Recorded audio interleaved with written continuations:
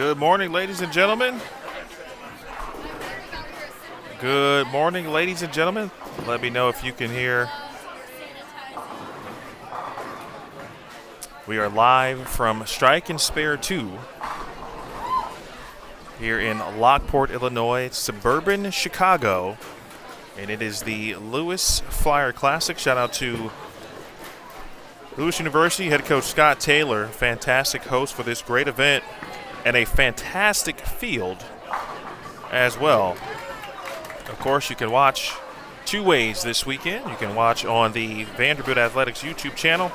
You can also watch on the Vanderbilt Women's Bowling Facebook page. I encourage you to watch first, at the very least, on YouTube. Hit the thumbs up, share the broadcast. And so the wonderful athletic department knows that you care about Vanderbilt women's bowling as the Commodores get set to take on Maryville to kick off day number 1 of competition. Day 1 will feature 5 sets of Baker matches, 5 Baker matches. It'll be 5 games each, and of course the winners determined by total pinfall.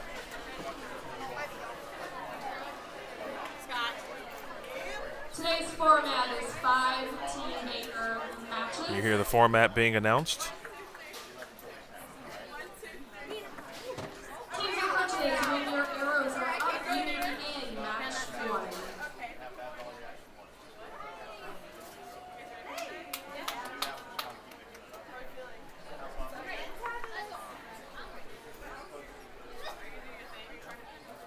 You see the Doors and Maryville as well in their respective huddles, getting ready.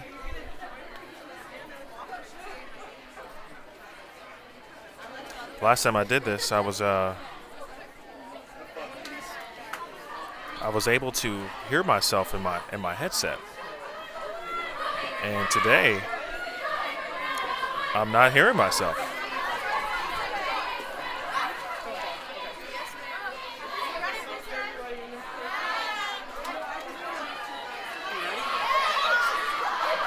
So I will have to trust you, and I will look to the chat like I always do to confirm that I can indeed hear myself. It actually might work out better today because this field, first of all, is very full. It's great. You've got the likes of course, Vanderbilt.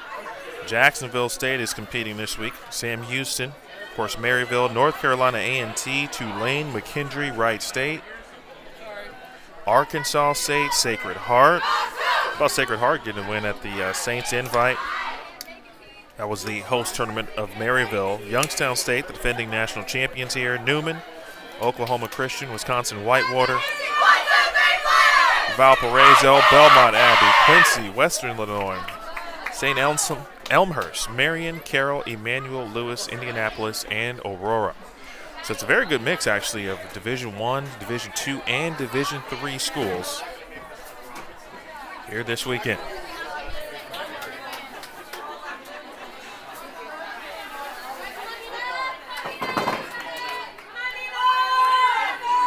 See what the lineup will be here.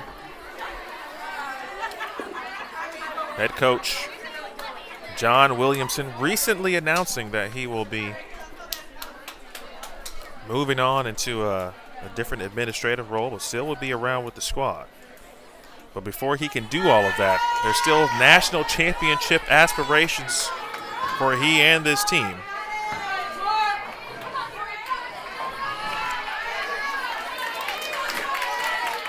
As the Doors get set for the second event here in the spring semester.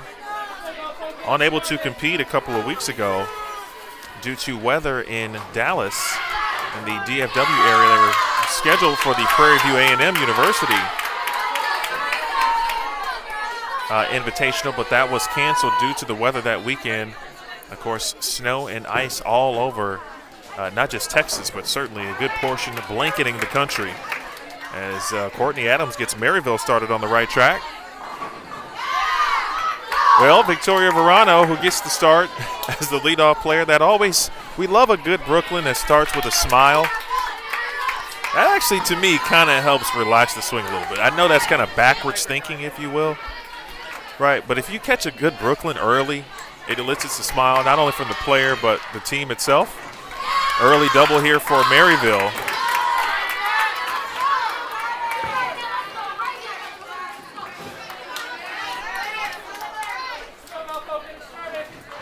Vanderbilt, the second-ranked team in the NTCA Power Index ranking.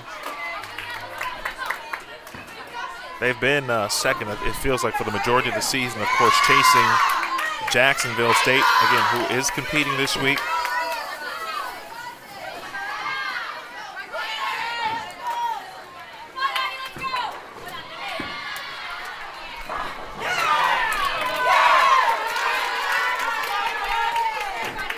Check that for Maryville. That was Ainsley McConaughey leading things off, the freshman from Hudson, Iowa. Really good start here for the Saints out the gates. Same thing said for Vanderbilt. Just underway here if you're just joining us. Day number 1, match number 1. 5 matches, all Baker. Here today. Tomorrow we'll move into the individual team games. And then after tomorrow, Vanderbilt needs to be in the top 4 in total pinfall. That will give them an opportunity to vie for the tournament championship on Sunday. There's the first. Good one in the 1-3, and it comes from Avery Dumigan. Starters for Vandy, again, Victoria Verano, Natalie Kent, Avery Dumigan, Danielle Henderson, and Caitlin Abaganya.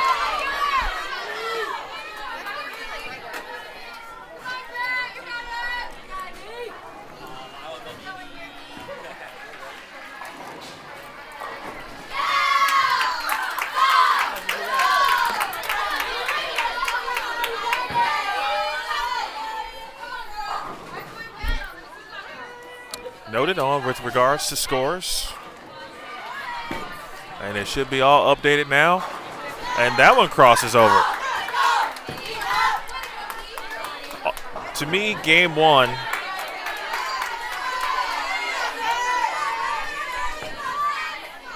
is always interesting because you never quite know what the teams that were warming up on the pair before you did, right? And so if you got a team with, or teams that had a lot of surface, maybe just trying some things out. Now this pattern is 37 feet.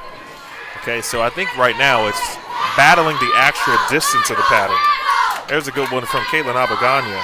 It's 37 feet with 30 milliliters of oil.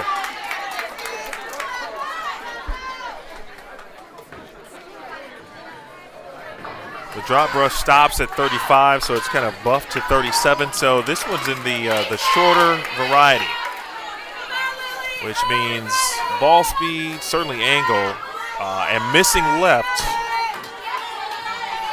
Yeah, you miss left and you get a runaway Brooklyn, that's going to be a very good break this week. Does tend to hook here a little bit at strike and spare 2. There's a good one from Verano.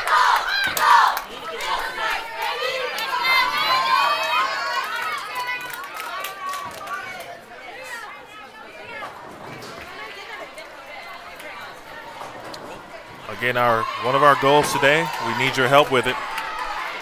Get our viewership count up. We had a lot of great feedback and great viewership from our first event, and I should say my first event, realistically. It certainly wasn't Vanderbilt's first event. I was with the team in New Orleans in November. Back here, this is a local home game, if you will, for me. I am about 35 to 40 minutes away in the Chicagoland area, so able to be here with the squad this weekend.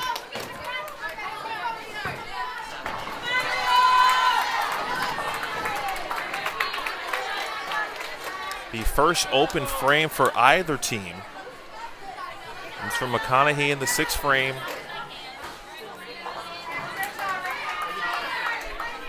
Maryville on the early part of the season, 7th in the NTCA Power Index rankings. This is a team that has made the last few NCAA National Championship appearances. They have been in regional competition.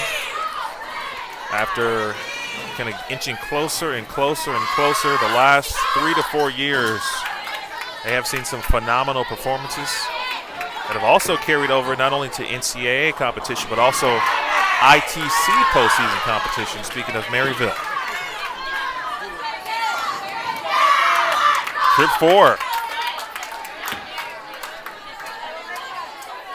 Avery Dumigan, and just like that, Vandy with an opportunity to get out the gate strong here. 2:58 on the board as a possibility. Maryville looking at 2:36 again. All 5 games count toward the total pinfall. Whoever is leading after those 5 games will win the match.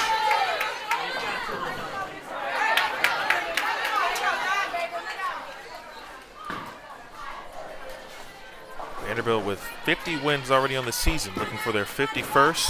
Henderson.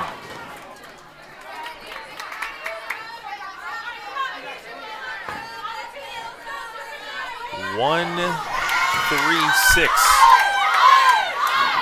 Kind of the standard definition there of the runaway. You're hoping for the Brooklyn side there for sure.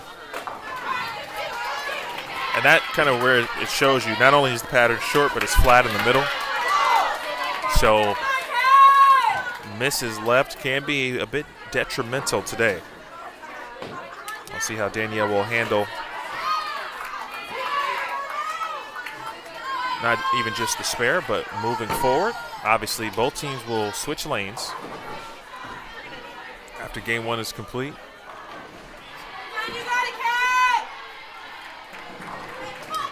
I believe I saw the spare ball being run down and then passed along to Danielle, so she will shoot that spare, I assume with plastic here.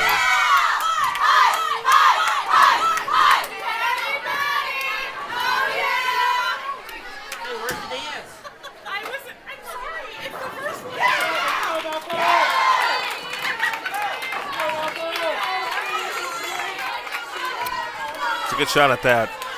She will take off the head pin, first open for Vanderbilt. Still 2:24 remain.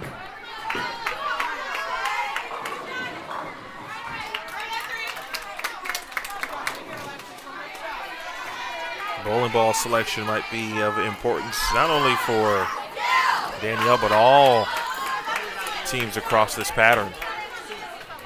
It's only going to hook more as we get later into the block. Good break there, just leaving the 7 pin is Abagania. If she makes this, Vandy will be in the 2 teams, and they will have a lead no matter what over Maryville as Elizabeth Tuber, the anchor player for Maryville, and Tuber had herself a phenomenal January. She participated in the Team USA trials, of which many of our Vanderbilt Commodores did as well. Tuber took home the Team USA Trials women's title, as well as the U.S. Amateur Championship. She was the first woman, speaking of Tuber for Maryville, to win both the U.S. Amateur title and Team USA Trials in the same tournament.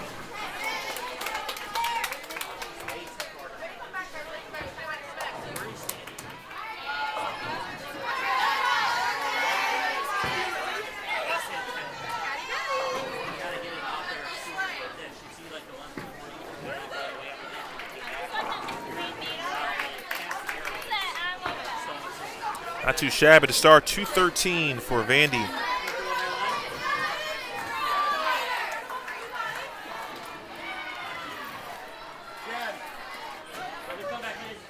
Good morning to all those watching again on YouTube as well as Facebook. My name is Emil Williams Jr. Pleased to be here with you, and we'll be here with you throughout the weekend, providing the play-by-play for Vanderbilt here this weekend. Again, live from Strike and Spare 2. It's the Lewis Flyer Classic, the 2026 version of it. Great event led by Scott Taylor. He's the head coach of Lewis University.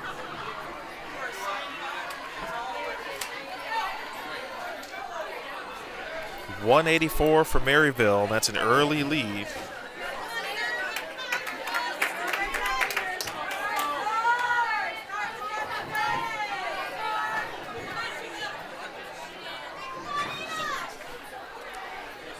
early 29-pin lead after one game.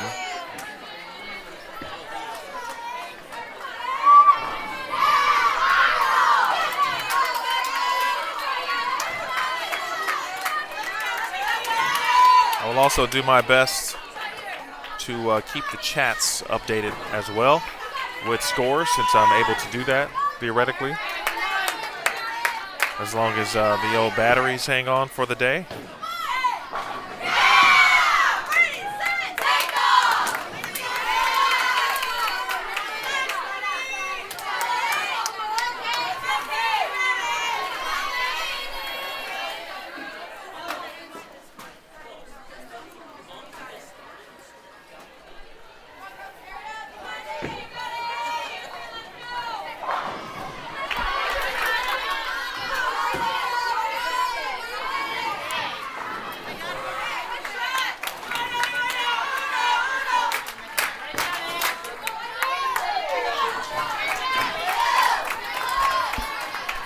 All right, Ainsley McConaughey has been solid so far here now through 3 frames.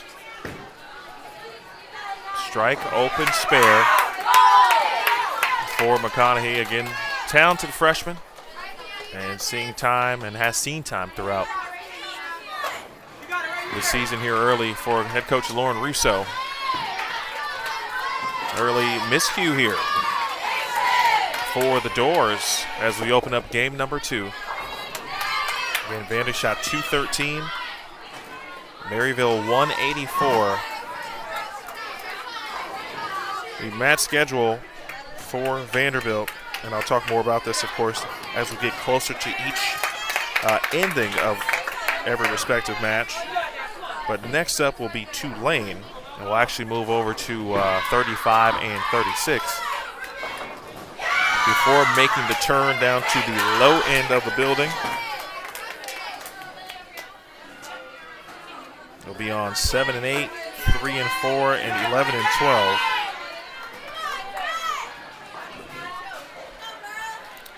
Early programming note, though. Match number 3 will feature Vanderbilt versus Jacksonville State.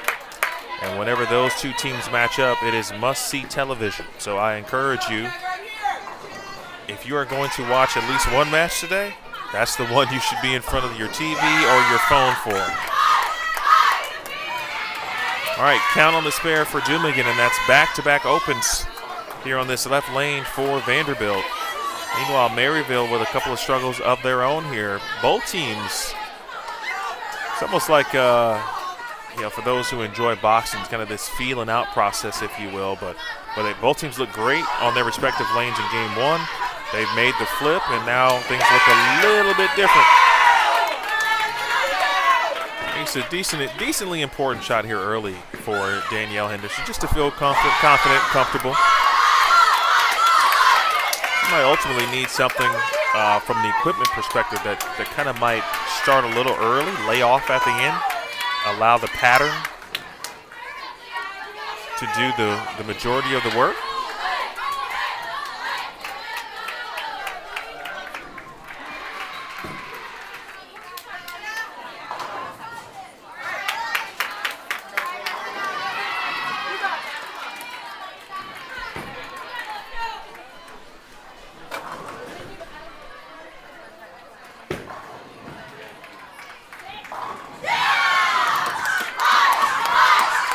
Bruner, it's a very good 4-5 that Maryville possesses with Bruner and Tuber.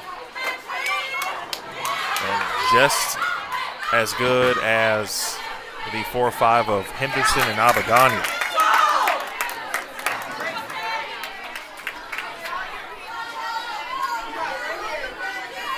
All right, 3-6-10 here for Henderson.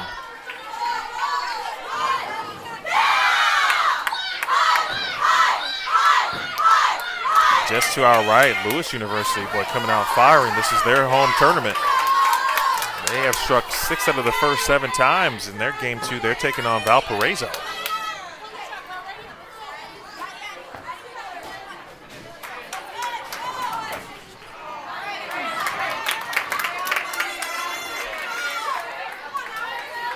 All right, tough start here for the Commodores in game number 2.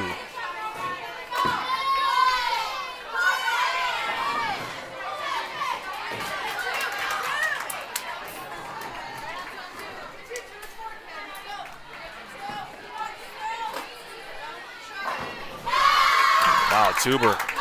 Just watch that one roll. And that's what you're looking for right there. It just kind of rolled right off the half board. Now, if you can play in that zone, you might have an advantage. Typically on shorter patterns, you would want to be a little bit closer to the gutter. So if you were to take the rule of 31, if you will, and subtract 31 from the length of the pattern, in this case, which is 37 feet, you'd be looking at a break point around 6-7-ish. That's what Tuber is doing. Bruner's doing it on the left side. McConaughey in that zone as well.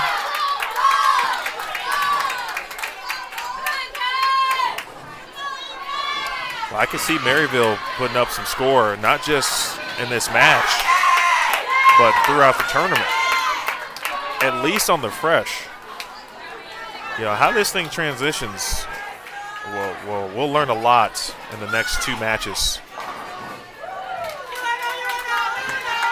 You can never take into account what the other teams or pairs are doing. Now, of course, when the opportunity does present itself, Abagania did take care of that spare. You'll send a coach or a player to go scout your next pair. The good news here is that Vanderbilt is just moving one pair to their right and can't get a look at what's happening. But first and foremost, they're trying to figure out this left lane.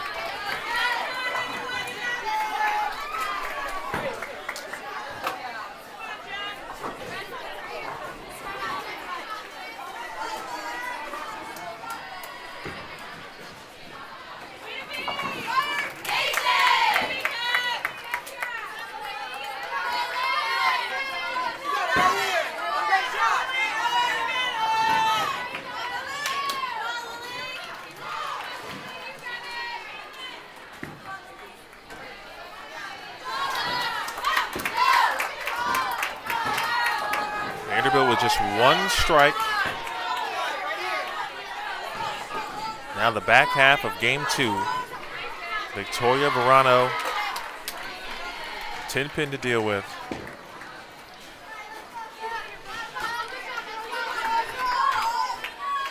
And this is that breathe moment, right, where everybody just take a breath.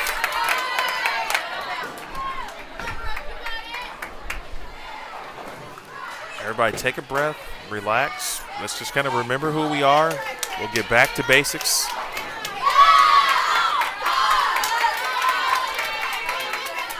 But if you're Maryville, this is your opportunity. It was 213 from Vandy in game 1, 184 for Maryville game 1. Saw that nice split conversion next door from Valpo. Meanwhile, and just like bowling does, generally speaking, when you miss a single pin, another one is immediately brought to your attention. So now Natalie Kent, who missed one in frame 2, gets another opportunity.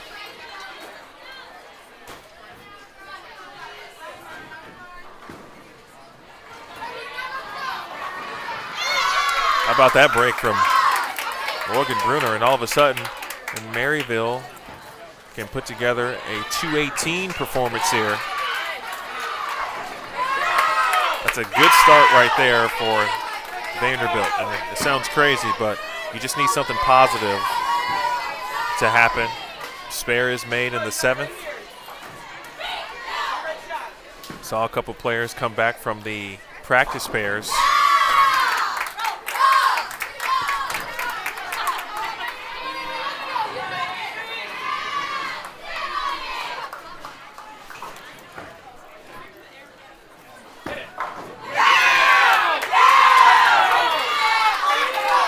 Well, we'll take that break.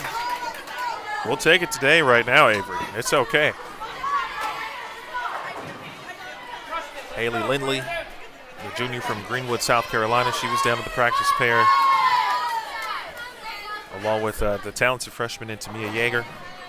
Shout out to To me, his dad, Tim, happy birthday. Sydney Bone going down to the warm-up pairs, as well as Sapphire Nofuente.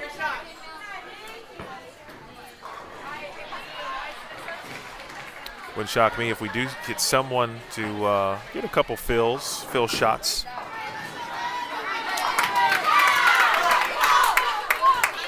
Good shot there for Danielle, certainly the best so far.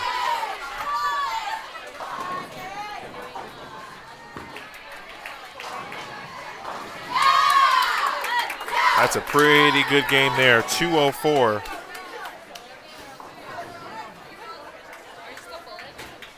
For Maryville, they are at 388 after 2. Despite the struggles, boy, Abagana can step up and double and save this game in a possible 180s. Oh, great shot. Great shot, wraps the 10-pin. The last 4 frames, that includes the Natalie Kent make on the 10.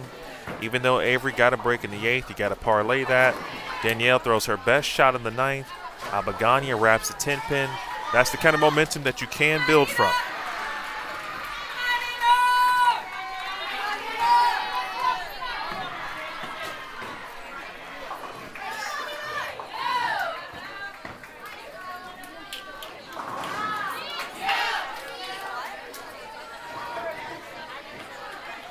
.162 on the strike on the fill.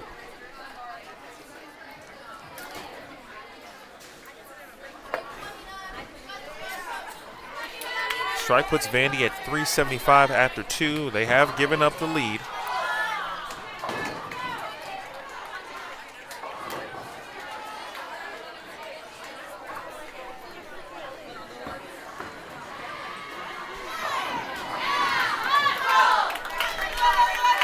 .162 it is.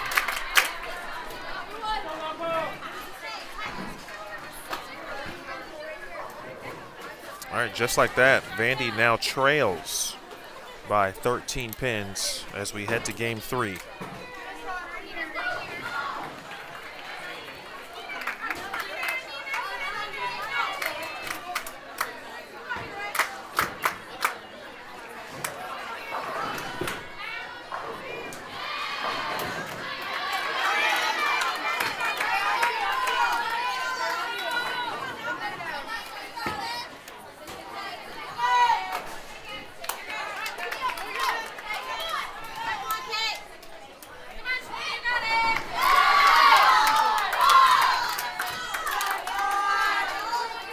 This lineup of with McConaughey starting things off for Maryville, the leadoff position in Baker is truly important.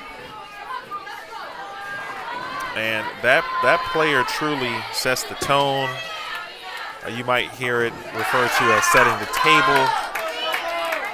I kind of liken it to a point guard to some degree. Nearly a 4.79. Just a 4-pin there for Verano. She's close. Yeah, that leadoff bowler, you're asking a lot of that person. First of all, they need energy. You want some of your best spare shooters certainly in the leadoff position. You want them to strike, but most importantly, you want them to make spares. Right, so you want the top of the lineup to kind of feed directly into the 3, 4, 5. And then I think what's underrated about the leadoff bowler or position realistically is if you get a double from your 4th and 5th, right, and that's what you're anticipating from those players. That's why they're generally in those positions in the 4th and 5th and 9th and 10th. But we're talking about 4th and 5th in this scenario. Well, when you get to that 6th frame and you got a lined up leadoff bowler, you could be looking at a 3-back, right? And so that could be the difference between in many cases winning and losing. It obviously always generally comes down to the 9th and 10th frame, but when you can throw a 3-bagger in the middle of any game, you're going to increase your chances to win exponentially. Early open for Maryville, good frame off the top for Verano and the Commodores, now trailing by 13 pins. This is Natalie Kent.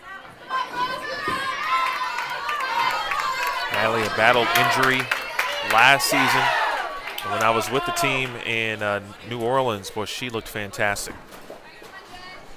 And I think she has kind of reclaimed, the confidence, the energy as one of the best youth bowlers. And she was a 5-star prospect.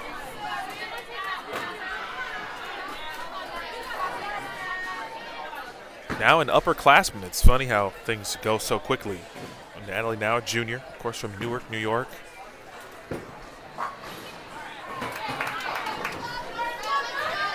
One, 2-8s can be tricky.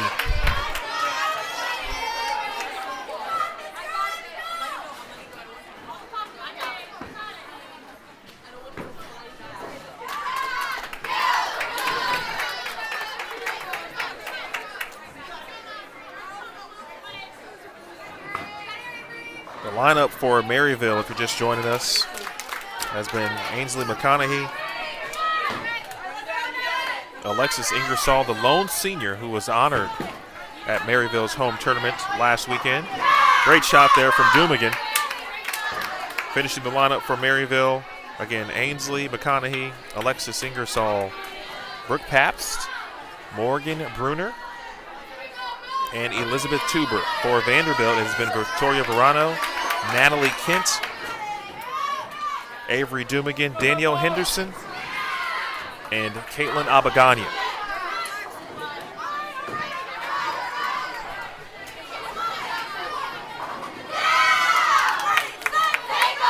Still some conversation between, that's Isabel Allen too. Izzy came over to the team as a graduate transfer, what feels like now 2 seasons ago. Stayed on the team as a GA and now a full-time assistant coach. And good break there for Danielle.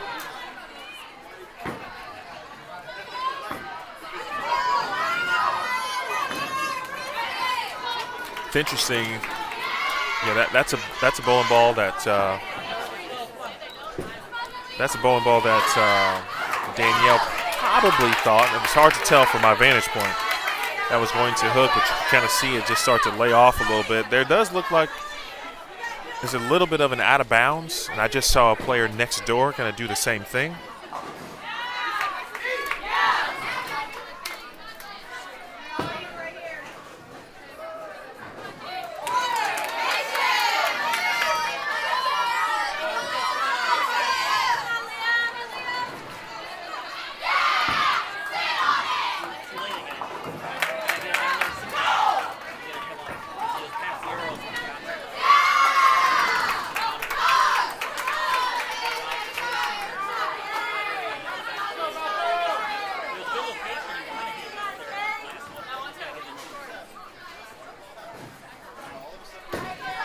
So Abagani will step up in the 5th frame, trying to develop some momentum here.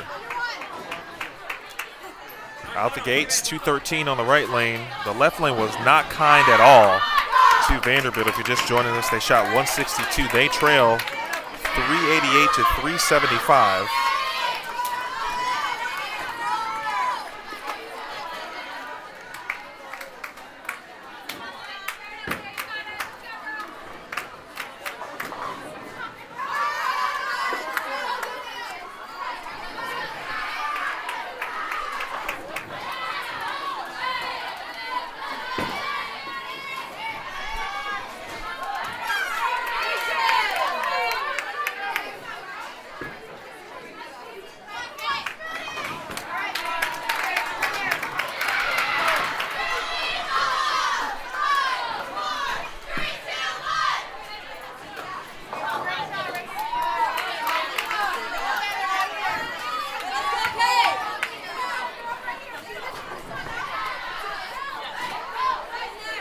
Hello to everybody watching on both Facebook and the Vanderbilt Women's Bowling channel, as well as the Vanderbilt Athletics YouTube channel.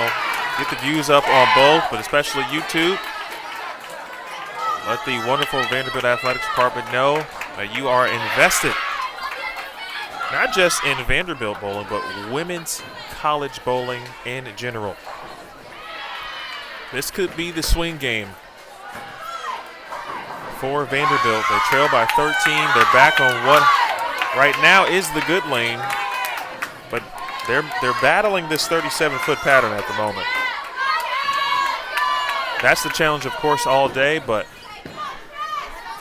watching a little bit of practice, certainly the warm-up, and with a couple of miscues with respect to spares, Vandy is locked in a complete battle early against Maryville. And Ingersoll, I think, is probably playing the furthest right. Hits one in the channel, unfortunately, for Maryville. The good news there, though, they were not on a strike or spare, specifically a spare, so no count was lost for Maryville. But Kent.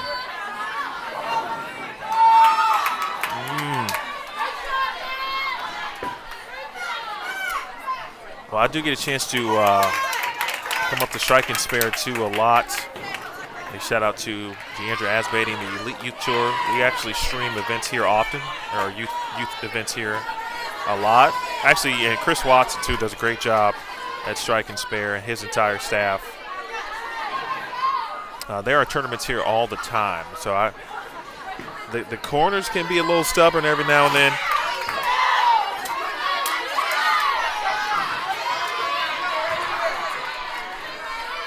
Well, to Carla and Patrick watching. Also, shout out to the Nofuente family. Our guy Ramon, Mr. Dumigan, the Bone Legacy.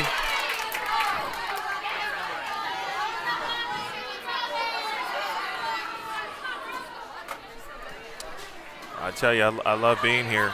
To me, once you get a chance to call sports for a team, and I did that many years back, called basketball for Chicago State and travel with the team. Wow. Right now the pattern is being, it's the thorn, and it's a thorn early in the side of Vanderbilt at the moment.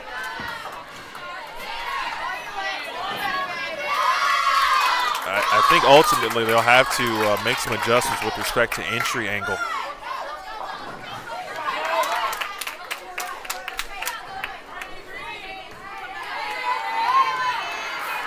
Find something with just a little bit of surface, just to kind of calm the bowling balls down as they enter, lead the pattern. How about Avery Dumigan? Dumigan connects on the 4-9.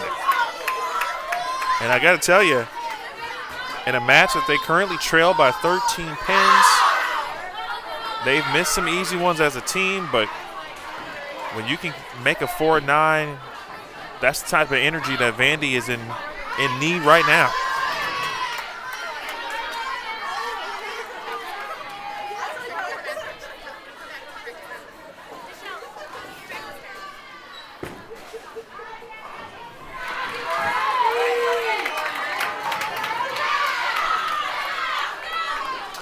Boy, it's so difficult to kind of calm down if you're Danielle right now. You're just trying to throw the best shot, but you want to throw a good one after that. And she did throw a good one. She leaves a 4-pin. You see your teammate connect on a 4-9, you instantly want to, strike there, and you risk kind of overpowering, overthrowing it, etc. She did not do that. Very composed in that moment. Great shot. Now I got to run down the single pin. I'll finish up the story with respect to being with a team. It's just a different feel. You become one with the team. This is my second time being with Vanderbilt this season. And I appreciate Coach Williamson, Coach Barnes, Coach Izzy, and the staff. Renee, thank you to, of course, the players themselves. Shout out to AD Candace Lee also for allowing me to be here. Well, that's a big shot. Maryville and Vandy, both teams kind of taking their time and having good moments, having some subpar moments. It is possible, though, Vandy could sneak out of this game and reclaim the lead again.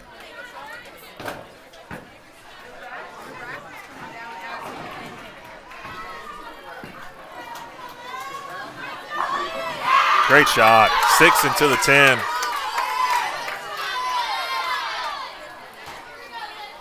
It even seems like Caitlin has maybe bumped a little right, trying to decrease some of that entry angle. And Tuber has just got a really impressive ball roll. Well, she can just kind of get her bowling balls to kind of lay off, right? Well, you've seen other players kind of their bowling balls scream from that spot. Hers kind of lays off.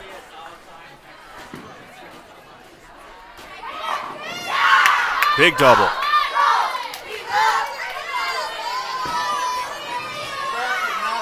Matches the double from Tuber.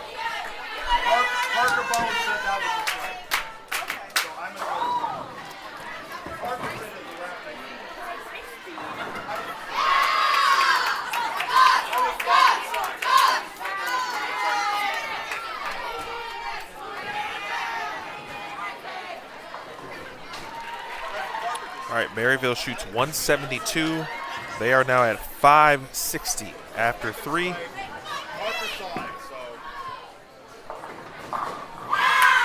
All 3 in the 10th for Abagania, who just took home several Conference USA awards this past week.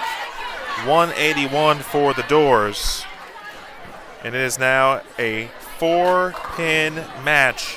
Vandy trails by 4. 560 to 556.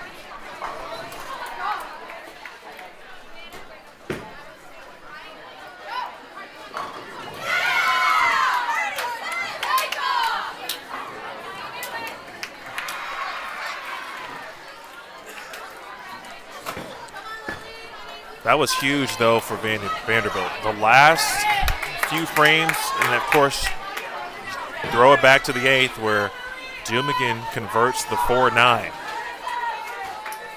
Huge momentum swing. They go back to this left lane where they shot 162, and to be honest, they didn't look like they loved that lane, without question. Can Verano get them off to a good start? Yes, she can.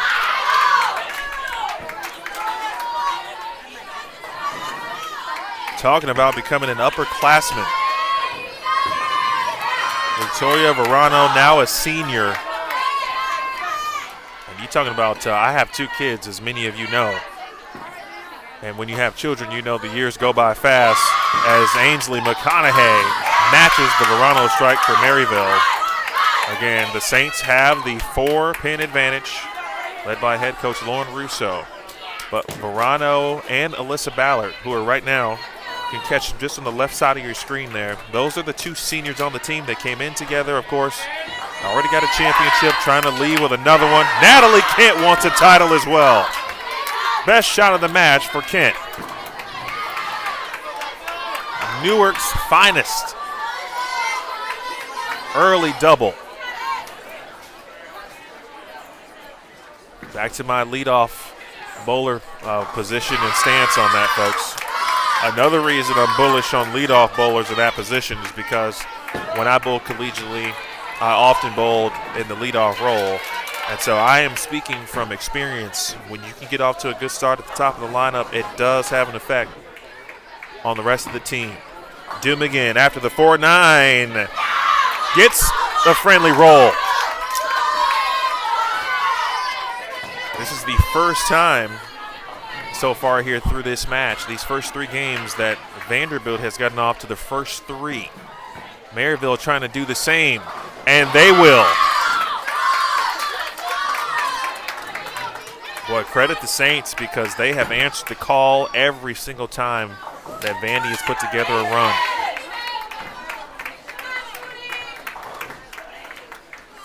Coach Izzy, Sydney Bone, I saw your comment there, Ramon, as well. I noticed that in New Orleans, watching Sydney from the leadership perspective, right? It's all about how are you impacting winning when you're not bowling. That's got a hook.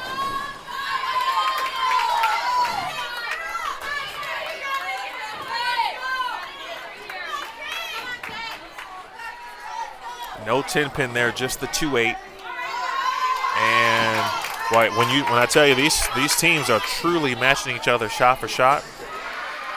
Danielle leaves the 2-8. Morgan Bruner, of course, the lefty, now leaves the 3-9. and it's still a 4-pin match. Hook.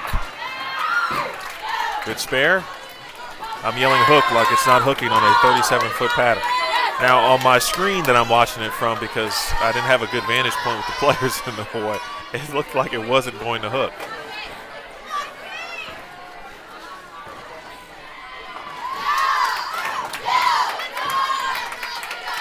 We are even this game through 4 complete. With Abagania and Tuber set to step up here.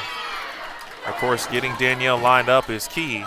You know it's going to come down to the final few shots in game number 5.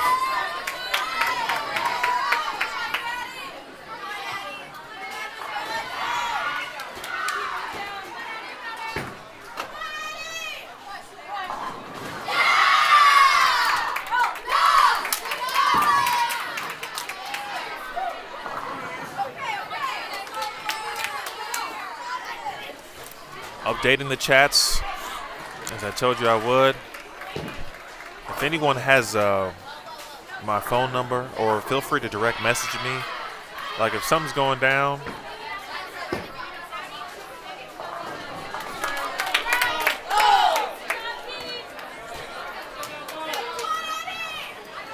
or something's happening, I missed something and forgot to update it, etc. and so forth, just send me a text or a message. Some of you have already done that this morning with when our scores were frozen to start.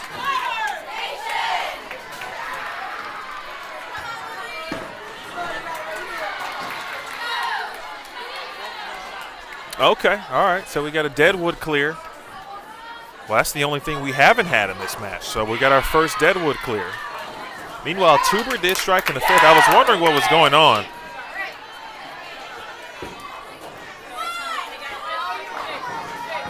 And what the delay was. I saw our guy, his actual name is Guy Carbonero, who is working here at Striking Spare 2. Does great work. He came down. I think he was either giving the permission that the players can handle the deadwood on their own, or he would have done it. Meanwhile, McConaughey, now what feels like perhaps the most important game here in this opening match. Day number 1 of the 2026 Flyer Classic hosted by Lewis. Bang! Oh, what a shot by Ainsley. The Saints not backing down. And the Doors with trouble in the 5th. 3, 6, 7, 10 for Abagania.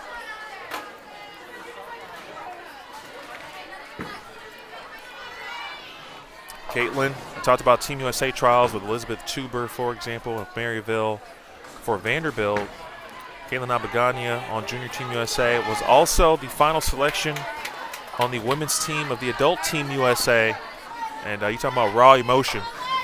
That elicited some serious emotion, and it was certainly understood. And the coaching staff and the selection committee picks you to be a part of Team USA as their final choice. Again, had locked up a spot on Junior Team USA. Speaking of Junior Team, Sapphire No Fuente, Danielle Henderson also on the team.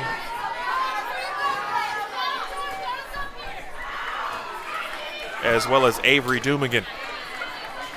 4 players on this squad on Junior Team USA. Verano. Boy, did that ball hook and stop. Wow. I don't know if that was hand position. That ball got past the arrows. It wanted to make a duck hook, and it just stopped and set up shot. It was a little high on the head pin, but we tripped to 4. Meanwhile, Maryville is still clean through now 7 frames.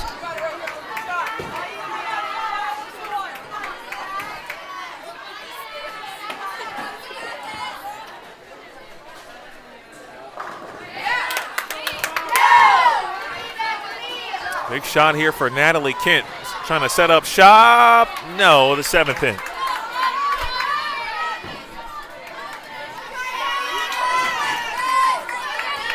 If you're joined us late, you're watching game number 4, 7th frame for Vanderbilt, 8th frame for Maryville.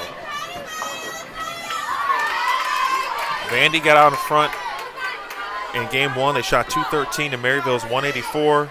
in the lowest game for Maryville, for Vanderbilt, which happened on the left lane.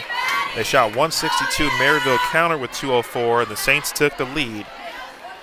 Vandy picked up a few pins in game 3, shooting 181 to Maryville's 172.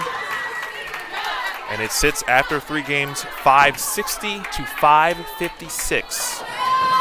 Maryville with a 4-pin lead. It is currently extended now, of course, if you include what is happening in real time.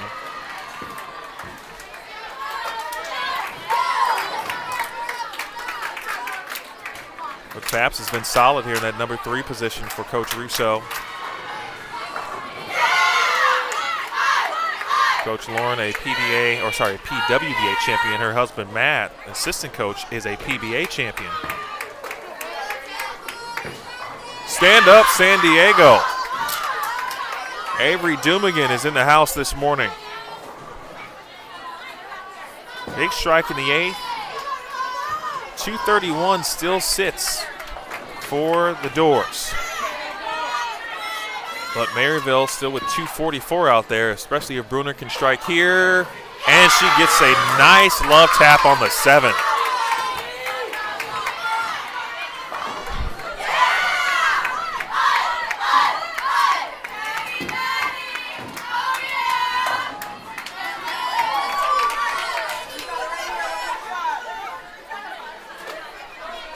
Saw a ball change, I believe. Can't confirm, but I believe from Danielle. 3-6-10.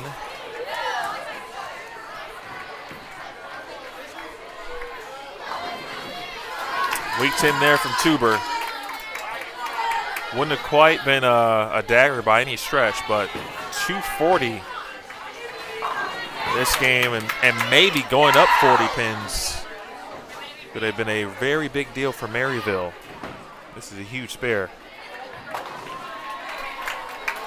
Open frame there in the 9th for Danielle.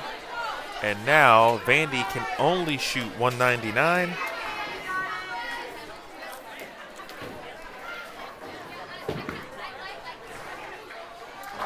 Wow, you don't see that one every day. Would not expect that. Vanderbilt just got a break. Tuber misses the 10-pin. So they now stand at 772. Abagania looking again for a double. And there's the first.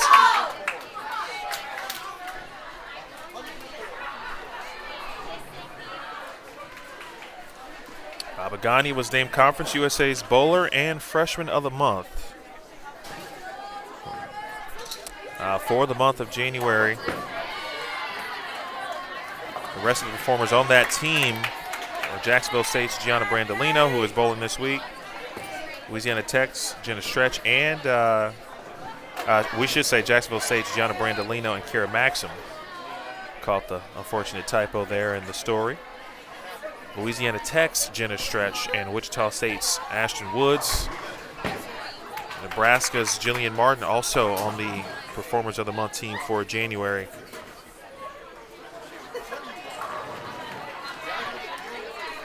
So the spare here is going to be 189 for Abagania. Interested to see how the Doors play this. I'm not anticipating a lineup change. They spend every shot basically trying to get Danielle in the right part of the lane, or at least with the right ball. It's only the first match of the day.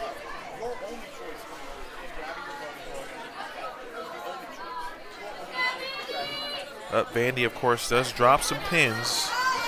They give several back on their quest to overcome the lead here. They trail by 27 pins. The leader of the match after 4 is to choose which lane they're going to finish on.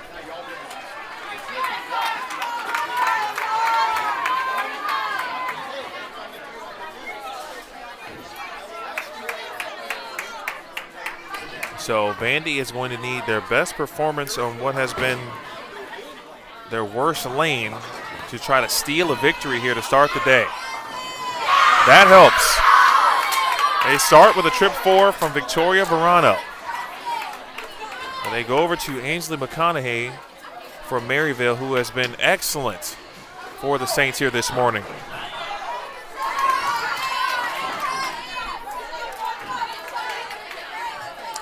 What I can describe, folks, in front of me was Maryville coaches, players were kind of doing almost like the windmill with their hands, with their fingers, trying to spur on the bowling ball off the right hand of McConaughey to go, as I heard many people say. And I think they knew there was the possibility of that. They wanted to see a little bit of friction. Pins do bounce here at strike and spare 2, by the way. It wouldn't shock me if we saw a 7-10 made here. So let's keep that in mind as we go along. All right, so a lineup shift. Henderson goes from 4 to 2 as she tries to work things out, figure out where she should be on the lane.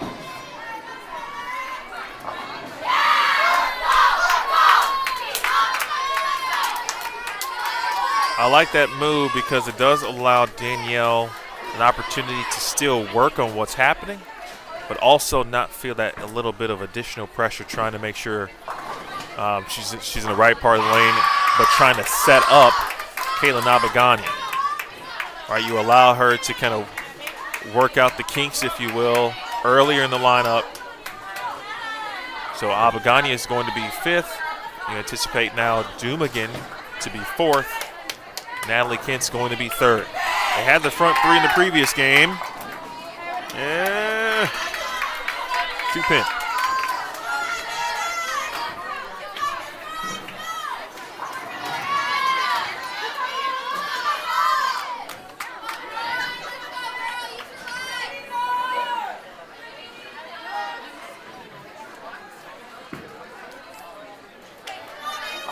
Good question there from Millhouse in the YouTube chat that was answered by Mr. Nofuente. If you are whoever the leader of the matches after 4 games in the Baker competition chooses which lane they want to finish on. Of course, since Maryville had the lead and they bowled their highest games both on the right lane, they chose to finish on the right lane. Another caveat that I really like about NCAA bowling. You get rewarded for your performance during the match. Again, 772 to 745. Vandy has not led this match since after game 1. Oh, no! 9 pin. How about it? Boy, Avery has seen her fair share of excitement here. She made a 4-9 split on the right lane. I think it was in game 3. And now nearly a 4-7-9, and all pins go late. Meanwhile, Bruner with the answer in the 4th.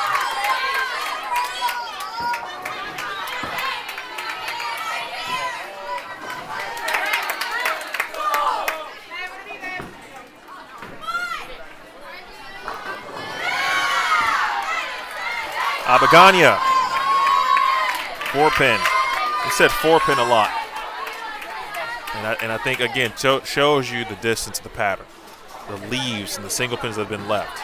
We've seen wrap 10s, but most importantly, a lot of 4 pins. We've seen 9 pins. From the split perspective, we've seen a lot of 4-9s left. Or almost 4-9s. We've seen some almost 4-7-9s. We've seen a lot of 3-6-10s. Well, you're talking about a miscue. That's a rarity there for Abagani. One of the best spare shooters in the country. That kind of speaks to the way this match has gone for Vandy to open up things. A lot of uncharacteristic things that have taken place.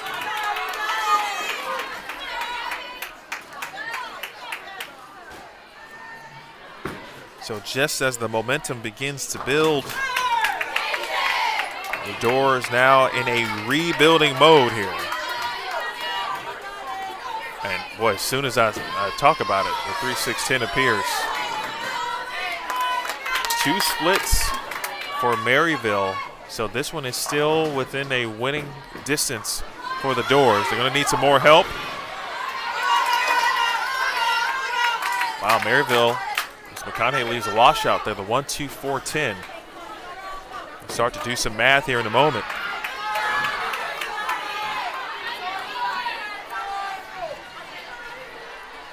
This Doors roster going to do everything they can to impact winning. They do a great job of that as a team. You know, obviously only 5 can bowl.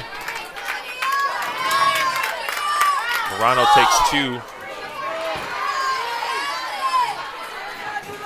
Sydney Bone, Haley Lindley, Tamia Yeager, Alyssa Ballard, all being supportive teammates.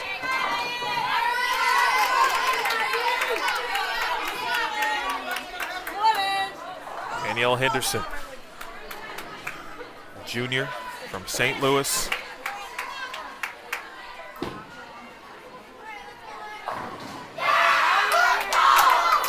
Trips before the 7 again. So Maryville, let's see, 16, 40, 70, 2-0. Right now, the best Maryville can do is 206. I will put them at 978.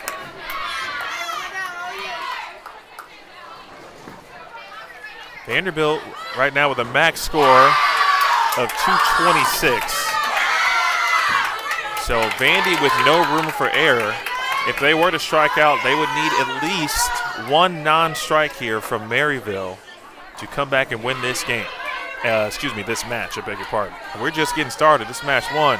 Can't see it? No. And she leaves a 2-pin. Nearly a 2-7. Looks like Vandy maybe inching a little left at some of the angles here.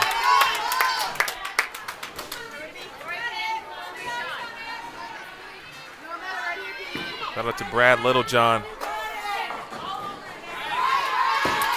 Caps, that one just duck hooked off the spot. Single pin is converted. We'll update you on the math. So now Vandy's max is 206. I will put them at 951. Right now, Vandy sits at a max of 951.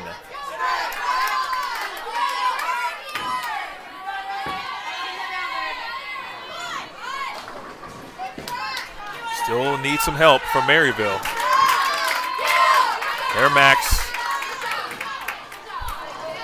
is 186. That would get them to 958. Must strike here for Avery Dumigan.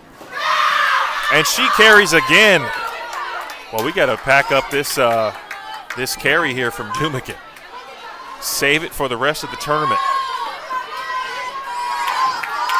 I tell you, in a difficult match for all the Doors, Avery's energy by the break she's gotten has helped this team. That was a huge shot from Morgan Bruner.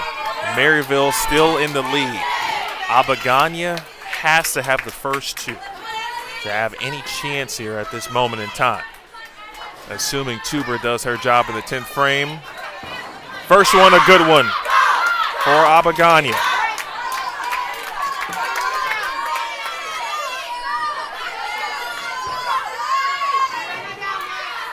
Tuber now in a situation where she has to strike here.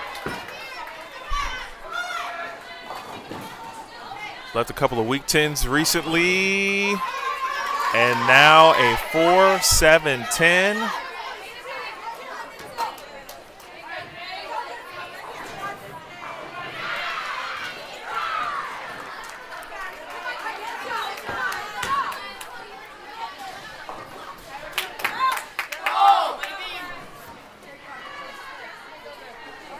All of a sudden, if Tuber gets 2 here, it'll be 926, and Caitlin Abagania puts 2 in the 10th and somehow some way, Vanderbilt. How about it? Hey, great split conversion there. The 4-7-10 is made, but it is not going to be enough. The max is 9:38 for Maryville. A strike puts Vandy at 9:51. They have mathematically locked this one up in a match that you wouldn't have thought that they would have won, folks. But that is college bowling. This is Vanderbilt. We anchor down here. Unbelievable. And I got to give a lot of credit to Maryville. They bowled fantastic. This right lane kind of got the best of them. A couple of splits in the open. I got to tell you, and if you're Coach Williamson, Coach Barnes, Coach Izzy, this is one of those moments where you say, as bad as we bowled, we missed some single pins, we had some unforced errors, and we were still able to rally and come away with a victory. That does not happen very often.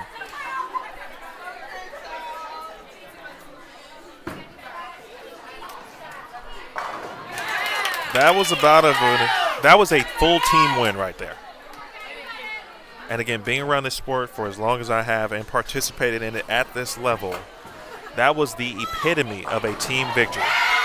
No one person was fantastic, right? Not one person on this team for Vandy had the best look. They all had decent to okay looks. But I think the Dumigan 4-9 conversion, and even though it happened way back in Game 3, that was the moment where the energy came back to the Doors huddle. They had something to cheer about, especially after shooting 162 and giving back the lead. It took them literally every single frame to win this match versus the Saints.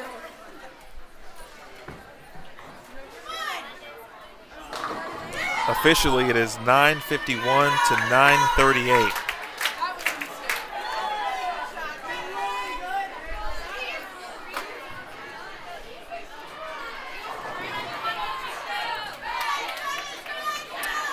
Sometimes it's not pretty, ladies and gentlemen. But as we say in sports, right? A win is a win.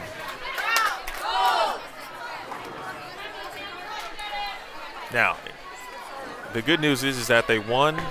If there is some bad news, is that we'll see how far they are with respect to the scoring pace for the rest of the field after this match. I did see some high totals. I saw some strings of strikes to our left. So I'll be interested to see what the scoring pace is like after the first game. I do think for teams who prefer to be straighter through the front part of the lane, if they like to play near the gutter, I think those teams can kind of get off to a good start, especially on the fresh.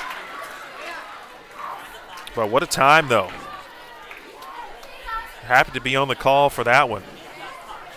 And we'll see if the momentum now will travel. The Doors will move one pair to their right. They'll be on 35 and 36.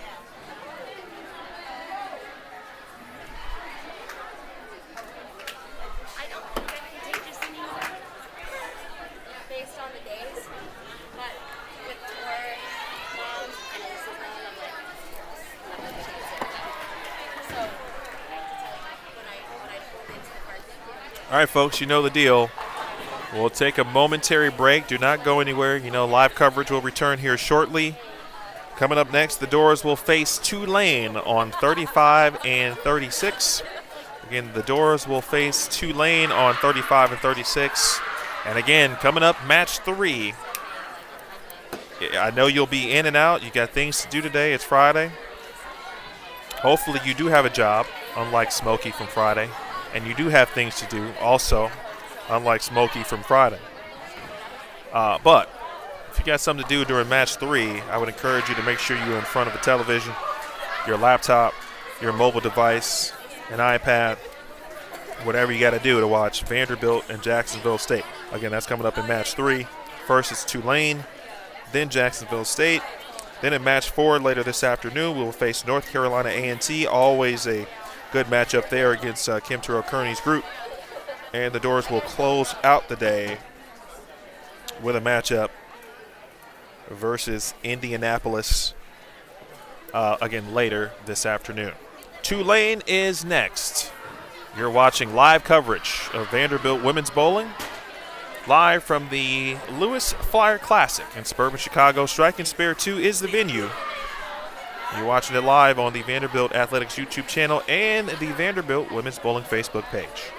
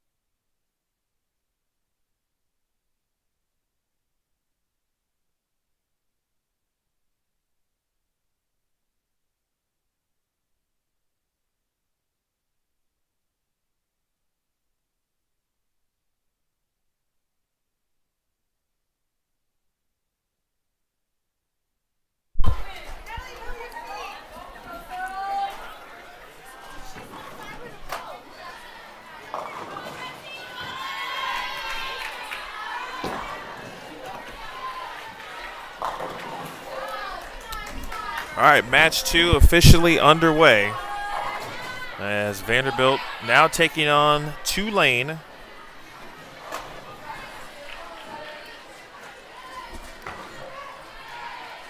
If you joined us late, Vandy had to go the distance and truly with Maryville. They started strong and then went to the left lane, and things just never quite turned around. I'm interested to see how they will attack 35 and 36. They're moving away from 33 and 34. But the pattern, of course, 37 feet. So on the shorter side, there is hook, especially in the middle part of the lane, where it's the flattest. I think that's where Danielle had some early troubles, just trying to figure out what bowling ball is going to get her the best look through that traffic. See if she makes a little bit of a bump right. In the final game of that match, she went from 4th to 2nd, which is a good move from the staff. Boy, that ball hooked early. They are hooking.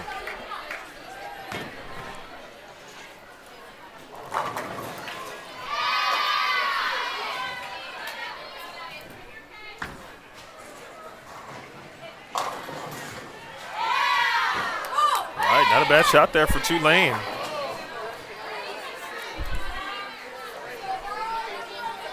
Saw Tulane with at their actually host tournament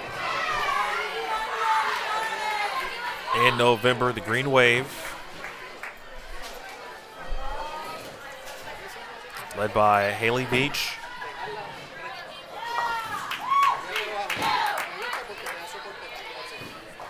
But it feels like Haley has been at the helm.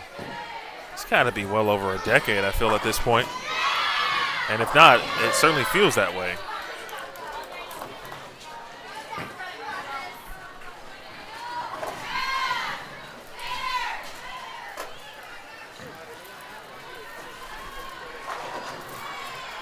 Green Wave, led by Mia Stelakis.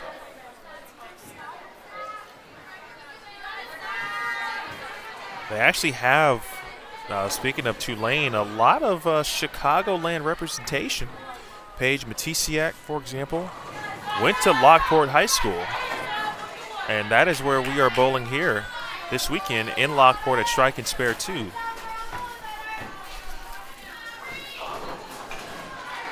Let's see if I see Paige actually in the mix here. I see Mia.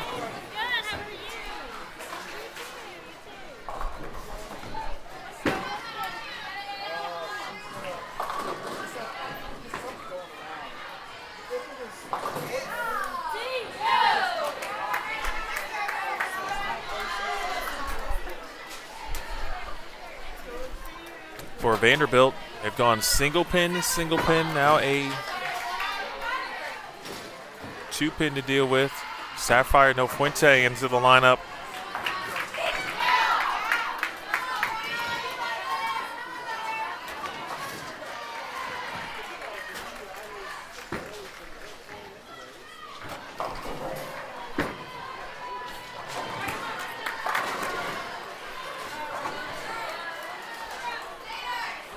Aniels Salia from San Juan, Puerto Rico. She is bowling in the 4 spot.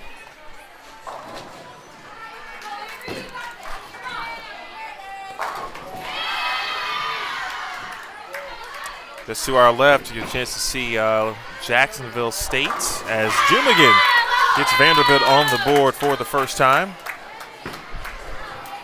Again, Jack State will face Vanderbilt coming up next in match 3. We'll all take the long walk to the low end of the building. That will be on 7 and 8, I believe.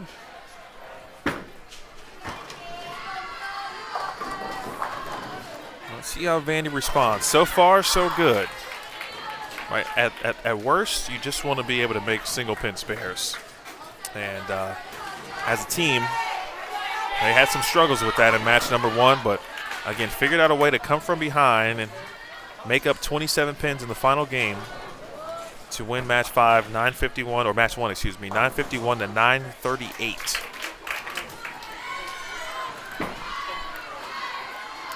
I'm also intrigued to see how each side of the building plays.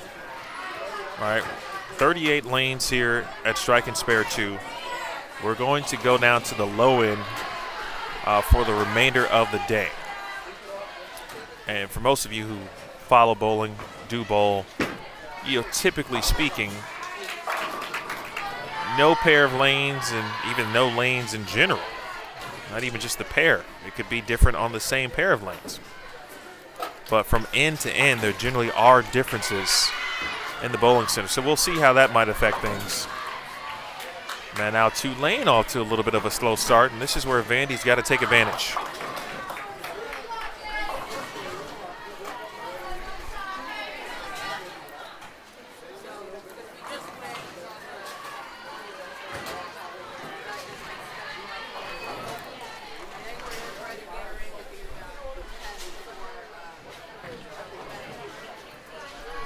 Flip the lineup here. So they go Natalie Kent.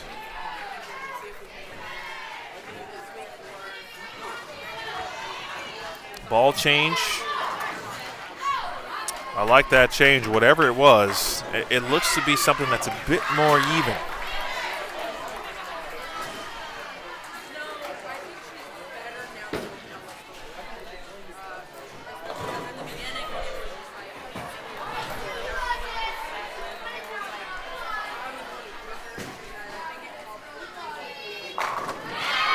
Sarah Ruby.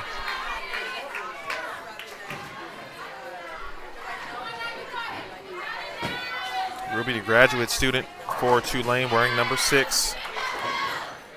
Local to New Orleans and Metairie, Louisiana. For Vandy, it looks like the spare balls are going to get a little bit of a workout today. And some teams embrace that. I think Vandy is one of those teams. And you look historically at what they've been able to do with respect to spare shooting and their stats over the course of time. They've always been one of the top programs.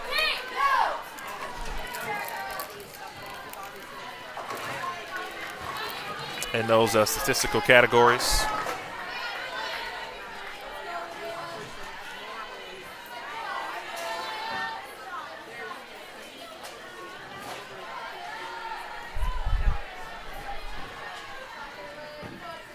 Mentioned Vandy second in NTCA Power Index. They are second to Jacksonville State.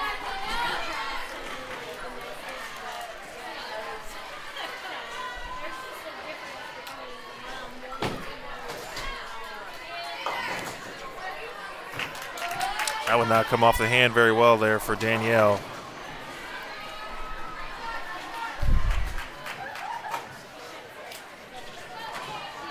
Talking about single pin spare shooting as a team, Vanderbilt 90% coming into this weekend's tournament. These stats as of February 1st, 90% single pin spares, 85% of makeable spares, which is exactly what you want as a program. When you have those kind of numbers, obviously, that's the kind of things that, or those are the things that keep you in games when the strike ball isn't going so well. Nice spare. Speaking of makeable spares, huge washout conversion from Henderson.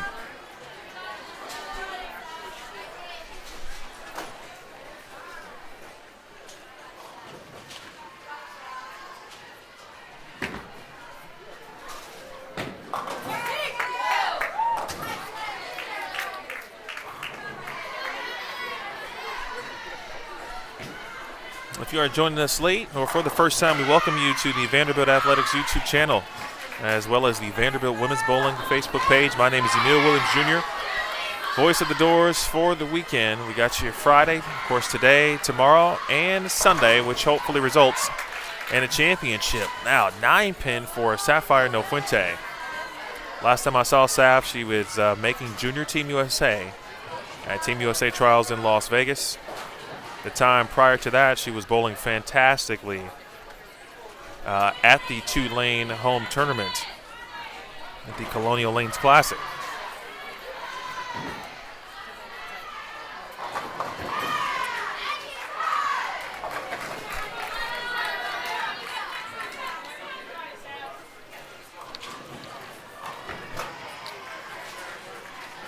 Whoa.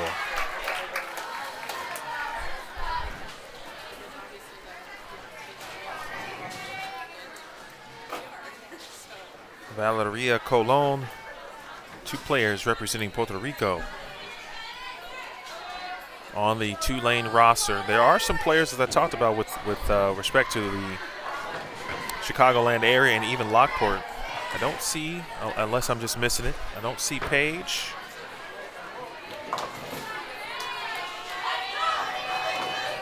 So 190 now, the max score, 1 strike. And it came off the right hand of Avery Dumigan, and she will have the game's 2nd strike. With a San Diego native.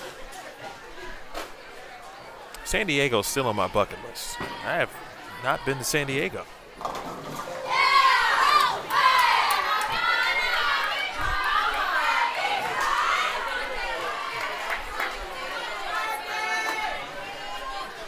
Lefty Sola puts Tulane in a situation where they can get to 165. They've got 2 lefties in their 4-5. Meanwhile, Abagania is seeing some hang. You know, I was watching, it was Lewis and Valpo on 35 and 36 in match 1. And the majority of both teams were playing the lanes a little further right with what looked to be, I won't call it surface by any stretch, but they had some bowling balls that seemed to be a little bit rollier. Mia looked as maybe surprised as anybody else about that ball strike. I'm not sure she thought that one was going to strike.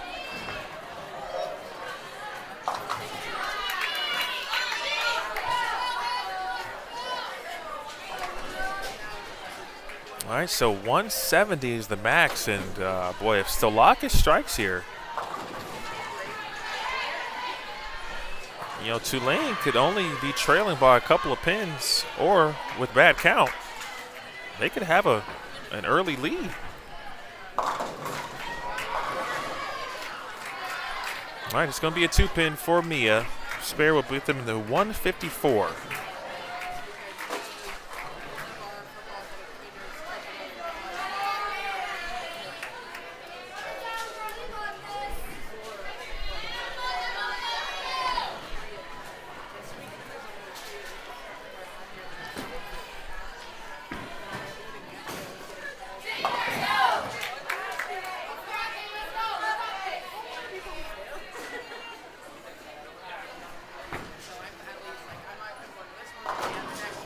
All right, look at a different piece of equipment there for Caitlin Abagani on the fill shot. It could be just one of those days today. At least on the fresh for Vanderbilt. All right, girls, let's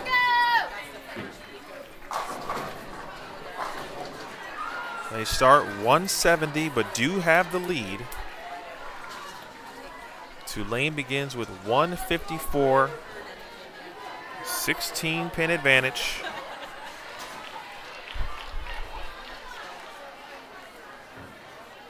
For Vandy after the first one. Match number 2. Can't see what's happening, but Coach Barnes has the dry erase marker out. Riding and talking with Coach Izzy, Coach Williamson, almost as if, you know, imagine, you know, obviously both of the basketball teams at Vanderbilt, the men's and women's teams are phenomenal. So imagine the coach coming out, they've got the clipboard, they're drawing up plays with the dry erase marker. That is what Josie Barnes was doing. Now, I'm not saying she was drawing up plays because I couldn't see what she was writing or drawing up, but I always thought that would only be me in these scenarios. If I were a coach, I would definitely be the person that would have the clipboard that's got the lane on it with the arrows, and I'd be diagramming for the players in case they kind of needed to see what I was trying to explain before they put the bowling ball in hand. 7-pin wiggles, and no. Big shout out to Grandma Jane. I learned unable to be here this week.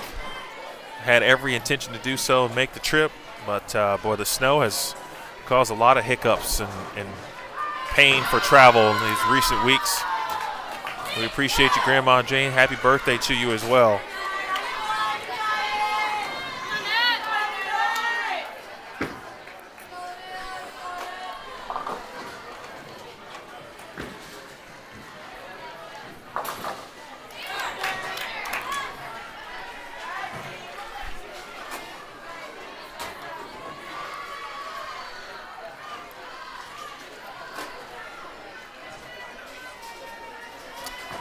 Well, if this was tennis, we got a lot of fans of bowling who often watch tennis.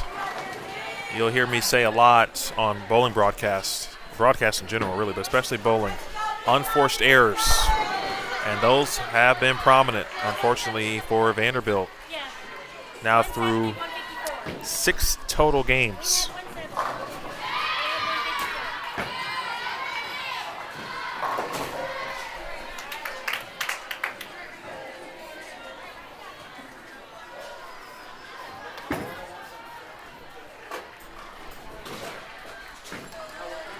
This one's starting a little bit different than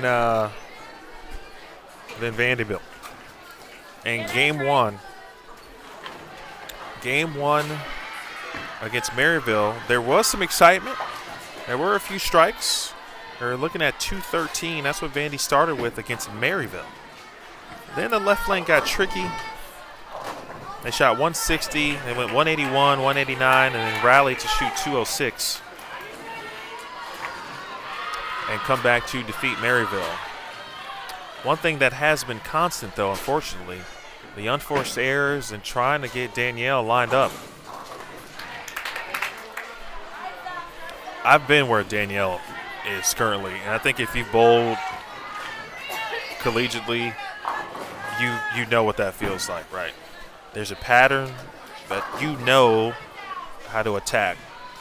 And then sometimes there's some patterns where you're like, I'm pretty sure I could do this. And between you, the equipment, right, you start to press a little bit because you want to throw good shots, because you know the only way you can get a true read is by throwing a good shot. The swing gets tight. You never really get into a rhythm. But this is why it's a team game. Big shot there for Sapphire No Fuente.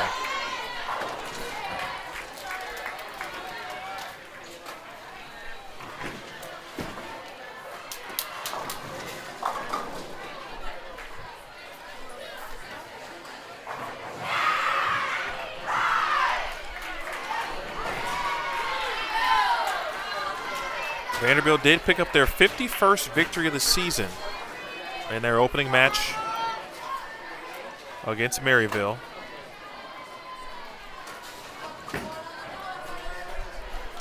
A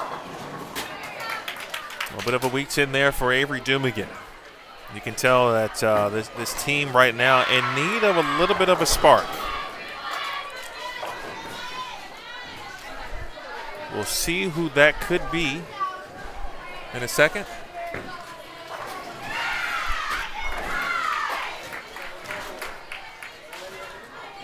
It could be from the players who are already in the lineup.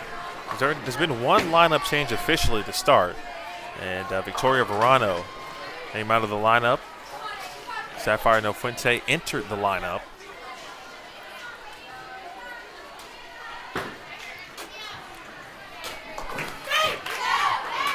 Well, I tell you, Dumigan, whether it's her performance on the lanes or the personality certainly off of it, her energy has been really consistent for Vanderbilt, and they need it.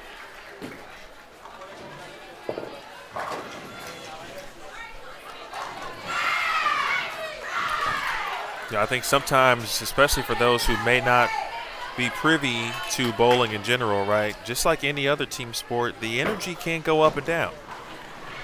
And that's why it is a true team game.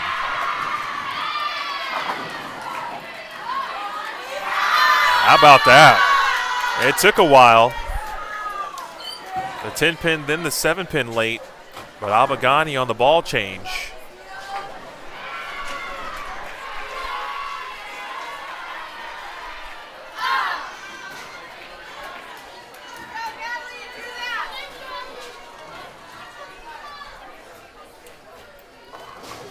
Tulane still looking for their first strike, and it could come from Mia Stalakis. Yeah, she leaves the 3-pin.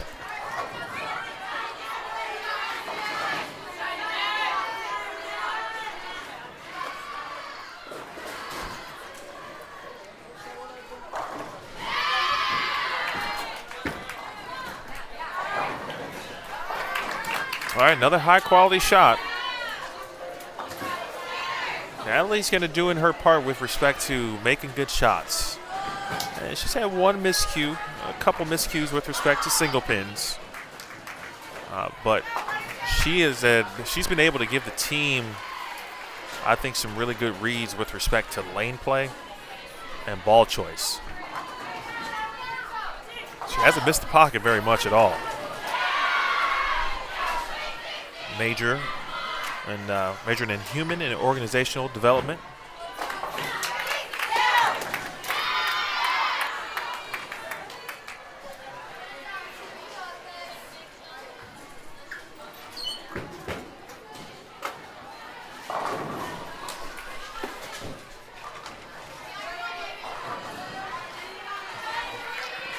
Perhaps the best news here for Vanderbilt is they're bowling right next to the warm-up pair.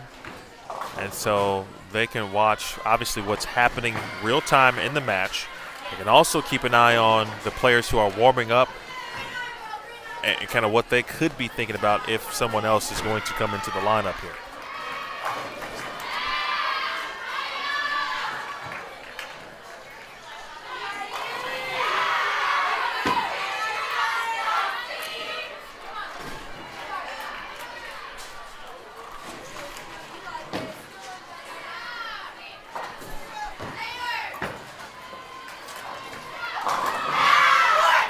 Best shot of the day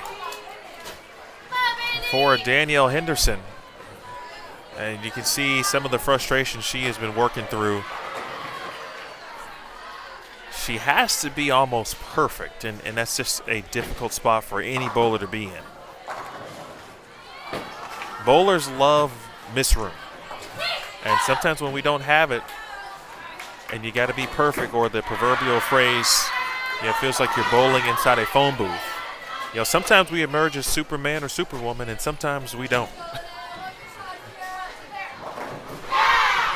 Big double there. And now the train may be starting to roll.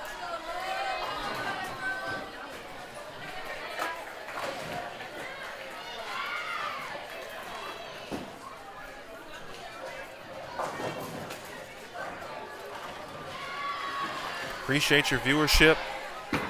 Let's get this thing over on YouTube to more than triple digits. We're here with you all weekend. All right, Tulane not going away.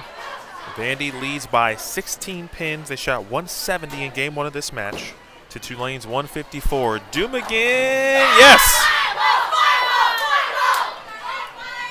3 baggers have been few and far between through the first handful of games for the Commodores, so a real opportunity to take advantage here.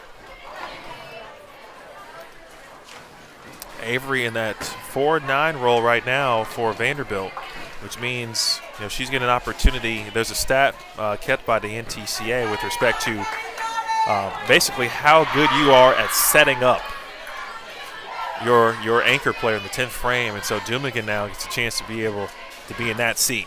Abaganya. It thought about it. Again, good quality shot.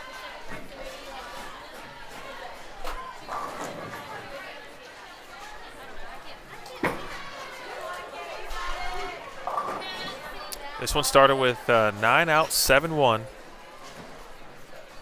for Natalie Kent and Danielle Henderson. Since then, strike, spare. And those spares have been single pins, and then we just saw the 3-bagger. Now another single pin opportunity, and the 10th pin is converted on the Conference USA Freshman of the Month of January in Caitlin Abaganya. Tulane this game, with strikes in the 9th and 10th, can shoot 192.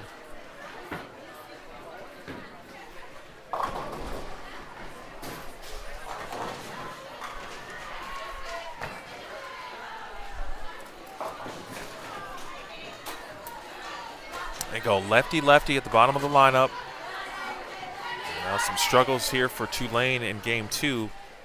And this is one where Vanderbilt has got to feel like they can make up some ground here. Boy, as good as that ball looked about 2 shots ago, it's given a little wiggle. It's got a little bit of wiggle down lane.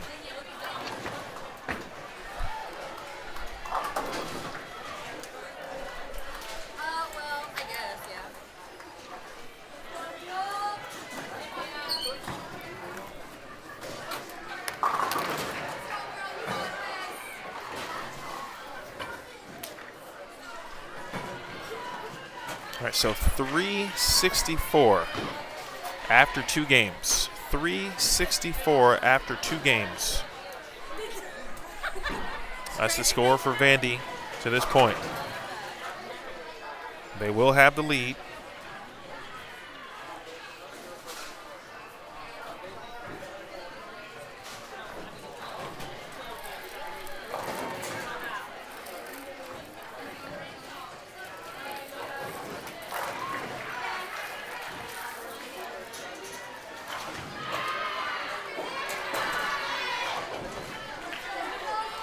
They await Tulane to finish up. You know, the one thing that really impressed me about Vanderbilt when I got a chance to work with the team in November was how relaxed they still can be despite trouble. And that's a credit to great spare from Mia Stalakis, taking care of the 3-7. And I credited that to that weekend. I noticed that Sapphire No Fuente, Avery Dumigan, even Kaylin Abagania, and Sydney Bone too. They just got a funness to them, specifically Sapphire. There's this level of fun that she carries and brings with her that allows you to not take it too seriously. It's like if you're talking to her, you know she's going to say something funny. She might do something funny. She might look at you funny. She's going to ask you a question that's going to provoke thought, but in a fun way. Those are the players and the moments that help you get through a long season, a long event, a grind of a tournament where it's not going in the way that Vanderbilt wants it to, right? As I mentioned in the previous match, no one's lined up. Like, no one has a great look, quote unquote. There's a lot of decent looks. And the coaching staff has worked diligently to try to get it to being good looks. Certainly let alone great. But when you have players who can help ease the tension and help relax the team, you know, that's something the coaches don't have to worry about, and that's what makes good team chemistry.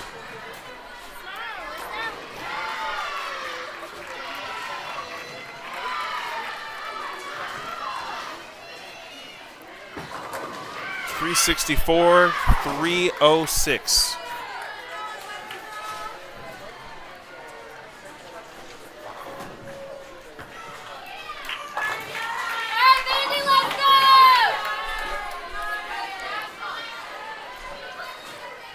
Updating you in the chat.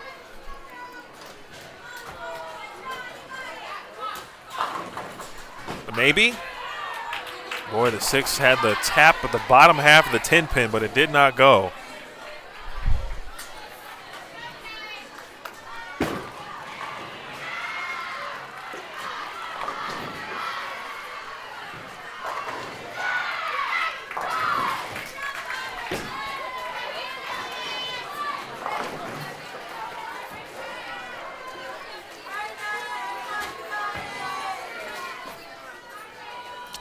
I just caught one comment in the chat from Mr. Jumigan. I am going to come visit. I'm coming to San Diego. I'm bringing my squad with me. Got to bring my wife and my children. Plenty to do for kids, certainly, in San Diego. Good frame from Natalie Kent. You're just trying to stack good things, right? We try to stack wins. We're just trying to stack good shots. And it's been the second half of the shots so far for Vandy that has been troublesome, but a great frame.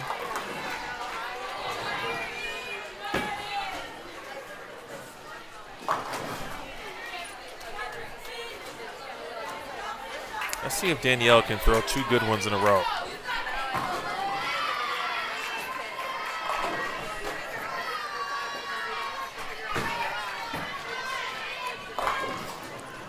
I think the left lane's got a little bit more hook to it in the middle part of the lane.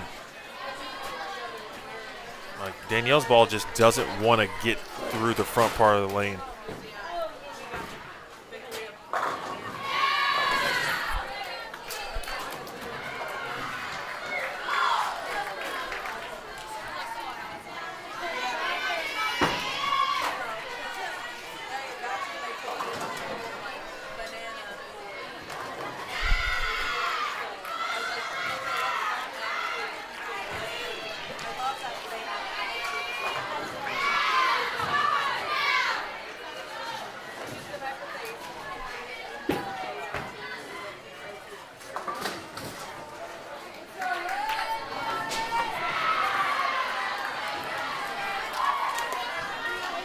All right, unfortunately, Danielle misses them all.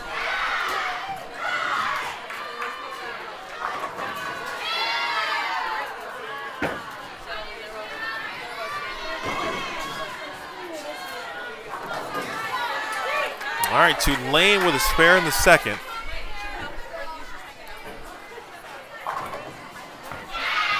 Now, Tulane trying to put something together. That was Linnea Holcomb, a junior from Chicago. She went to Lane Tech.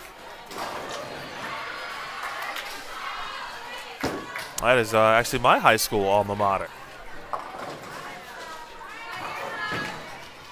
Tulane right now having a little bit of a conversation with the coaching staff. You know, I mentioned we haven't seen what's happening on the other side, basically the building, either side really, the middle side or the middle part of the building, or certainly the low end of the building.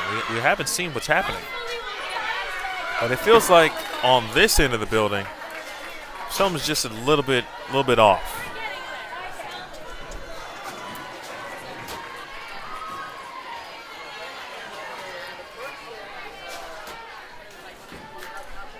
That looks like a good shot there for Tulane. It was. That was a really good shot there from Cologne. Can Dumigan continue what has been the good energy for this team? Yes, she can. Avery Dumigan has brought the game here this morning to strike and spare 2. And she is trying to keep her teammates uplifted.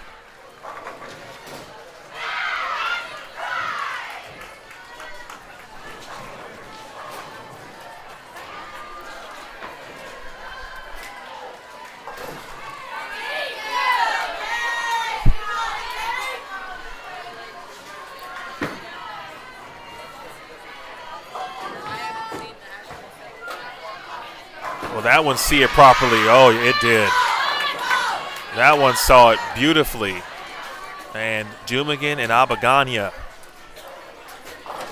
And make no mistake about it, folks. You know, Avery, of course, a freshman. Abagania, a freshman. When you look at the future of this team and how it's built, of course, any player can fill any role in any spot. But, you know, 3-4 years from now, you could be looking at the Dumigan, Abagania, and your 4, 5, 9, 10 for a national championship. In the present, Vanderbilt's got their second 3-bagger. And if you were listening to me earlier and talk about how important it is for your leadoff player to not only make spares, fill frames, most importantly, but if they can be lined up to some degree, and that's where Natalie Kinn has been. She has been lined up. She has been in the pocket. And now she gets some carry, and she follows that right, creates the 3-bagger because of the strikes from your 4th and 5th spot, in this case, Dumigan and Abagania. And now the Doors are in a great position here. Haley Lindley is going to enter the lineup in place of Danielle Henderson. And every single time I have watched Haley Lindley bowl, You talking about somebody that gives energy? She generally comes into the competition and strikes immediately. I'm not putting all that pressure on her right now, but I have seen her do it. First shot for Lindley. And 2-4-10. This lane I think is tough because there's an element of, I expected Haley to kind of be right in the zone that she was going to be in. She'll be further right. It looks like something that's got a little bit of shine to it. Maybe some lane shine as she tries to figure out, maneuver, what the pair is going to be like. I don't think it'll take her long to kind of figure it out. But this pattern has provided its challenges. It feels like you want to go straighter. If you get left to try to open your angles a little bit, you subject yourself to possible designs. You go through the face. You miss one right down lane. You get into the washout scenario.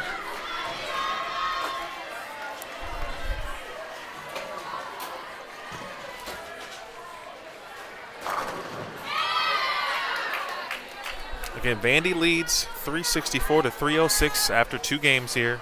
This is match number 2. Competition began at 10:25 a.m. Central Time. 5 matches, 5 Baker matches. Each match with 5 games of Baker. Total pinfall determines the winner in each match. Mix them up. No Fuente with a strike in the 8th.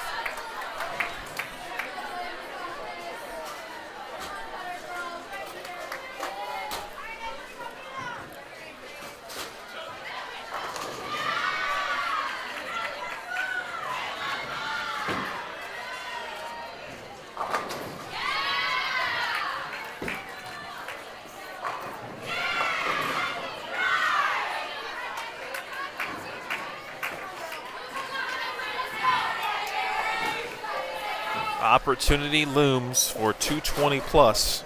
That will be the highest game of the day so far for Vandy. That's got to get up the hill. That one was just a miss there, I think, for Avery. 2-4-10.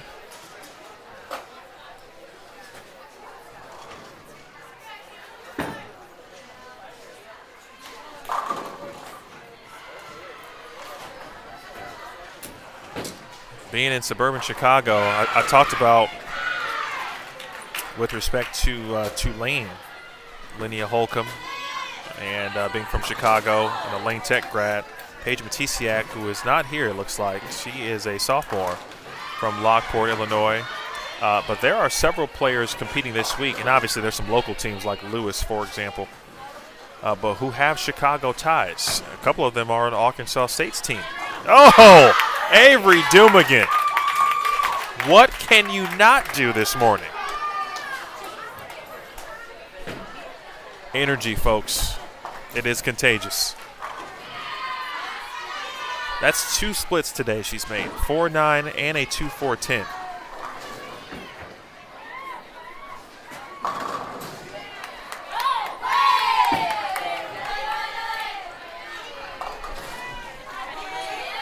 And that saves the opportunity to shoot 201. 200, double and 9 for Abagani. The last one went through the pins excellently. So was that one as well. Tulane can still shoot 202 this game.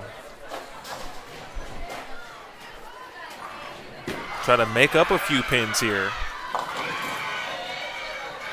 And now that opportunity will no longer exist.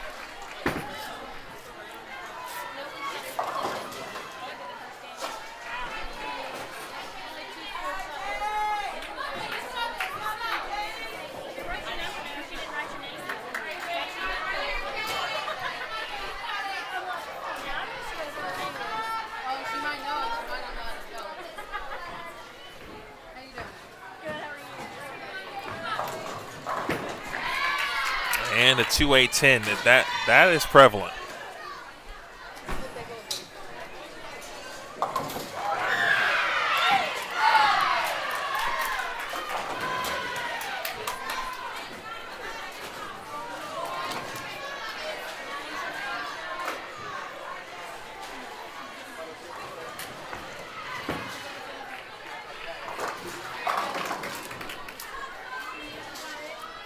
All right, the Doors add 190 to the total.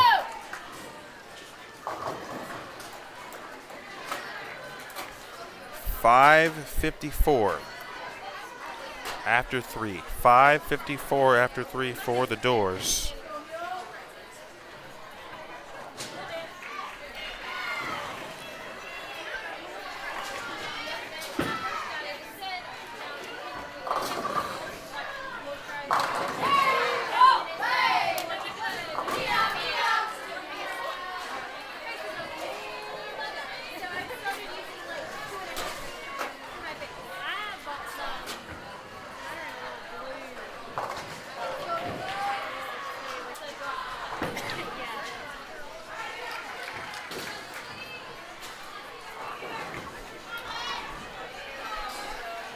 As we wait for Tulane to close out game number 3.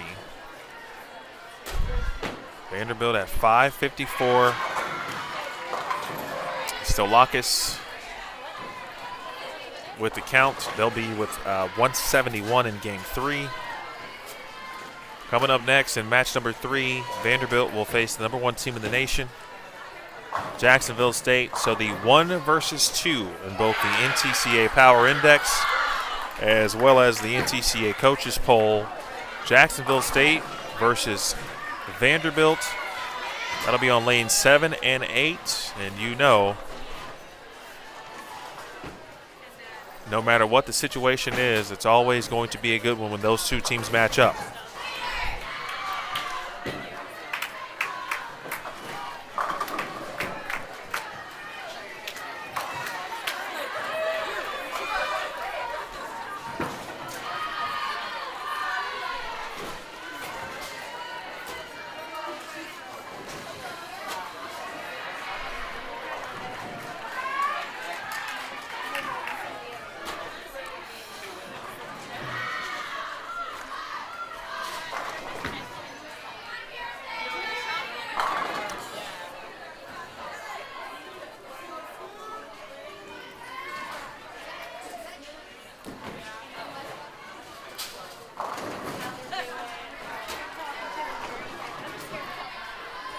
All right, the lanes, the teams have switched.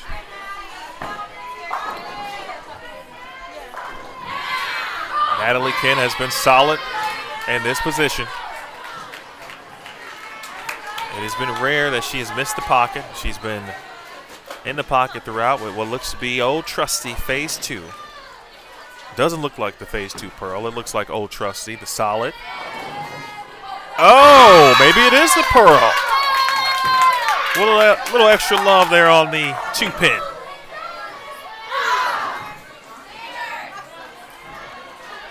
Again, they need good energy right now. So wherever you may be watching from, send some of those good vibes here to Lockport, Illinois for your Doors.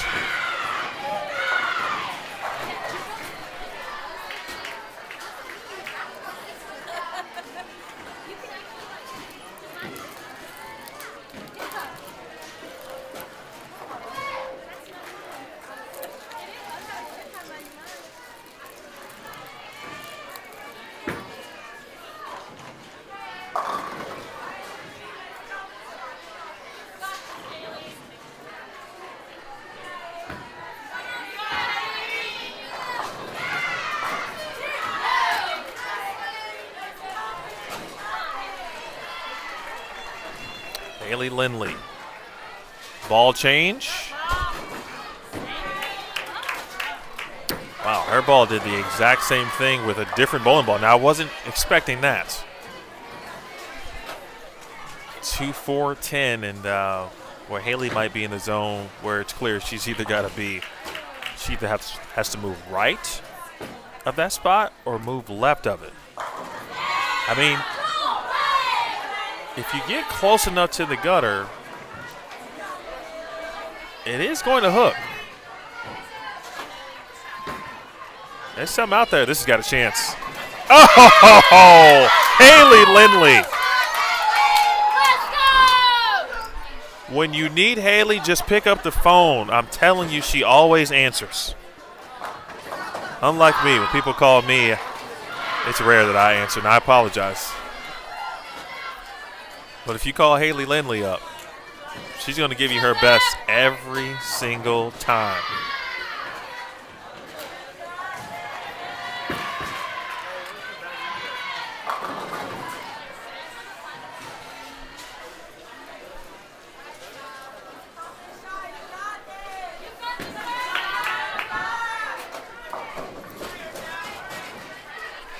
Let's see if Saf can continue the party here. Push, bang.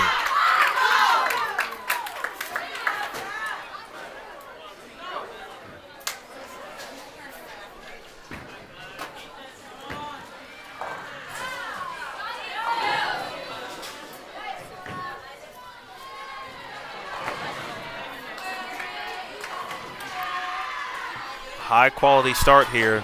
Vandy has had a couple of those. Had a couple of games where they started with the front three.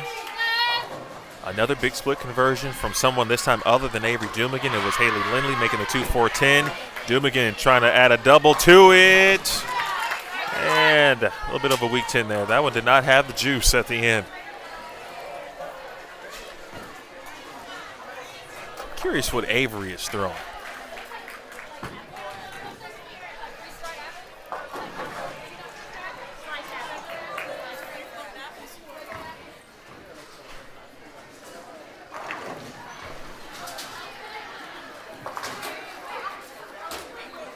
Score is 554 to 475. Vandy leads Tulane here in match 2.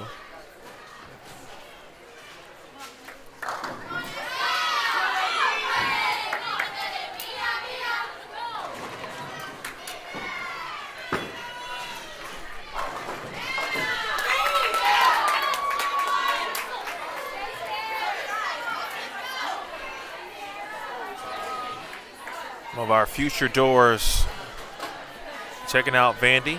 Shout out to the Weinstock family.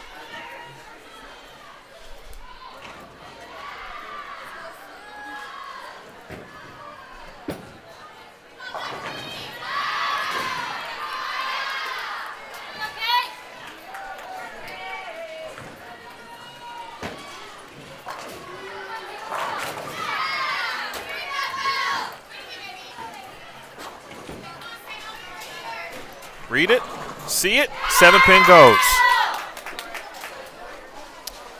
Well, we got ourselves a very good game 4 brewing here between both teams, as Tulane has brought their best in game number 4, and they continue to bring it. They're going to need some help, though, and a lot of it from Vanderbilt if they are to get back in this match firmly.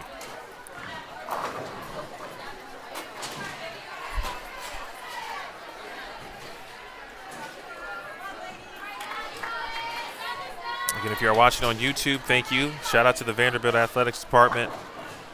Athletic Director is Candace Lee. All the staff. Brittany LaGeorge here. Doing great work as always. Oh, great shot. That was the best one of the day from Natalie Kent. Phenomenal shot.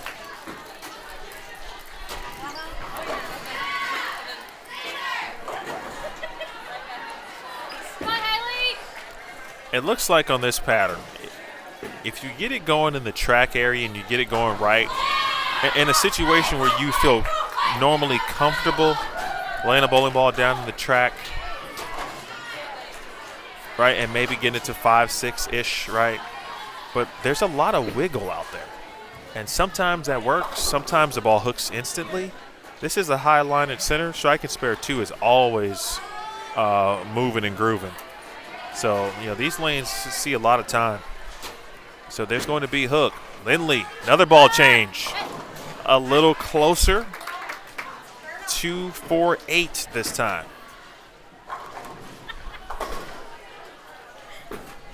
We just said the same thing.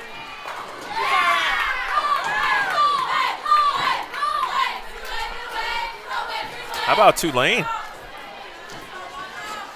Like, listen. Vanderbilt don't want to mess around.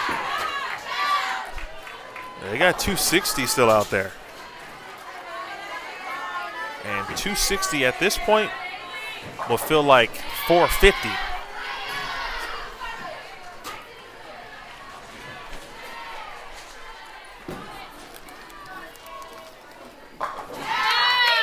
shot.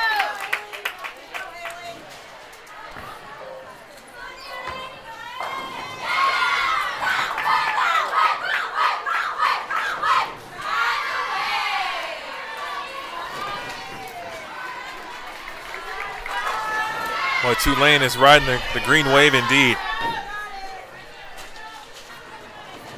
They are working at a max score of 260 as No Fuente, another 10-pin. Vandy's still in good shape, but right now they are taking Tulane's best shot here.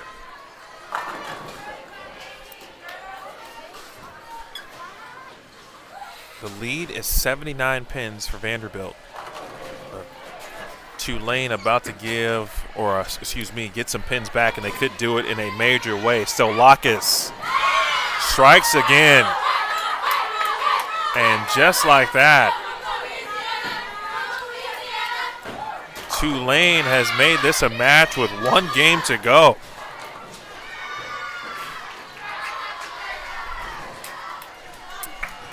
Another unforced error here. 2:15 is still available for Vanderbilt. You hear the voice off in the right corner of Hall of Famer Carolyn Doran Ballard, of course her daughter Alyssa on this squad. I mentioned Alyssa and Victoria, already seniors. Stolakis with another one in the 10th. Strike gets him to 260. Dumigan, that energy is still contagious. She has had the best look overall. Between Avery, Caitlin has looked very good from the ball reaction perspective. And then at times it's kind of been hit or miss. Sapphire, I thought, has been very solid since she's been in the lineup. And I think Natalie Kent truly has not missed the pocket in a few games at this point. This is a Big Ten frame here now for Abaganya. You guys got to see it. Bang! Great shot from Abaganya.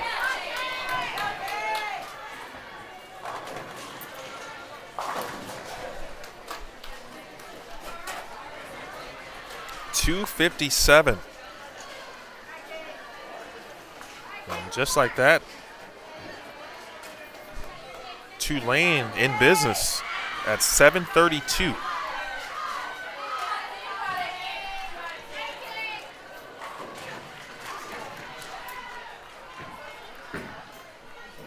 See it? Just a little quick. Just a little quick there. 2:04 the spare. That's what Vandy's looking at max. That would put them at 7:58.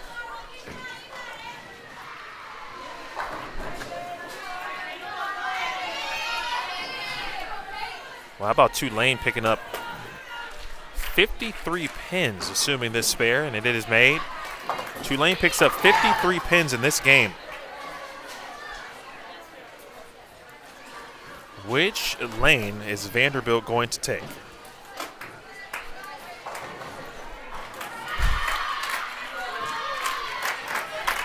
They shot 2:04.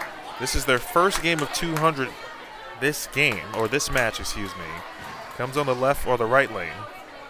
They've gone 194, 204 on the right, 170, 190 on the left. My guess is they keep it here on lane 36. On the same token, though, Tulane just shot 250 on the left lane. Right? You almost have to consider that a little bit. But in bowling, typically it's all about offense. Tulane's going to get things started. And they pick up right where they left off. Vanderbilt, who came from behind to defeat Maryville in match number 1. They lead currently .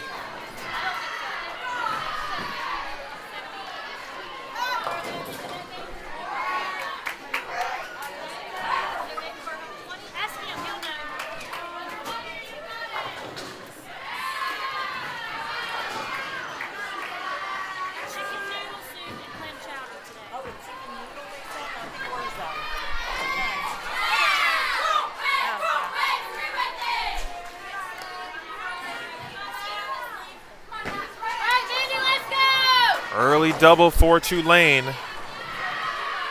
They have carried the momentum. For Vanderbilt, it is a simple formula. Good shots, hit the pocket, make spares. You lead by 26. There's been enough energy from players like Avery Dumigan, as we talked about all day. Now listen,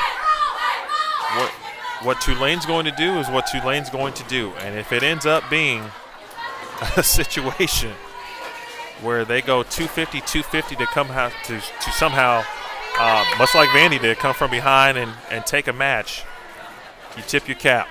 Big shot here for Lindley. That's got a chance. Oh, crossover. That's a huge break there.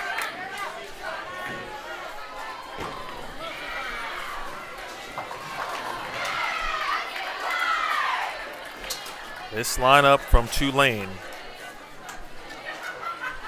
And Sarah Ruby. We mentioned Mia Holcomb, Valeria Colon, of course, Mia Stolakis.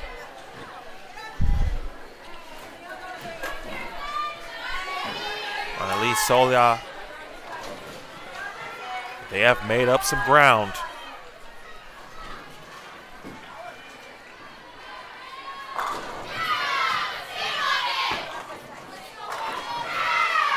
Spare is handled.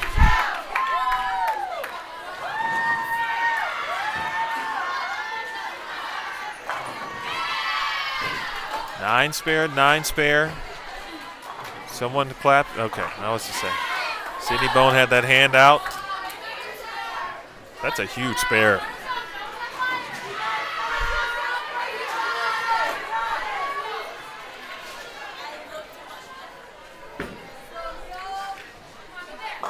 That felt like a must strike from Sapphire Nofuente, and she delivered. We are in a winning time situation again.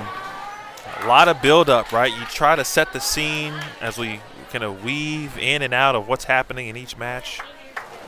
Vandy has started slow, so kind of atypical from that sense where you're used to seeing Vandy put up strikes, put up games of 1,100 or better, and that just hasn't been the case so far. But the team is 1-0 on the day. They got a chance to get to 2-0, but they are taking the Green Wave's absolute best shot here in these final two games. A lead that was 79 was cut to 26. Dumigan has been A-OK today, and she continues. She comes back with the look like, I can't believe my ball is striking from either what I'm doing or where it's hitting, et cetera, and so forth. But she has been the key for Vandy. Ruby trying to continue. Oh, and she carries. Well, let's just do the math real quick. So the max score is 276 for Tulane. That would put them at 10:08. That's their max score right now. That's got a hook. That's a tough break. That's a tough break. One here is two.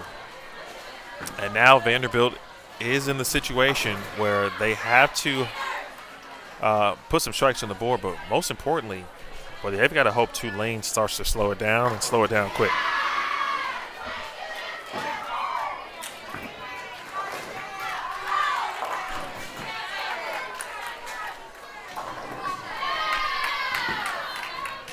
Bounce it.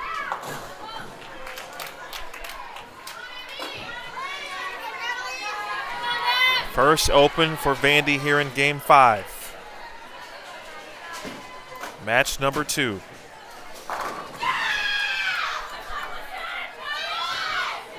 Brittany LaGeorge is grabbing a water. She is parched. Academic advisors for the women's bowling team. Brittany also works with the women's basketball team, who's off to a phenomenal start.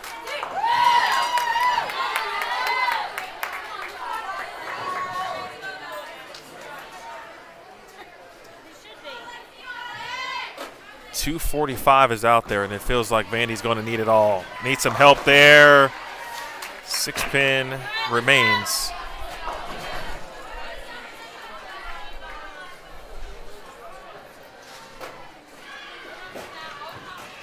Max score for Tulane is now 987. Puts the magic number. Now things have changed. As I say, that puts the magic number for Vanderbilt at 230, which at that point they could have not gotten to without that Greek church. So there is still a path to winning this match for the Commodores.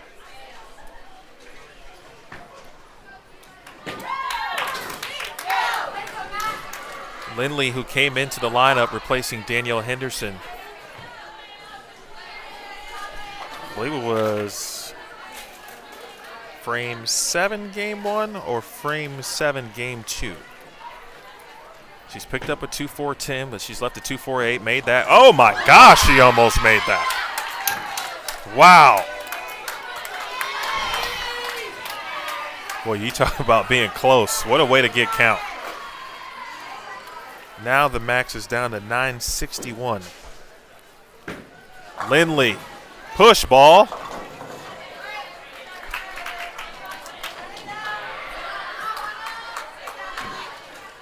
.610. And now your two lefties. If you're Tulane, what a shot.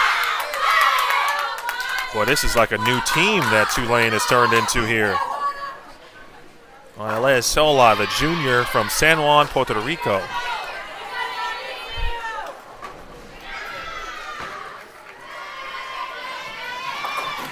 Again, 961 is still the total. Right now, 204. 204 is the magic number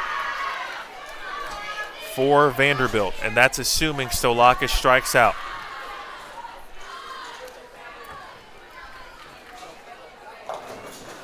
And no roll of the 3. Now it's only 209 as the max this game. Brings that max score down to 941 for Tulane. And the magic number for Vanderbilt is now 184. We'll take it.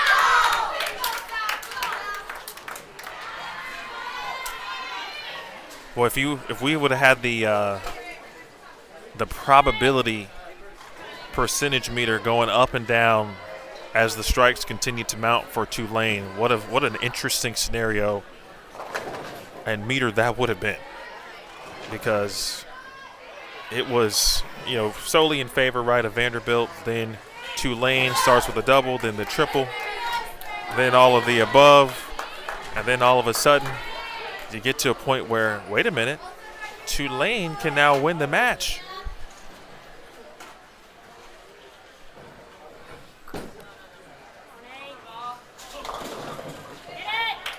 That's a good 9.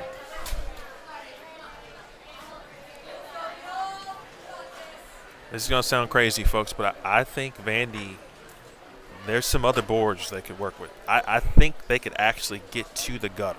I think Avery could get there. I think Saf could get there. And they don't have to play the gutter as in front to back. I do think there is hook from the gutter. And so if you got it there, the best example that we had of that was Valeria Colon. She was in the number 3 spot for Tulane. She figured that out and started to strike immediately. 941 is the total.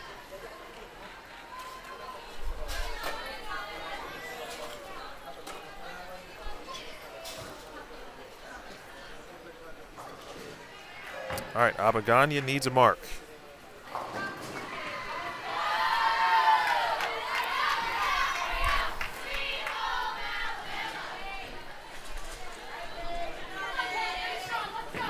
Simple as that. A mark and good count. Vandy is going to go up 2-0, win their first couple of matches. That's got to see it. There it is. Boy, each match has been close. But Vandy does it again. This time they withstand the run from Tulane in Game 5, as opposed to Vandy making the run in Game 5 that we saw this morning against Maryville. I say all that to say a win is a win, but the number one ranked team in the country is next, and Jacksonville State. And they have looked like, for the most part, based on the score themselves, as we get set to make the walk to the low end of the building. Abaganya.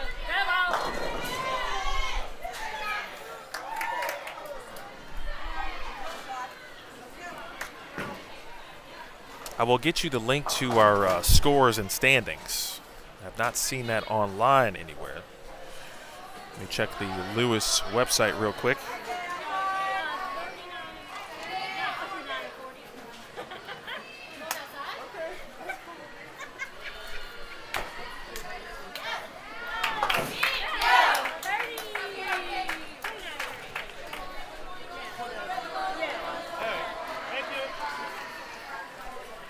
All right, 193.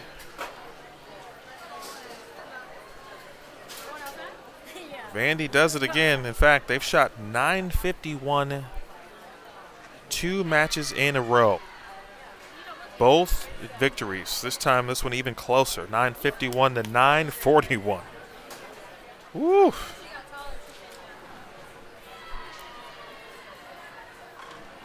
Vandy hangs on again, folks.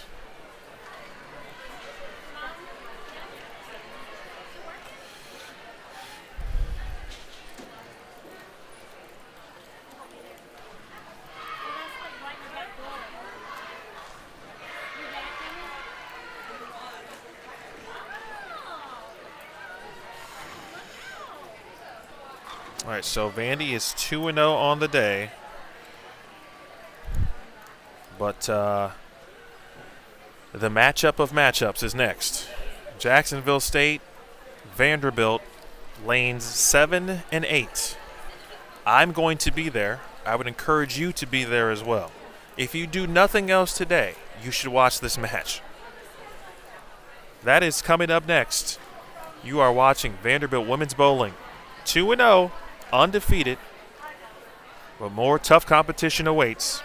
You're watching Vanderbilt Women's Bowling on the Vanderbilt Athletics YouTube channel and the Vanderbilt Women's Bowling Facebook page.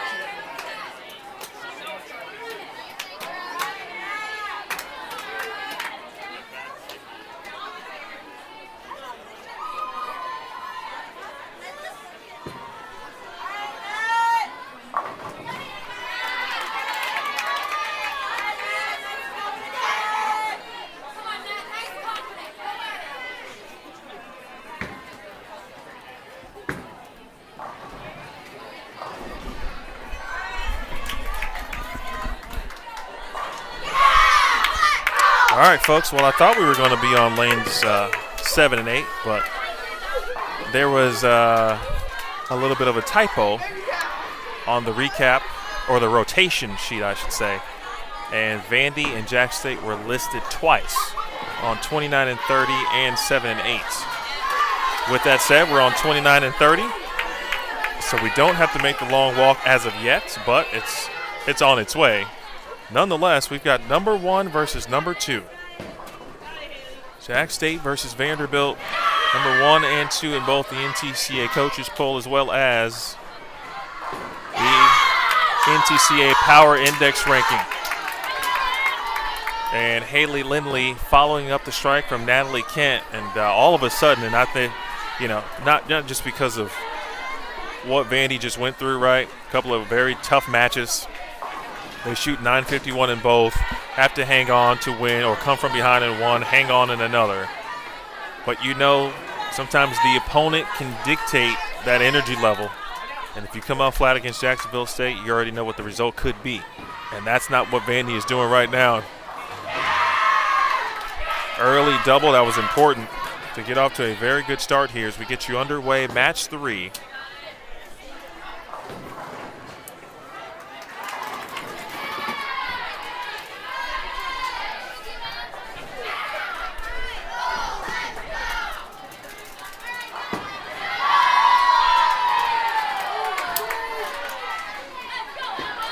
Nice split conversion.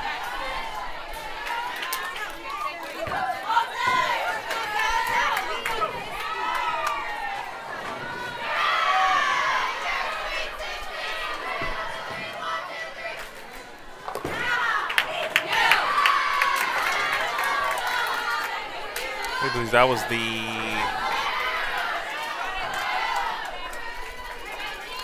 the old 6-8 conversion. The lefty version of the 4-9, if you will.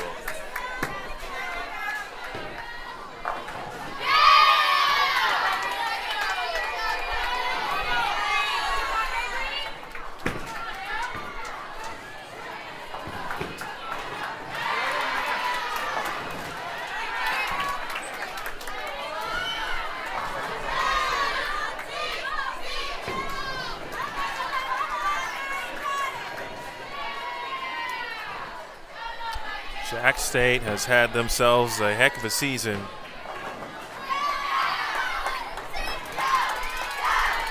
Newer program, but an experienced staff, of course, with Shannon O'Keefe and Brian O'Keefe. Won a championship in the first year of existence.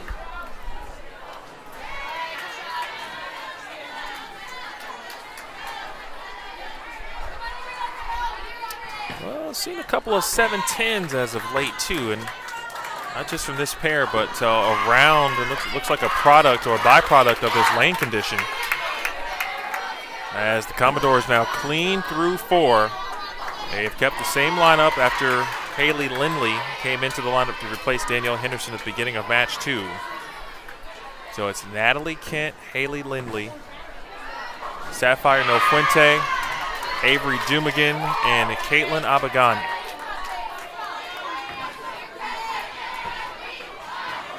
For Jack State,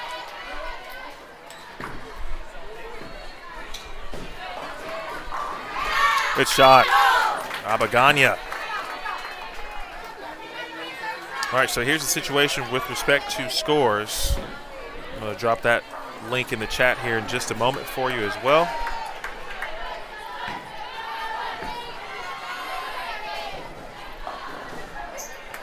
Or maybe I can.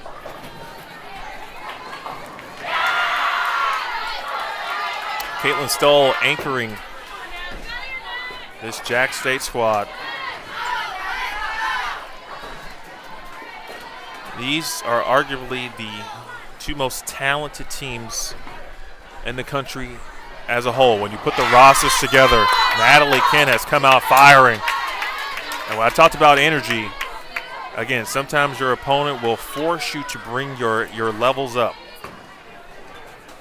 And I think whenever these two teams bowl each other, you get generally the best from the respective squad, the other squad, and you always should anticipate that. Iron sharpens iron. With respect to Team USA and Junior Team USA, across both teams, Caitlin Stoll back on Team USA, Gianna Brandolino back on Team USA, as well as Junior Team USA. Annalise O'Brien, part of Junior Team USA. I mean, it is. You can just keep on going down the list. Single pin here for Lindley. As a whole, right through now 6.5 frames, this is the best start that Vanderbilt has had since game 1 of match 1. Kiera Maxim, boy, she had herself a really good Team USA trials.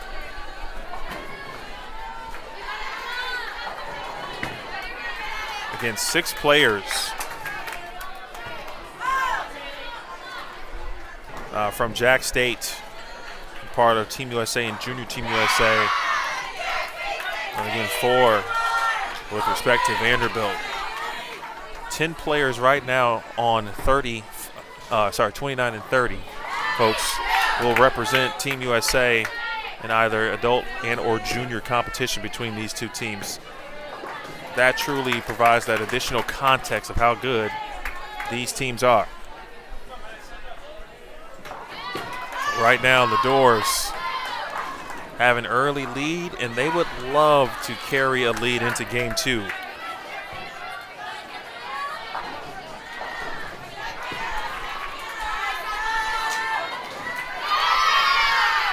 Brad Littlejohn, indeed. There's not much you really need to say when you got the 2 best teams in the land. You just watch, sit back, relax, and literally enjoy the sport.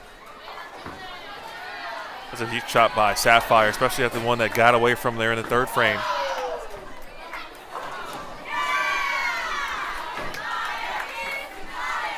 Early situation here, Vandy can shoot 244, 236, I beg your pardon, still the max for Jack State. Speaking of Jack State, they are 2-0. They are coming off an 11:09 performance. There's Brandolino, and Gianna has just about as much experience bowling this building as anyone else local from Channahon, Illinois. That's just near Joliet.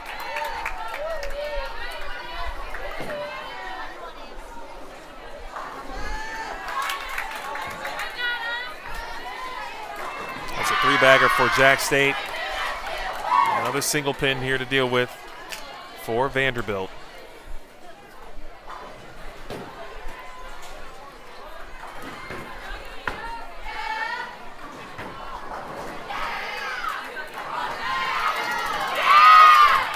Annalise O'Brien able to send the 6 into the 10.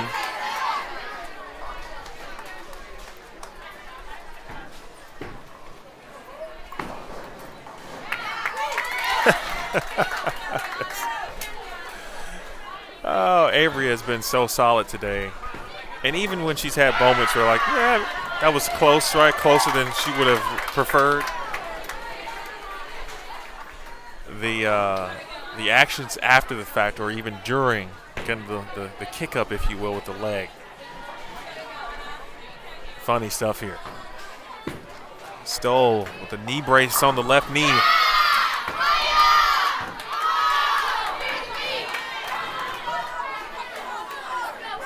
Makes it a 5-bagger. And Jacksonville State now a strike away from getting into the 230s. Max score now for Vandy is 220s. Abaganya. Another wiggle in the 10 pin. So now 213 the max for Vandy. And they will trail by a few pins here.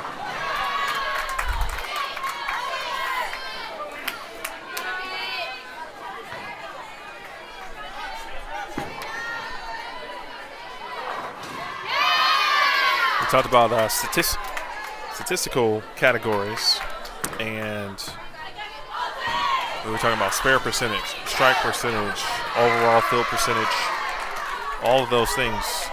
Jack State leads in just about every one of those categories.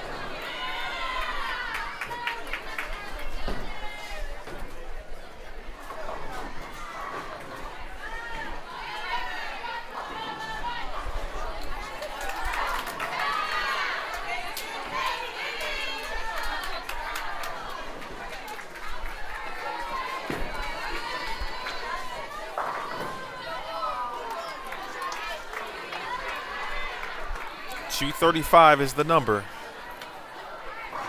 And that's the highest game of any, second highest game of any opponent.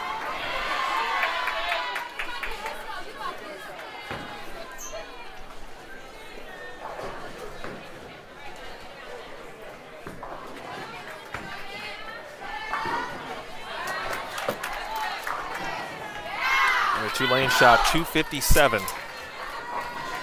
in game 4 against Vandy, and they were looking at 250 again late. Vandy 213 on the early trail. No question about Vandy. You didn't even have to ask them. I already know the answer. They know they would have to shoot more than 951 to have any chance of winning this match. You always anticipate Jack State, and generally you're anticipating Vandy to at least shoot 1025, 1050. Same thing for Jack State.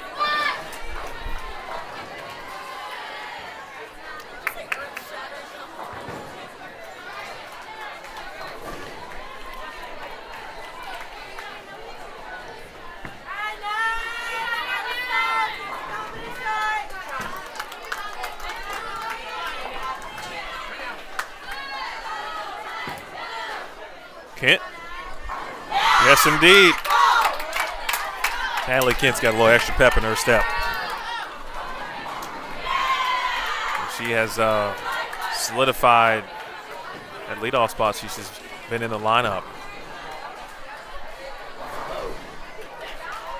Kira Maxim for Jack State.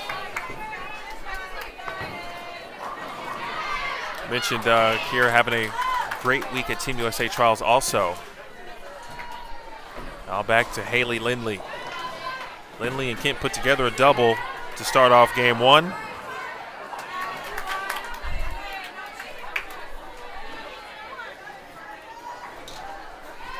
We'll take the single pin, all things considered.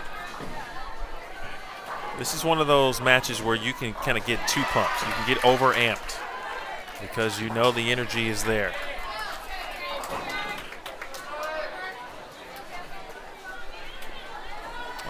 It can be a bit difficult to just kind of relax, kind of settle into the match a little bit.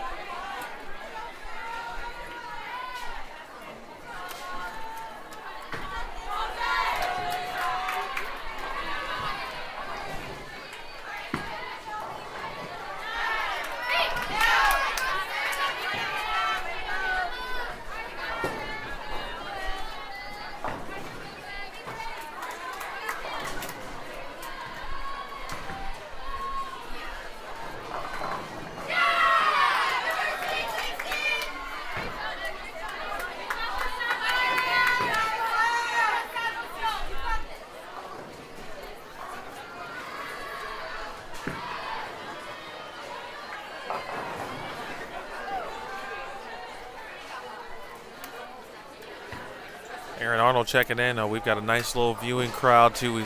Please share if you have not. Please share the YouTube broadcast. Shout out to, again, the Vanderbilt Athletics Department and the VU YouTube channel. This is the normal place to be for Vanderbilt Women's Bowling. You can also check them out on the Vanderbilt Women's Bowling Facebook page where they update you on what's happening with them throughout the week, throughout the month. Graphics, tournaments, they'll let you know who's starting as well. Shout out to Pilar, who does a fantastic job with sports information at Vanderbilt and specifically with the women's bowling team. All right, no split conversion there for No Fuente, of course, representing Northern California. And a single pin miss there for Jack State.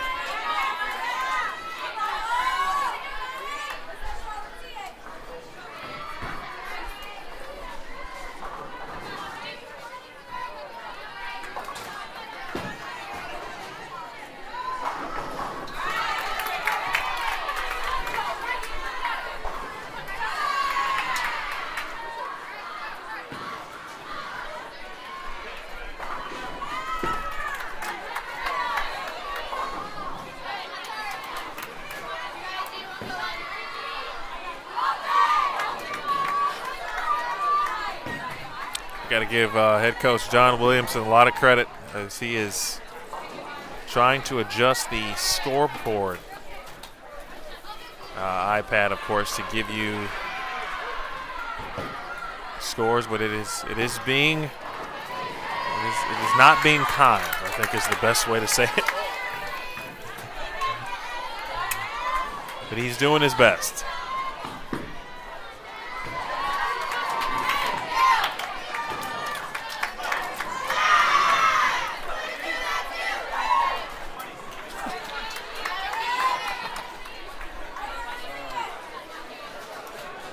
This must be his going away present.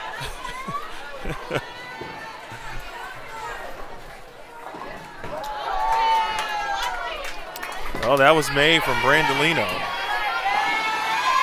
Interesting way to make that, but I tell you, I've never seen anyone who would be mad about making a bucket.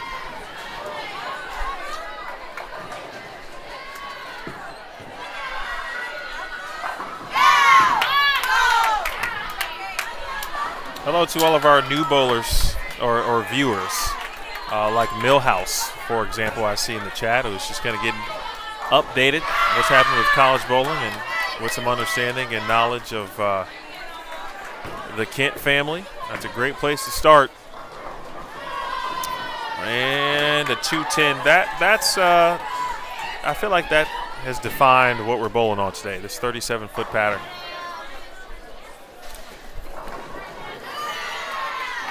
$30 mils. So there's some cases where it feels like your ball should start hooking and it doesn't. Then you make a move and it overhooks. And that shot from O'Brien really speaks a tone. That's what Vandy's been going through a lot today.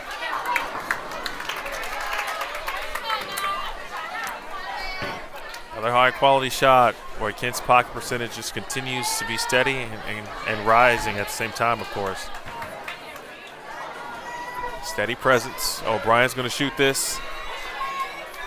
She'll shake that out. Try to shake that off.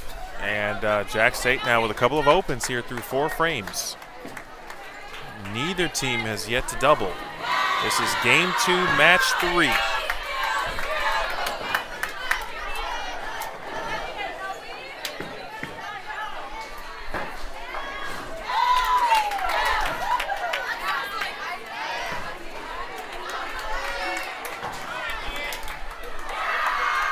Big time situation here as we open up February. We're in the college bowling season. You know, in a couple weeks we'll look up. It's going to be March. That means it is postseason time. And all of these teams here this weekend trying to get themselves as prepared and ready as they possibly can be for Conference USA, for example, especially these two teams. Caitlin Stoll looks like she's ready for Conference USA. We'll have conference championship tournament week, I should say. And then, for those who do advance to the NCAA tournament, regionals will be in the first portion of April. And then, of course, after regionals comes the NCAA Final Four and the national tournament. And Lindley again with a strike in the 7th. I got to tell you, man, there are teams, and this goes for both squads. There are players who, you know, aren't bowling right now that they be bowling every frame no matter what for other teams. But when I look at someone like Haley Lindley and the way the roster is structured for Vanderbilt, man, you have to have selfless players. And these are selfless 5-star players, folks. It is vital for a championship run. And every time Lindley is called upon, I said this earlier, she answers the call. I have one in the channel from Kira Maxim. I've seen a couple of bowling balls go in the channel through a couple of matches. Not from Jack State, but from other teams. But it's okay. That's a spare. What an opportunity here for Vanderbilt, though. Vanderbilt's high game is 213. That's their high game of the day, twice. They've got a chance to get into the 220s.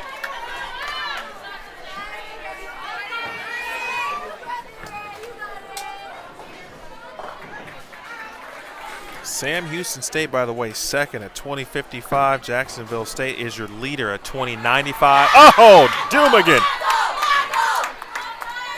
San Diego continues to stand up today.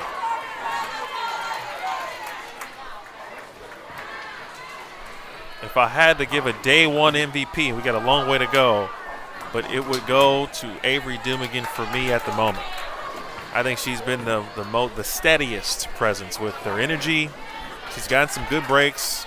She made the 4-9 back in match 1, game 3, and I think that really kind of changed the momentum for Vanderbilt in a match of which they were struggling in. Abagania for 4 in a row. You bet.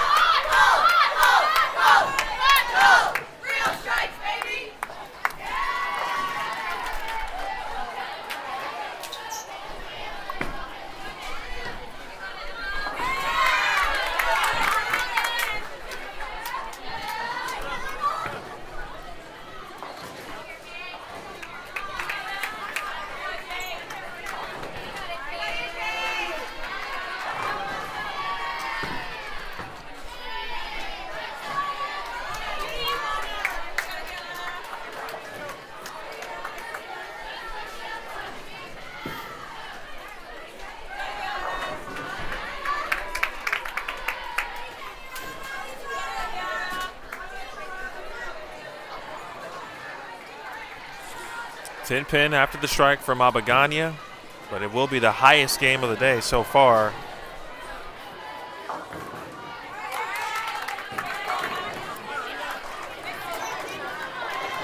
For Vanderbilt.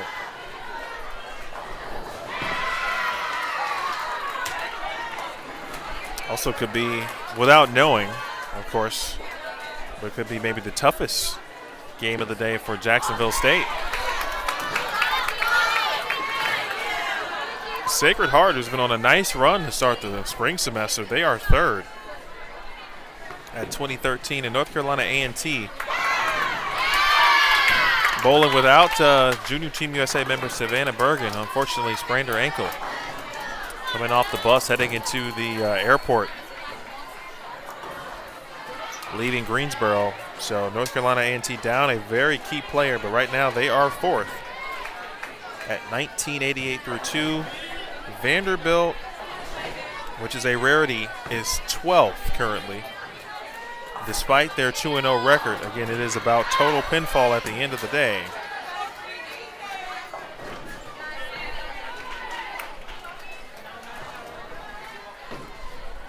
So they currently sit 12th, but they got a lot of pins to make up.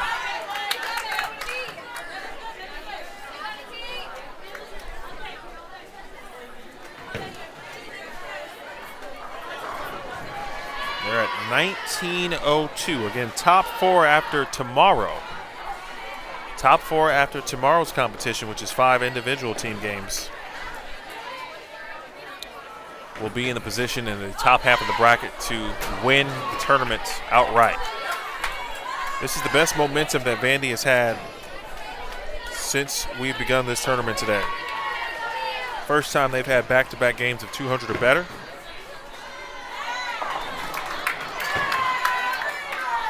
And Jack State quite possibly could be bowling their lowest game of the day so far here. Now, folks, if you're watching, right, little things that you want to keep an eye on as a viewer. When you see a team struggle on a lane, that should kind of make your light bulb a little bit go off. You know, put the binoculars on, if you will, right? You're trying to figure out, is it the right lane? Is it the left lane? Is it just that lane, or is it just that team in the moment? And sometimes it's just the moment. You know, teams struggle. It happens all the time.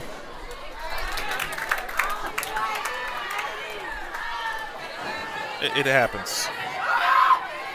So you have to wonder or pay attention to realistically, right? And we're about to find out if the right lane is truly getting to be in a tough position, a tough situation, or was that just one of those games for Jack State? So if Vandy also struggles in the right lane, then you might lean toward the lane starting to be troublesome.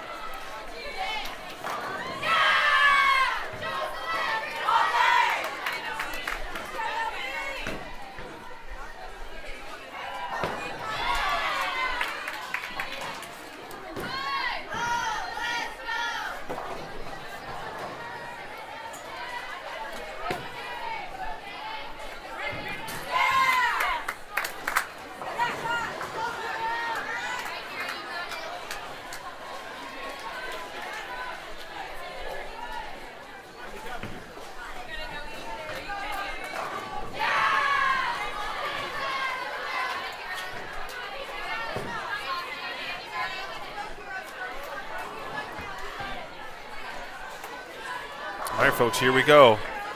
Vanderbilt now with a lead.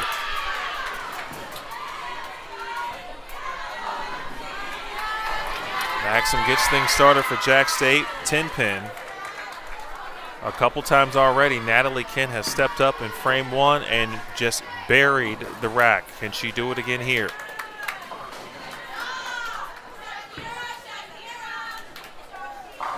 You bet.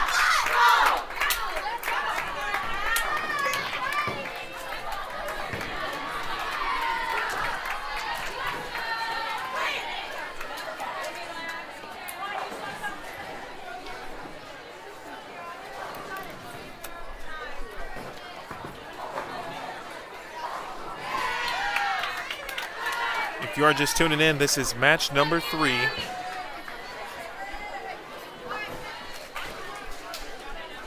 Vandy now has the lead. They've got 4:29 after 2 games. Jack State at 391. And out of trouble goes Haley Lindley. Her parents are here. I think her sister is here as well. Chicago is always, of course, a great destination to visit. So if you're planning your trips to visit your children, and Chicago is one of those places that you'd want to plan to. Plenty of things to do.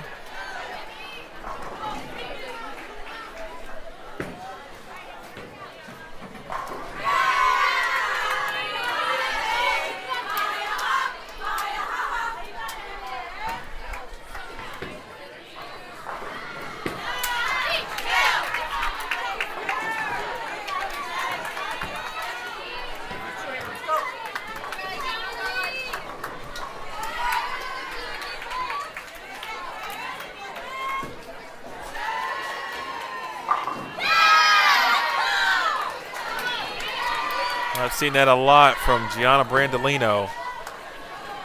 She likes the left lane. I think the team 1,000% loves the left lane. Speaking of Jack State, they did not like the right lane for obvious reasons in game 2. The question is the right lane moving into that bad lane zone? Trip that 4.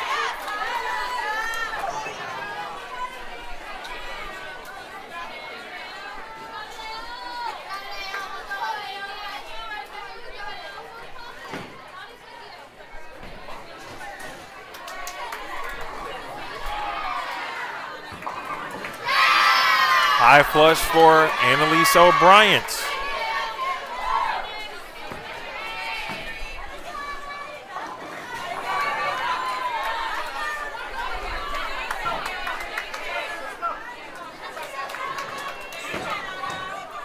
Just like you would think, Jack State coming right back from a tough game.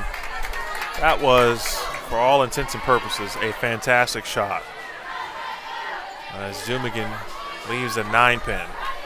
There's a great song called Bad Breaks. You should stream that on YouTube and where you get your music. The artist is Mr. Smith. He talks about, it's a bowling song. He talks about bad breaks, specifically 9-pins. And all of a sudden, spare 4-bagger. And Jack State, they do such a good job of erasing the previous game. And they have done that here.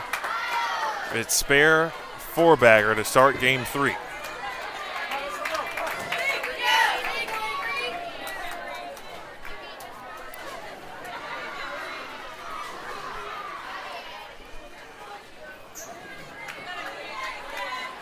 They've gone Kira Maxim, Emma Yoder, Gianna Brandolino, Annalise O'Brien, and Caitlin Stoll. That's the 1 through 5 for Jack State. For Vandy, it's been Natalie Kent, Haley Lindley, Sapphire Nofuente, Avery Dumigan, and Caitlin Abaganya. Hit. Bang.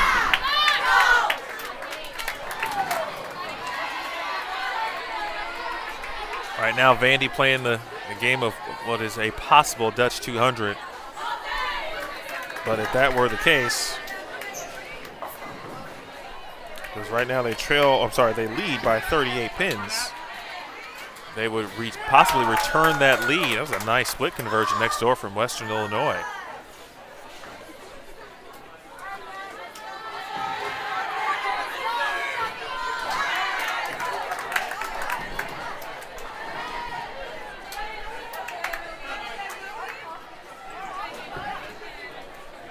I know many of you watching from wherever you may be watching from. That was an interesting hit from Natalie Kent.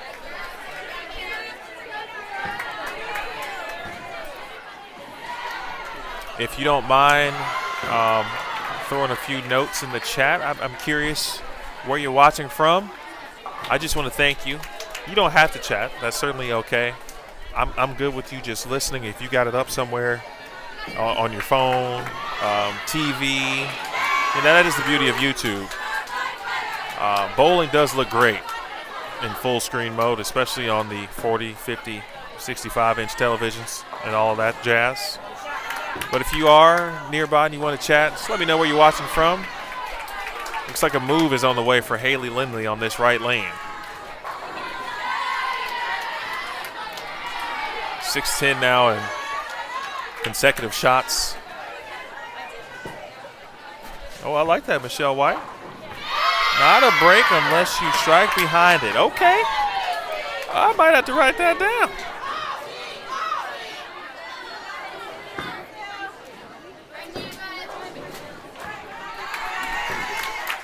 I like your thinking, Michelle. You are correct.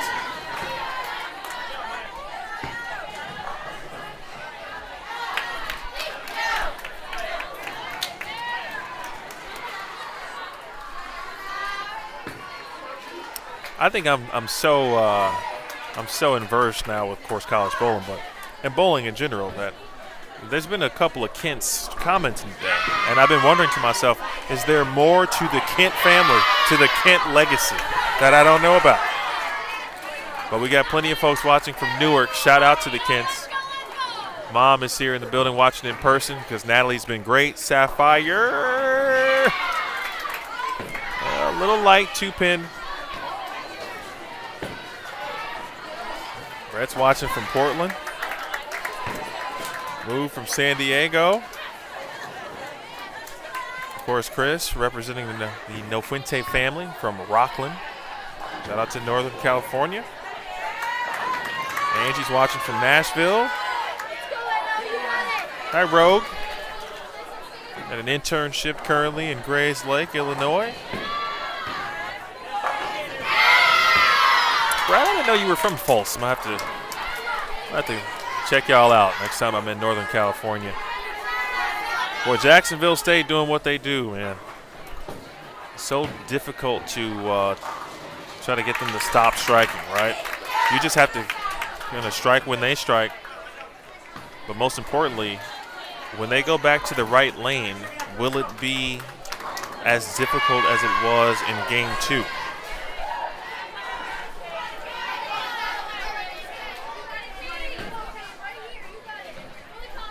Alda. Hey, Alda. Hi, Alda. We appreciate your support as always, Alda.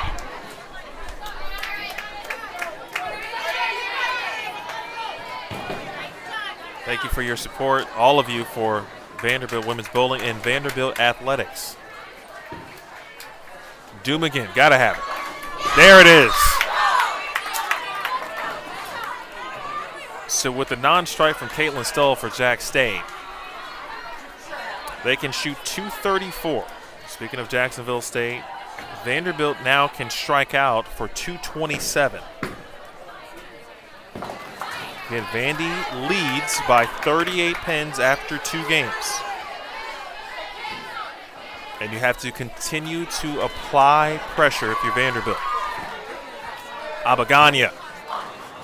That was a weak 10 there. I can tell, just watching her return off the approach, that she was saying some things in her mind.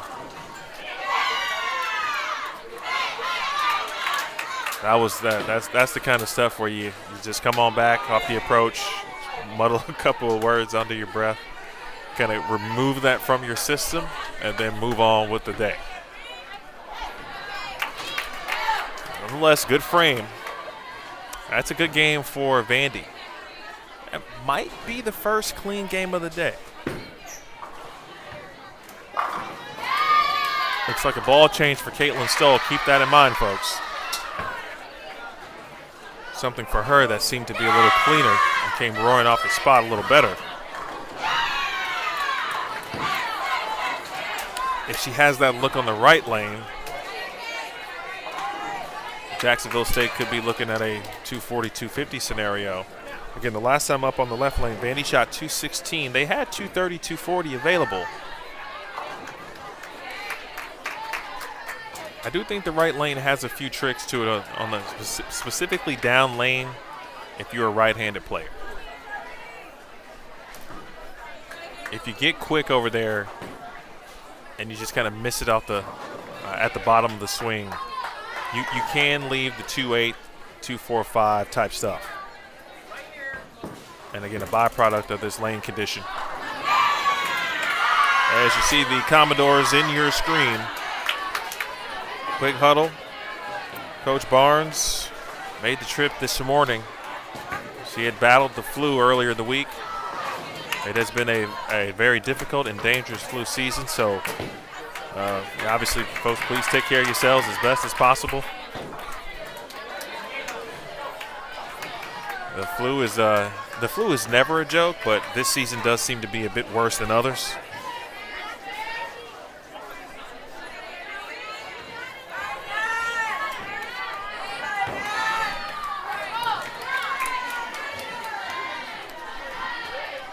.634 to 625, and just like that, as you would anticipate. Oh, wow. I don't think Natalie was expecting that. So it might be move time for Natalie Kent.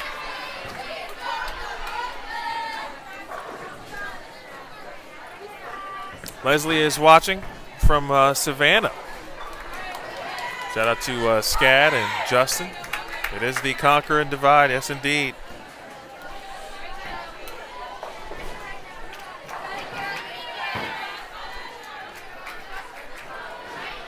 Sydney here in Chicago, suburban Chicago. Justin and Savannah. I wonder is Brandon competing this week? Probably is if Scad is, just because they are in the same part of the country. How about a make here, Nat? All right, we'll take the count though.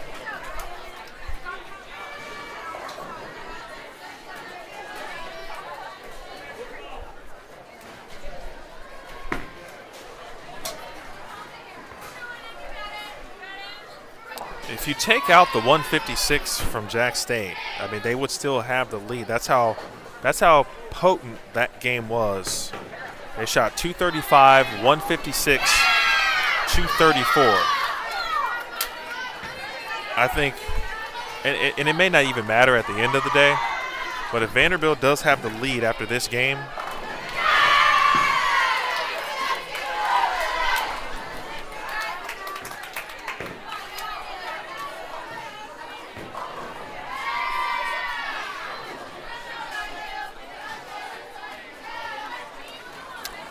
it may be best to stay on the left lane.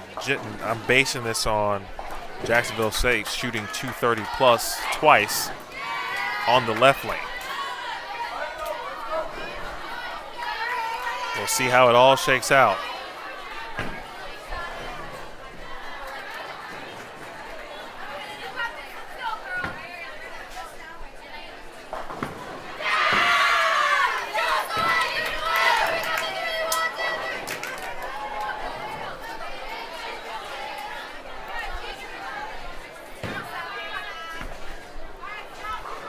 Vandy leading.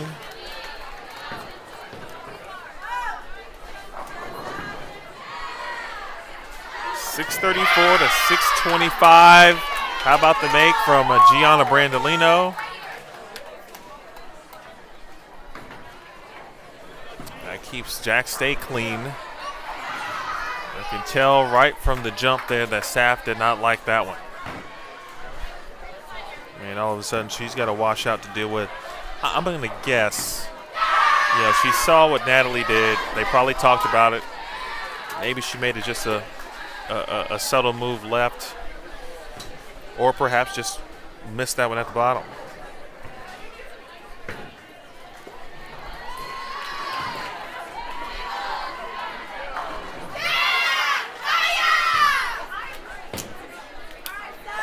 Appreciate those who reached out via YouTube and also Facebook. Tora watching from Decatur, Alabama. Michelle watching from Vancouver, Washington. She says, go Vandy.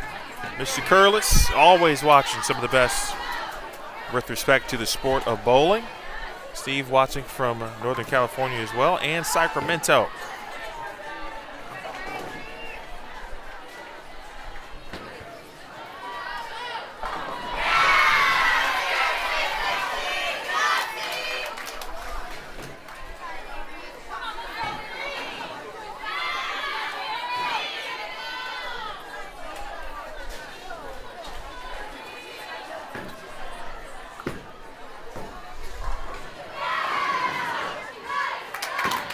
Okay. This feels like that danger zone time, and I'm not talking about any bowling ball. It's that time where you don't want to let this game get away from them. It always strikes, obviously, at the worst possible time, right? Because Jack State has gone double, split conversion double. Vandy, no strikes through right now 4 frames. And one side's ball reaction looks a little better than the other side's at the moment.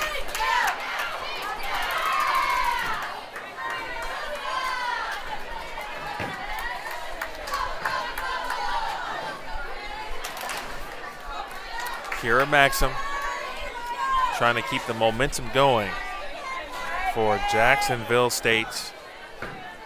Top team in the land. National championship. They've got a runner-up on their resume. And they are looking for more this season.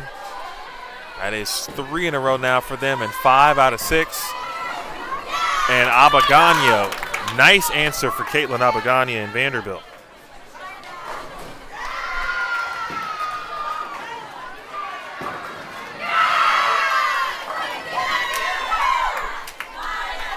This is match 3 of 5 today. 2 matches still remaining on the schedule.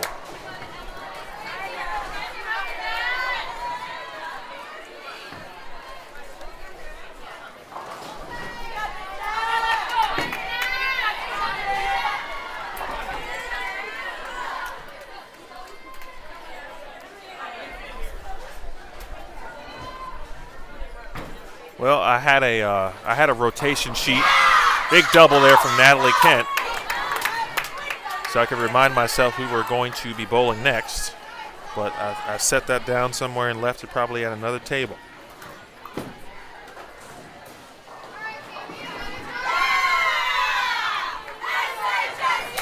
I do know we are making the turn down to the low end. We're going to be on 3 and 4. And we're going to take on North Carolina A&T as Emma Yoder takes care of the spare. Max score right now for Jack State, 255. That's got a hook. Good shot from Haley.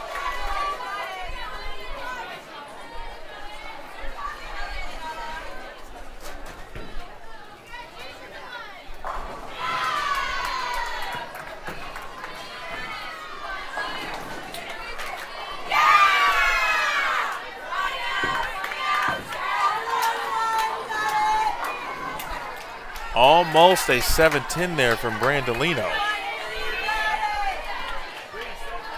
Finley, the junior from Greenwood, South Carolina, out of Emerald High School.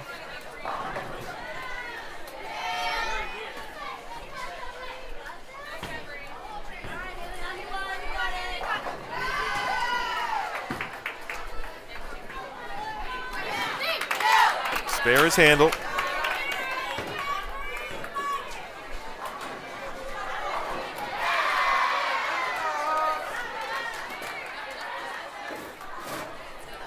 Toya Verano, who may have just made her way back from the warm-up area, in the spot now with the team inside the huddle.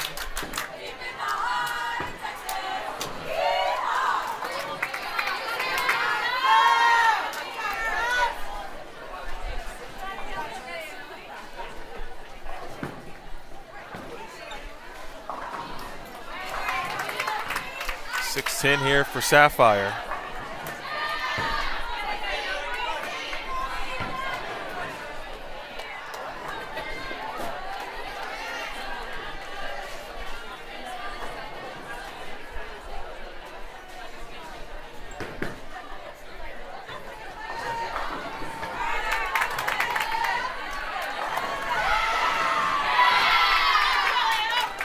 Bryant striking the ninth. Max score now 244 for Jack State. With a spare here. And boy, did I jinx that. That was the prototypical broadcaster jinx right there. What I was going to say was, with the spare there, the max was going to be 200 for Vanderbilt. Now it is 189. And Caitlin Stull up. She made a ball change on the fill.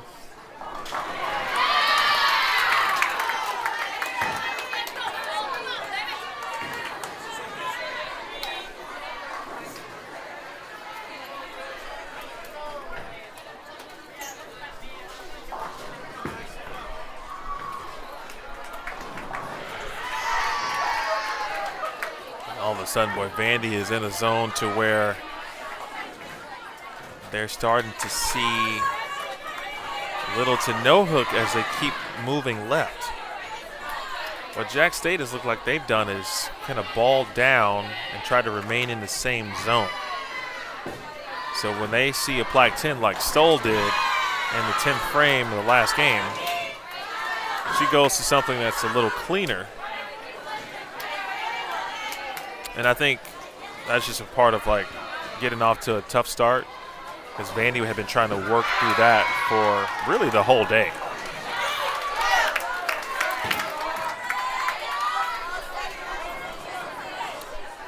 Avery continues to shine here.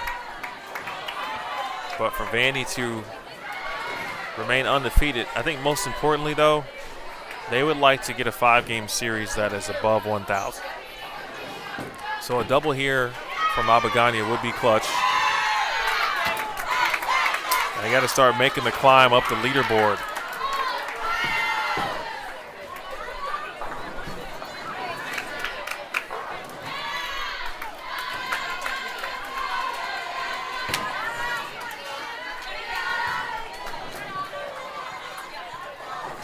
This will be Vandy's lowest game.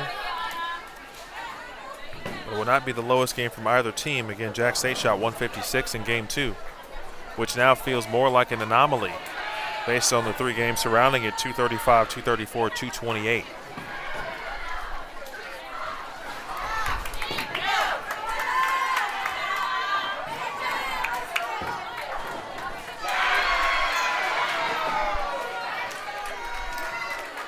If Abagania strikes on the fill, Vandy will be at 802 for 4.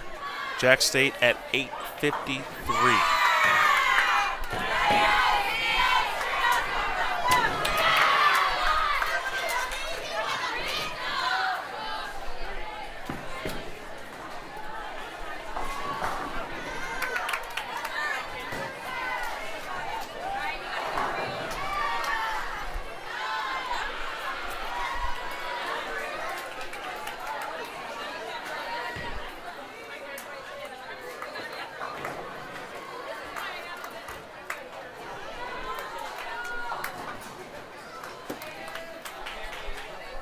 .163.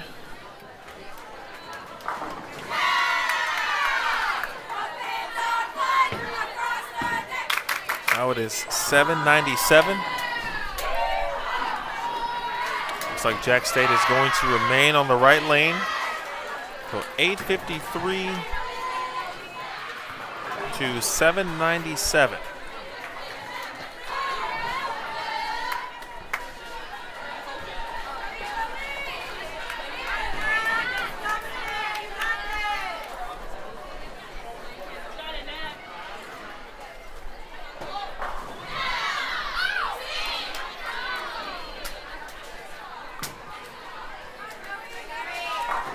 Big shot.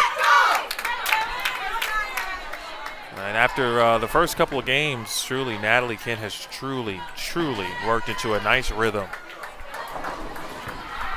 She made the move that she had to make and gets the scoring started here for Vandy. They need a big game and obviously a little bit of help from Jack State to win this match. Maxim not having it yet.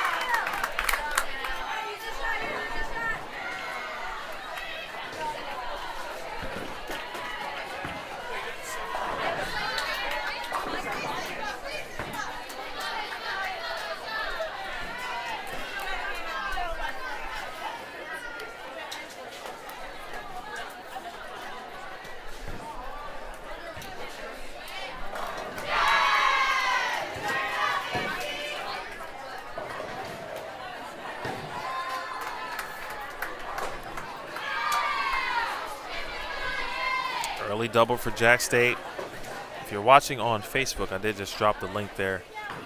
If my memory is correct, last time we had we tried to drop some scoring links when we were in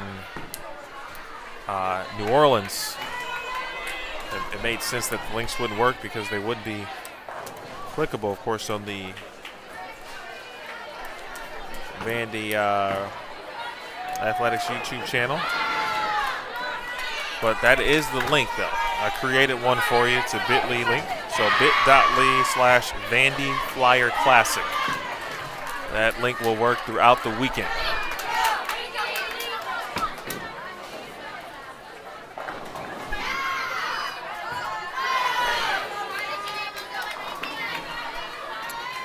Vandy needs a big game here.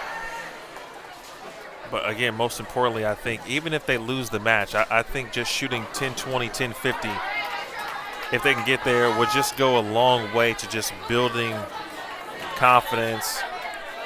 They've stacked good shots. They've stacked good shots better than they have all day during this match.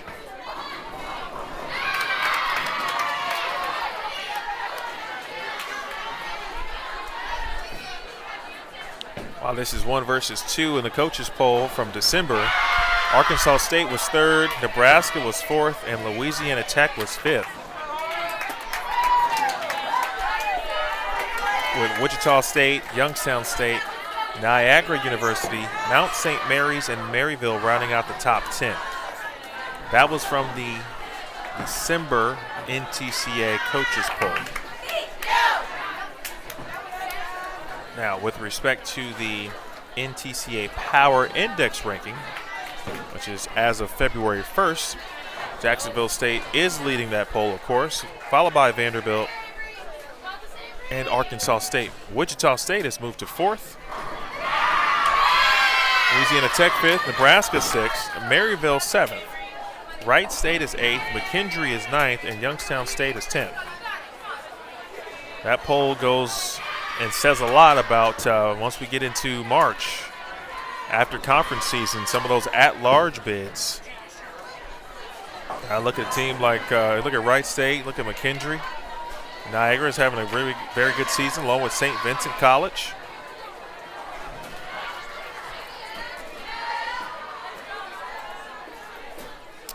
Well, the first sign of trouble was truly all day for Avery Dumigan.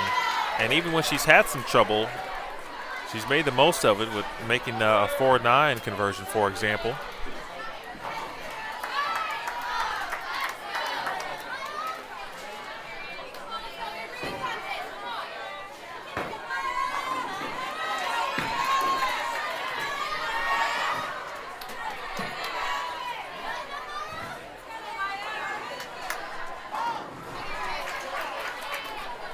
Well, I tell you, I'm already looking forward to tomorrow.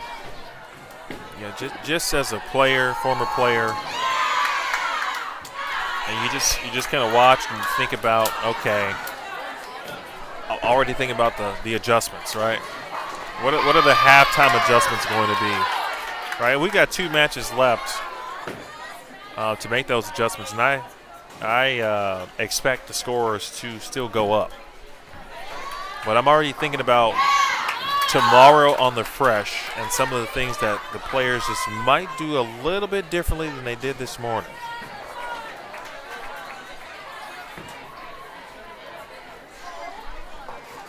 And tomorrow's slate of matches, of course, they'll have some difficult opponents.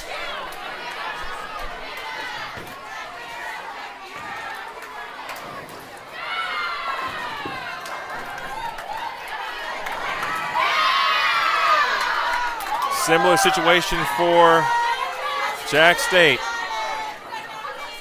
They started in a very similar fashion in the previous game. First opportunity, though, for a double in a few frames as Natalie Kent here up in the 6th frame.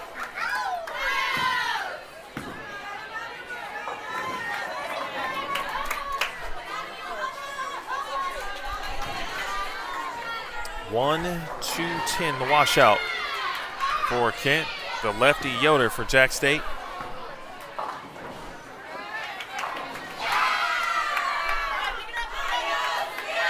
It's the old 2-7-8.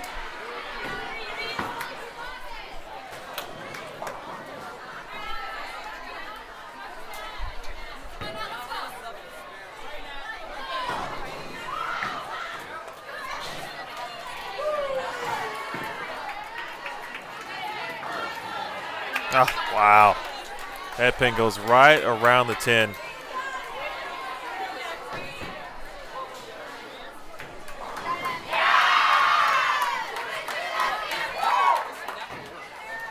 .212 the max for Vanderbilt. And they're going to need just about all of those to get to plus here in this match. And for the spare there, the righty.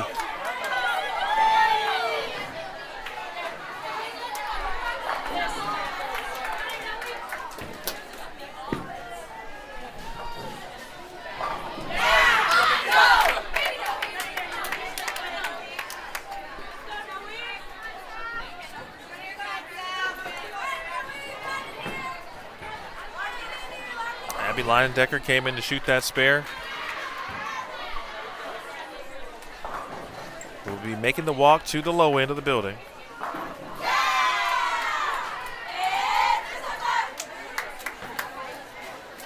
And for Jack State, it's been 986, 1109. Question is, what are they going to finish with? Wow, that's a tough 10 pin there.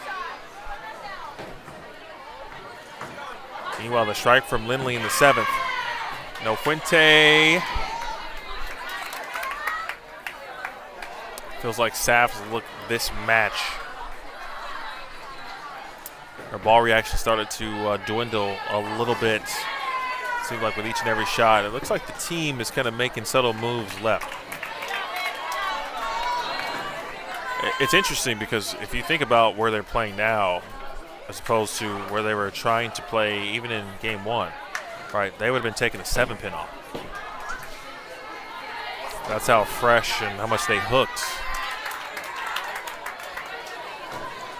earlier this morning.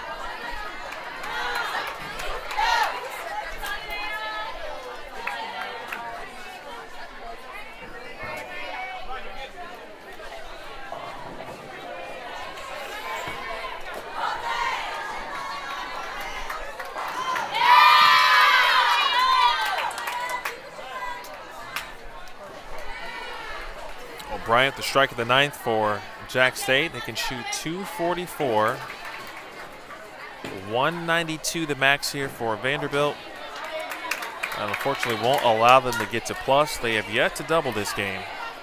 Let's see if they can close out Game 5, Match 3 with said double.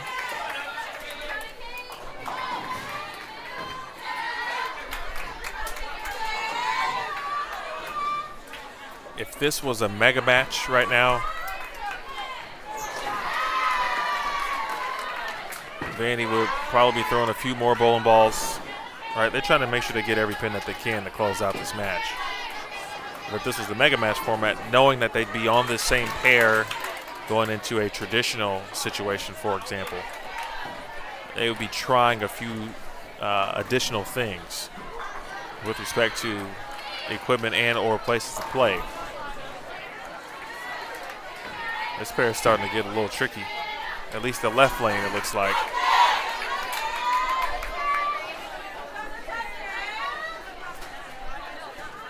Oh, Darlene watching from Ocean City, Maryland.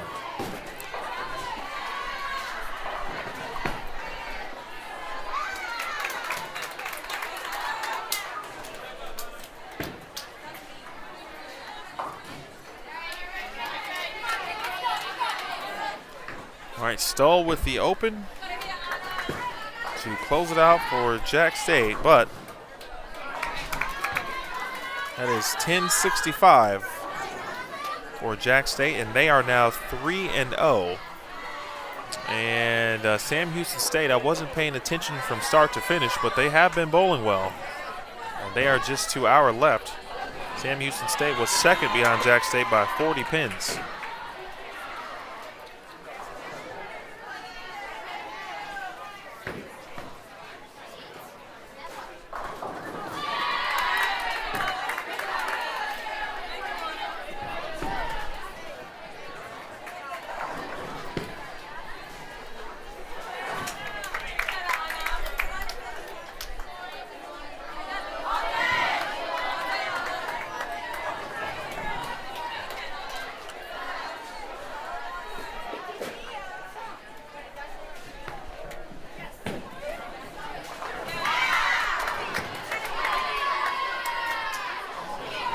.158 after a truly promising start. Games 4 and 5 do not go the way the Doors would hope.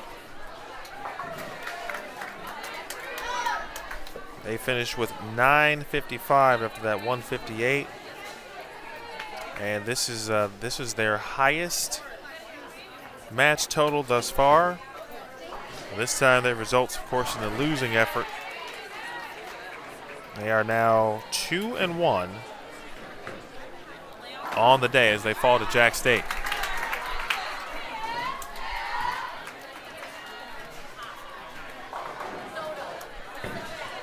They will face North Carolina A&T next.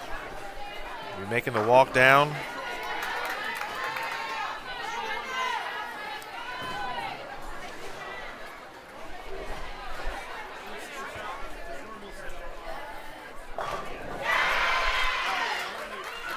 Boy, you felt real good about what was about to take place after Vandy started 213, 216, 205, and that was with some opportunities. They left a couple pins out there in those games. And they had a lead after 2. They had a lead after 3 against Jack State.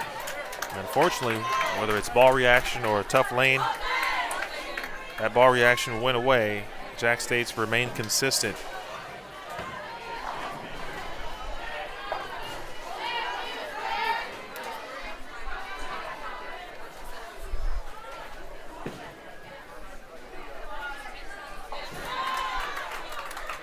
Coach Williamson having a moment with the squad.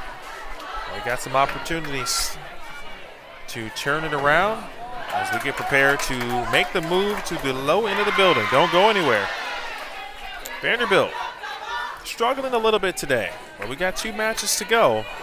Anything can happen. You know, this team is capable of shooting 1,100, 1,200.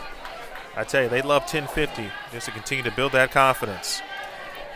Match number 4 versus North Carolina A&T is next. You're watching Vanderbilt Women's Bowling on the Vanderbilt Athletics YouTube channel and the Vanderbilt Women's Bowling Facebook page.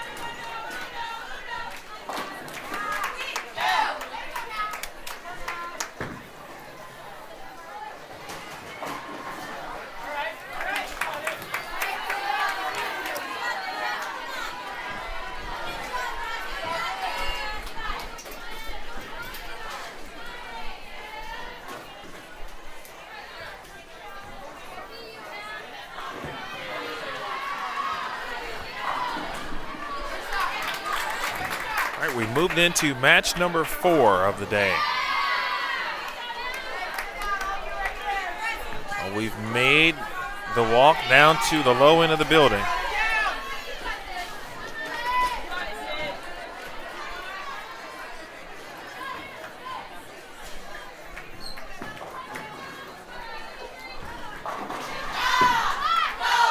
All right, Sydney Bone is now entered the lineup. She is in the number 2 position. Looks like Alyssa Ballard also into the lineup for Vanderbilt.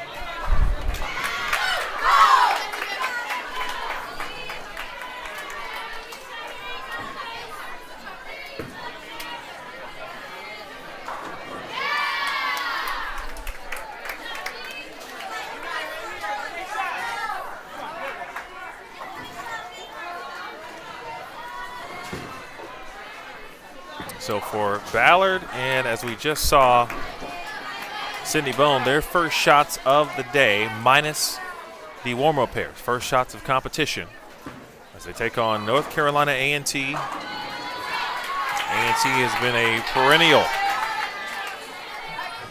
top 10 squad over the course of Kim Kearney's tenure. Next shot there for Ballard.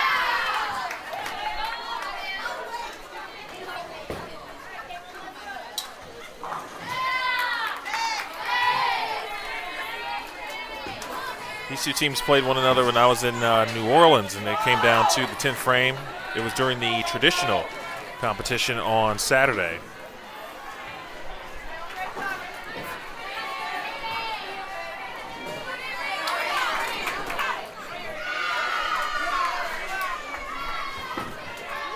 Alexander checking in, Kim G checking in, Grandma Jane checking in. All right, what a start here. Spare 3-bagger to open up things versus North Carolina A&T. Boy, it is cold down here, but I knew that coming in. I know this building pretty well. I don't bowl in it a ton at all, in fact, but I've live streamed from here a ton. And I know that the closer you get to the low end of the building, which where we are is 3 and 4, right by the door, it gets chillier and chillier. Although there are some areas like the paddock area that generally are very warm. How about Vandy heating up here? Again, I think these last 2 sets, we take the win part out. Take out the win-loss part. This team's high set today is 955, which is, as you know, completely uncharacteristic. So I think this is about, hey, let's find, the best ball reaction that we can. Who are those players? Let's get them in the right spots. We know that Natalie Kent's been money in the pocket virtually throughout the day. And finally, Brittany, well, it took a while, but they got 5 in a row, and Brittany LaGeorge is celebrated. In fact, a couple players told me in New Orleans, when they got 5 in a row, I was involved in the cheer. But they told me earlier today, hey, if we get 5 in a row, don't be upset. We're going to celebrate Brittany today because we don't get a chance to see her. And I was like, I don't get a chance to see Brittany either. I was happy she was here.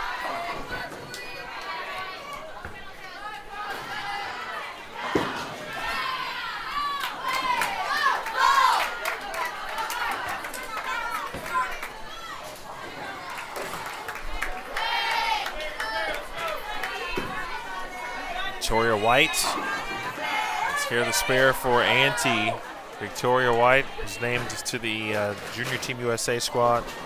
She had a great performance at team trials on the last day. And that, to me, that was really the separator. She bowled extremely well. At standings after 3. And if you missed it, I did drop a standings link. Of course, I cannot pin that link.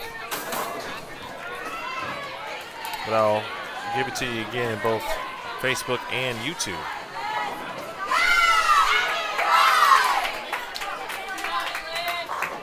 on YouTube, you probably won't be able to click the link, but give it the old copy and paste, and it should work for you. Vandy right now is in 10th place. And a lot of work to do to start climbing the ladder, but I tell you what, this could be the turning point. How about Alyssa Ballard coming in the 3rd and the 8th?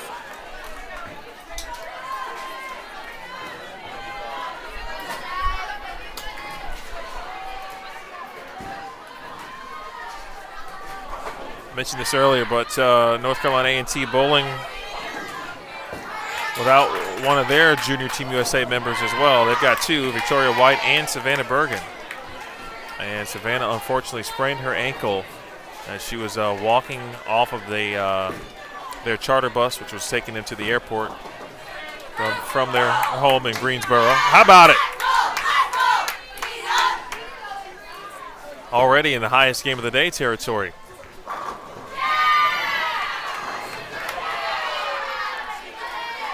Now with 2 in the 10th, Vanderbilt could start with a game in the 260s.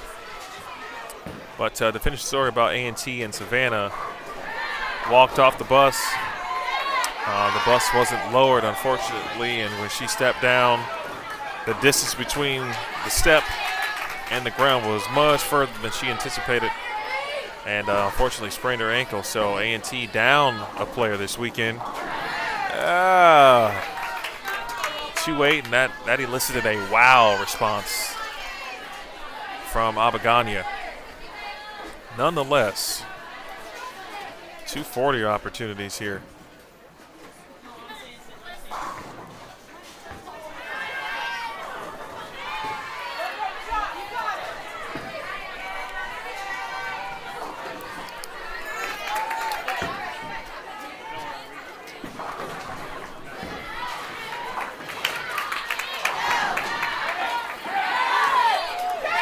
Vandy will have a game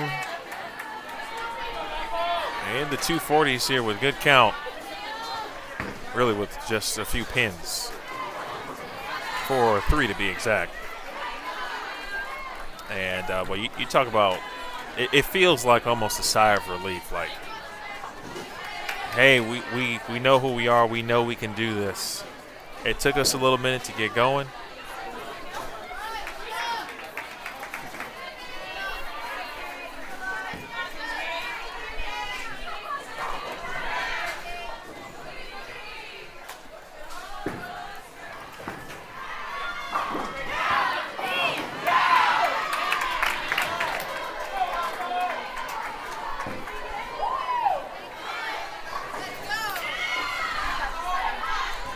.244.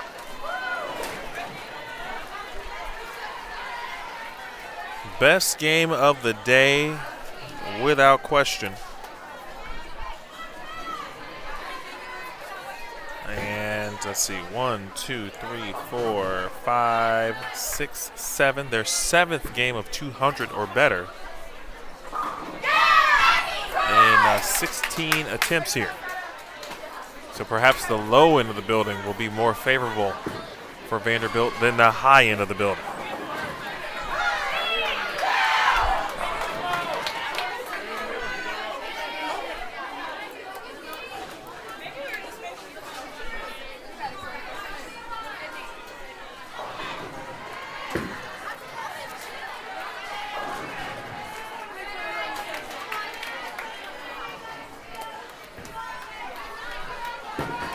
Await A&T to finish up. Good shot. Heard a little bit of a double dribble. Not sure if that was intentional or not from Victoria White. Talked about Kim Kearney's teams and how good they've been historically. And for A&T, though, they have been outside of the top 10 in the coaches poll right now in the power index. They are 15th. And so when you think about the at-large bid portion, these last couple tournaments, as we head into the conference tournament season, super important, of course, for A&T. This is where wins against your top 25, your top 15, your top 10 teams really come into play to help further build that resume. No matter what, though, if they win the MEAC championship, they're going to advance to the NCAA tournament. But UAB, University of Alabama, Birmingham, they have been threatening, I would say, A&T's MEAC supremacy these last couple of seasons. That's a really good squad, so I look forward to seeing how the MEAC's going to play out here in the upcoming months. Meanwhile, if you just joined us, again, Vandy, their highest game of the day, they shoot 244. Things didn't go as good, certainly on the high end of the building, perhaps being down here where it's a little chillier, a little cooler with the air temperature might make a difference here for the Commodores.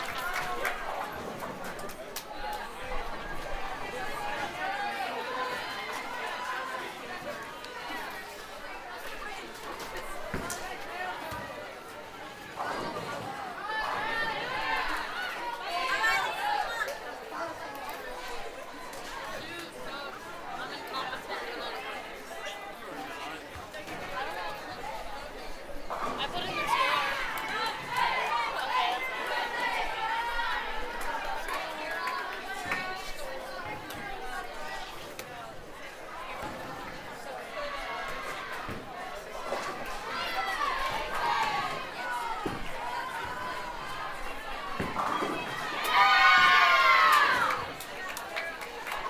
All right, time to switch lanes. 168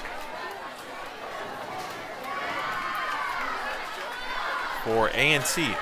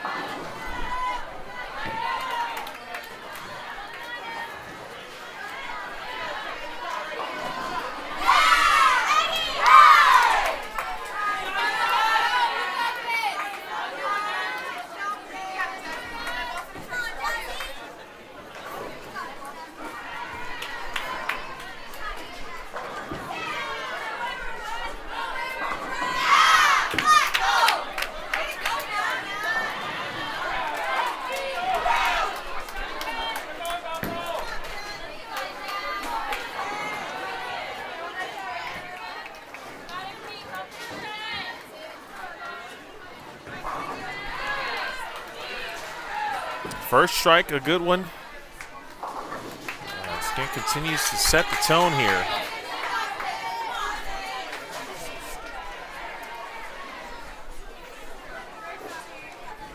And now cousin to cousin. Kent to Bone.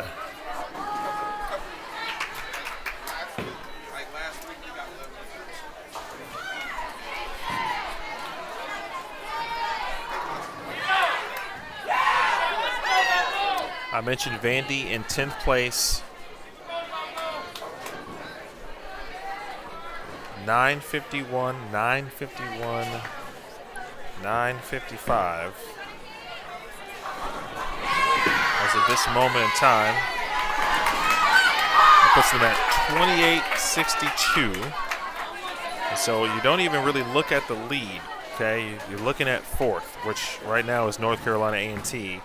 They are 150 pins back of fourth with this match and one more match to go. I have seen, and you have seen, that type of deficit made up where you can jump a few spots and get yourself in position to make a very good run tomorrow, okay? Right now, Jacksonville State at 31-60, Sam Houston State 30-82, Youngstown State 30-28, North Carolina A&T 30-12. That's 1 through 4.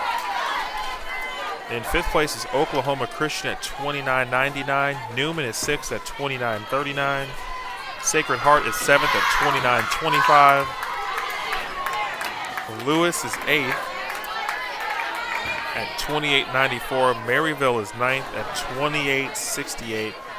Vanderbilt 10th, 28-62. Arkansas State would not have guessed this. 11th, 28-29. The second, third-ranked teams in the country right now are 10th and 11th. And again, I think a little bit of that is what we're bowling on. This pattern has been tricky.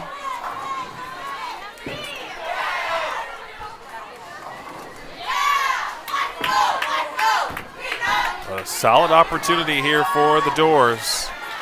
I tell you, they can drop the anchor right here on 3 and 4 and put up not only their best performance of the day, but a convincing performance.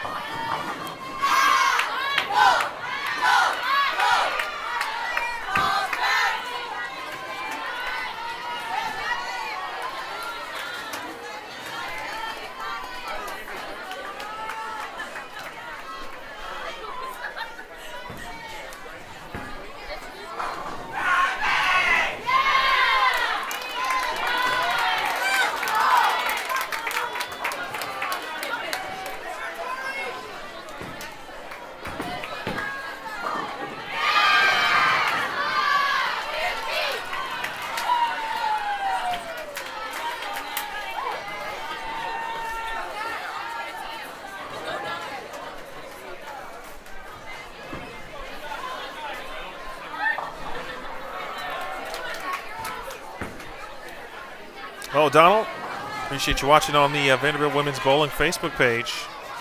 You mentioned in your comment, Ballard, Bone, and Kent, how many titles do their parents have? That's a very good question.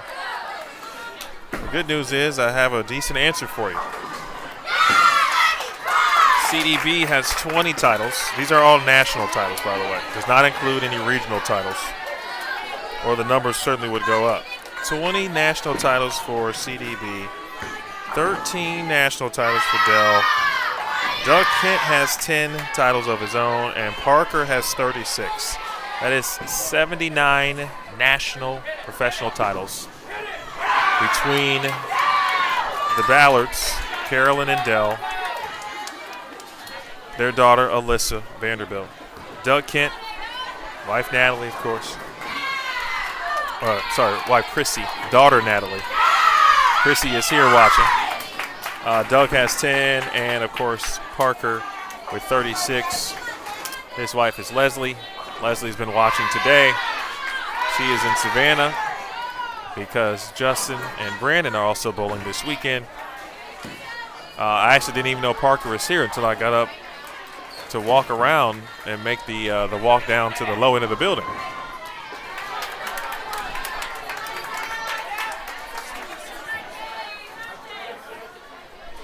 Good matchup brewing next door between Jack State and Valparaiso. Right now, the difference is a missed single pin. Valpo has been strike for strike with Jack State.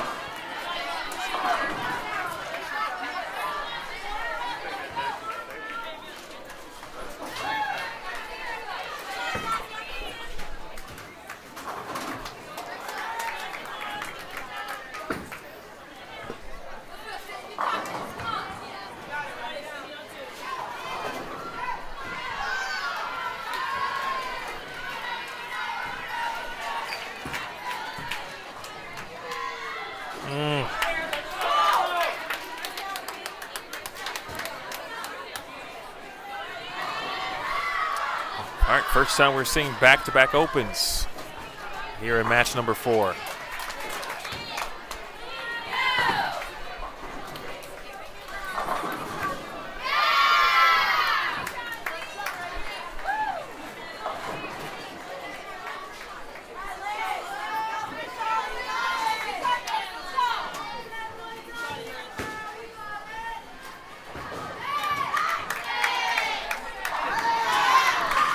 I think Vandy would love to walk out of here today no worse than 10th. No worse than 10th. Alyssa Ballard, by the way, has struck on all 4 shots.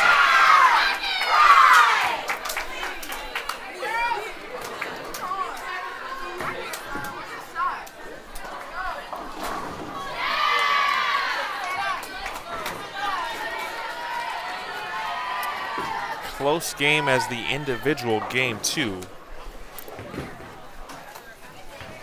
But Vandy has the early lead after 1.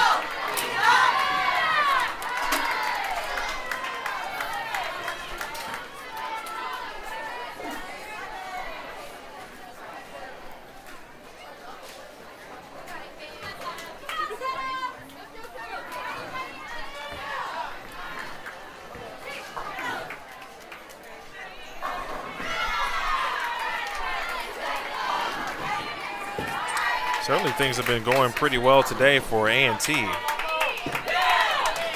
I mentioned they are currently 4th, and they are without, again, one of their key players.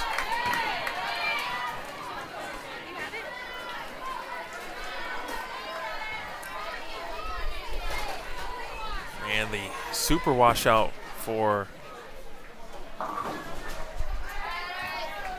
Abagania.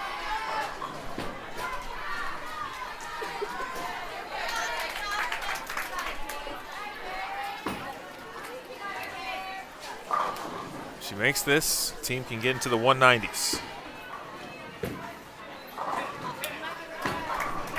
Wraps the head pin right around the 6 and the 10 for 183. The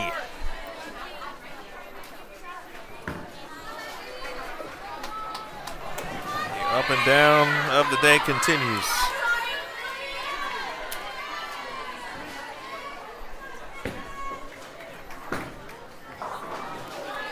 Still plus though.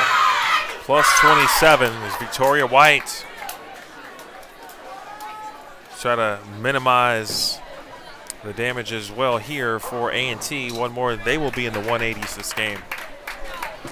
And get back maybe a couple of pins.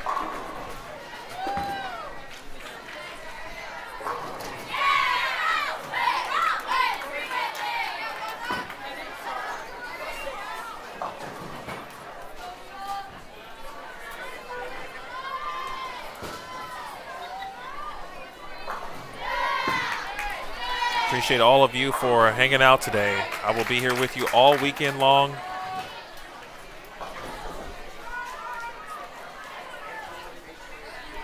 What is, we hope, certainly results in a championship Sunday.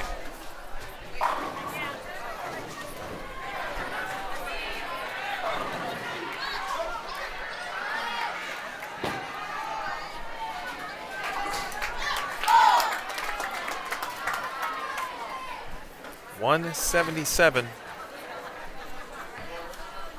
for A&T, and now with them being in 4th place, Vanderbilt could make up that 150-pound or pin ground right now. They could do it this match. They're bowling the team that is currently in 4th. So it truly is in front of Vandy right now. And they will close the day. I'll check again with, I believe, University of Indianapolis.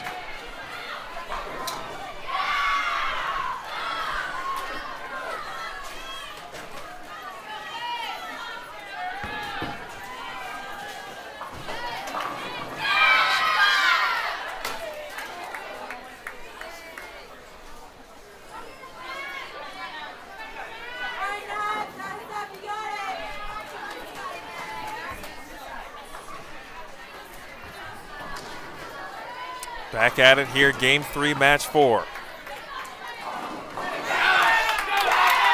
And the old 2-4-5. All right, so now it's, again, when you're watching this, when you start to see similar leaves, those are things that you start to say, or you could say, well, boy, I don't know. Is there something happening? Is there something similar that both teams are experiencing, or is it just one lane? Is it one team? All those things are important.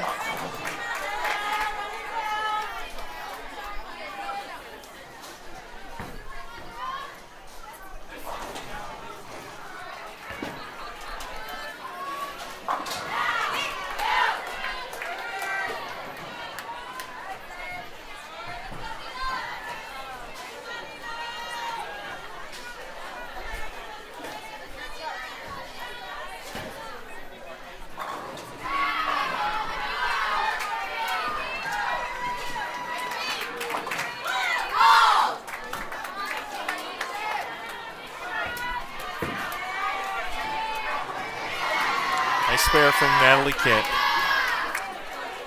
Now Sydney Bone, I see her inching a little further left on the approach with her feet.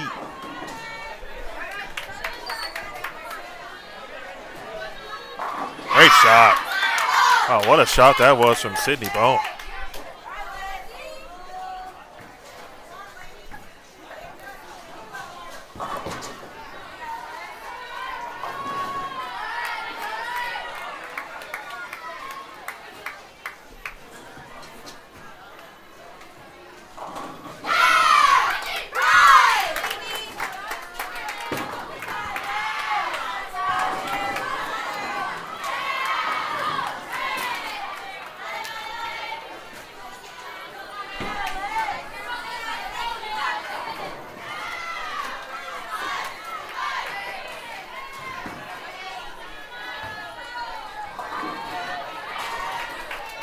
A little bit of a fast 8 there for Alyssa Ballard. She had been perfect since entering the lineup this game. She was 4 for 4 through 2 games before that shot in the third.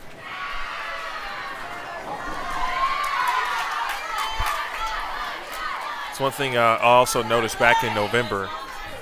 There were a couple players who could just come in. And I got to tell you, folks, and I'm going to try to describe this as best as I can, not only from me watching it, but also being a former collegiate bowler. But the difficulty of coming into a lineup in, game 2, 3, 4, whatever it is, essentially not starting. It's not even similar to like coming off the bench like in a basketball game, right? Like there's a little bit of similarity to it, but it's just different. Like it's like the cold is different. The stiff is different. Now the good news is, and I always talk about this with the NCAA perspective, the warm-up pairs truly do help out. 10-pin for Jumigan. And she gave the subtle frustrated sign on that one. But I appreciate warm-up pairs because it does allow, if you are going to get in, or even if you're not, you can stay somewhat loose, right? You get a couple of shots per each game if you're going to take a few warm-up shots. But it's different, and that's why when you're not bowling, you got to find a way to impact winning. And it starts generally with being a great teammate and certainly paying attention to what's happening on the lanes, because if your number is called, then you got to be ready to perform.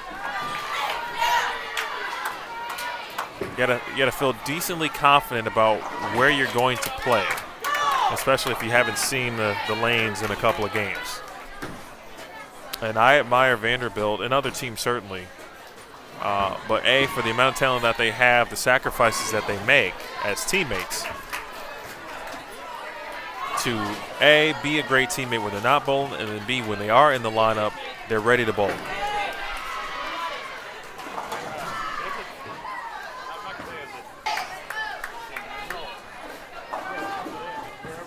The tricky part about it is I've been using the word wiggle. We say that in the bowling industry.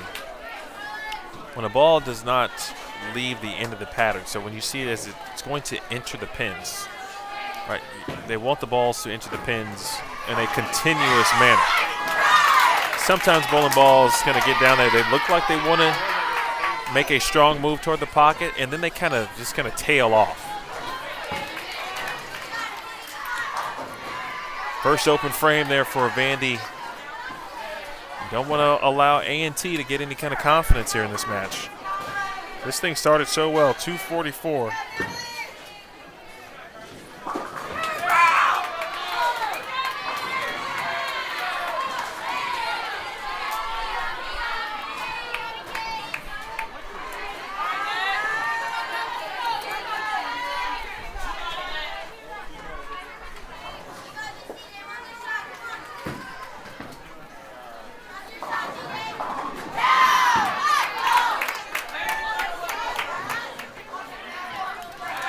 Natalie Kent, Avery Dumigan, beyond steady for this Commodores team today. They have responded to adversity about as well as they can do. Again, their looks haven't been great as a whole, as a team. I do think their ball reaction has gotten better as the day has gone on. Can Sydney Bone follow up her clutch shot, her great shot, with another? And yes, she can. I got to tell you, watching Sydney last year as a freshman, she was anchoring a lot, especially down the stretch at the end of the season. And certainly I don't know what her expectations were, right, entering the program as a freshman. You're going to bowl some. Not sure how much, but you're going to do what you can. And when it's your time, it's your time. And boy, it was Sydney Bone's time a lot last year, and she capitalized. And I remember her watching her, at the Music City Classic, which is the home tournament or the host tournament for Vanderbilt, as well as the NCAA regional, of which Vanderbilt ended up losing to eventual champion Youngstown State. They lost that regional final to them, and of course Youngstown State went on to win the NCAA tournament in the national championship. So Sydney Bone knows how to bowl, and to me she's been one of those perfect examples of impacting winning when she's on the lineup. You see the leadership, you see how she interacts with teammates. I noticed it in November, and I felt like, when Danielle needed somebody just to be positive in the moment, right, where Sydney Bone was right there.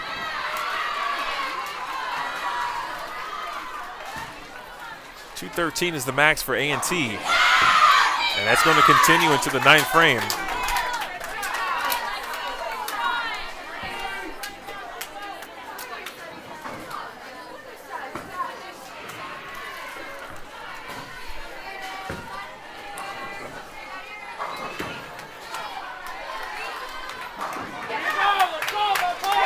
.215 the max right now for Vanderbilt, and Avery did not like that one whatsoever. Saw the arms just kind of drop and flail a little bit as soon as she let that one go.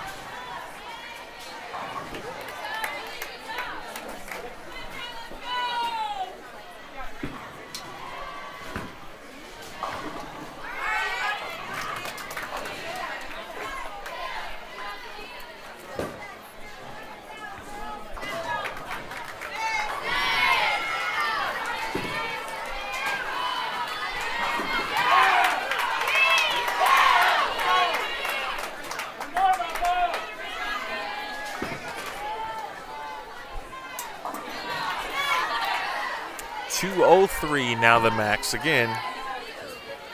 427, 345, 427, 345. Vandy with the lead. And the momentum that was building on the A&T side, all of a sudden they have given a few of those pins back. Giraldo misses the spare in the ninth. Abagania, she had a different bowling ball in her hand, but I couldn't see if she made the change. I thought she had the Ion Pro Solid in her hand.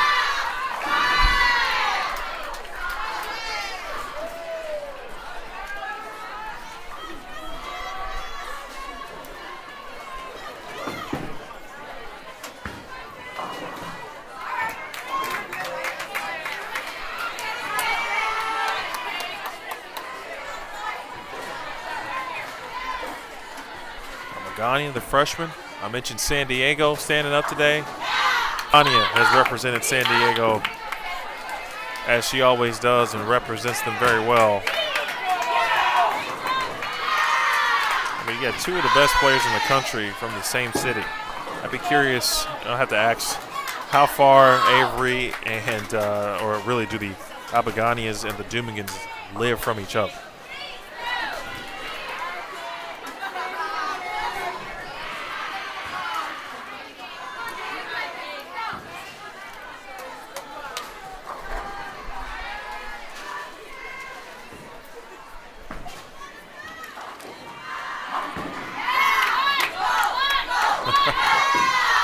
Go take it, Caitlin. 2:03.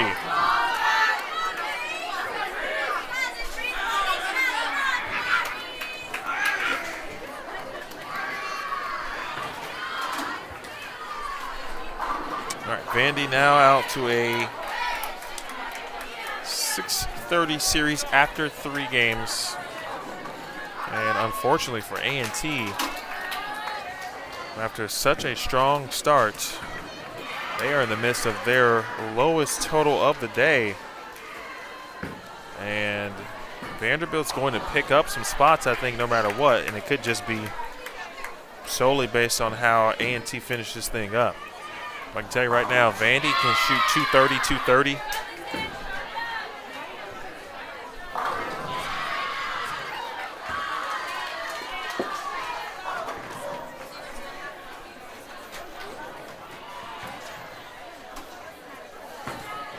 If they can find 1,100 in this match, speaking of Vanderbilt, they truly might make up the difference and find themselves in the top half of this field with a match to go.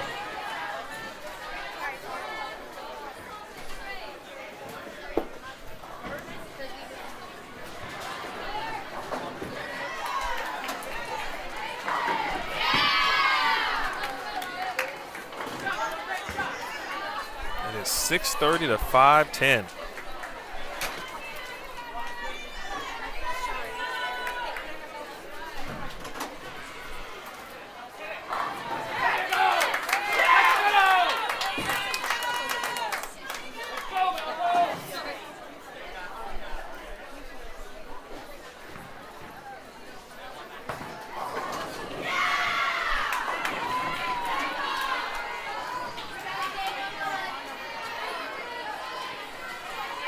I want to appreciate everybody for chatting it up with me earlier when I asked where everybody was watching from. I do appreciate that.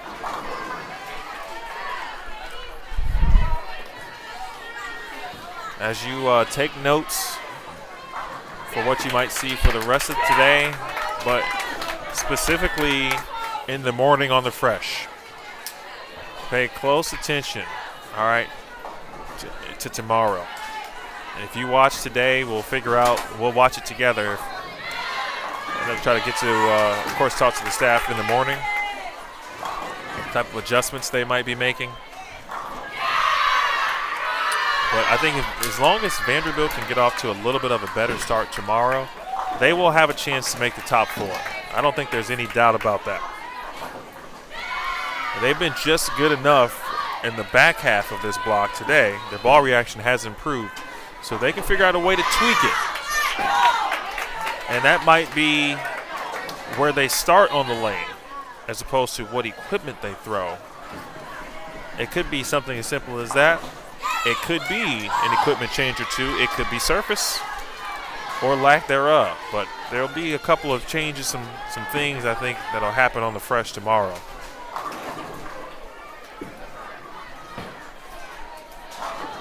Well, the table's been set already.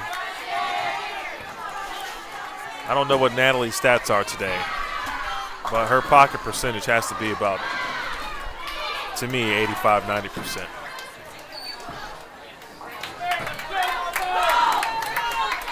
That's 3 really good shots in a row from Sydney Bone. First 2 were phenomenal in game 3 on the left lane.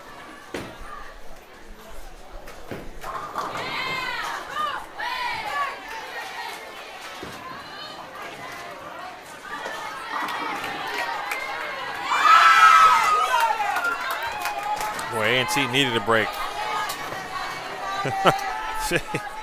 What did they need one?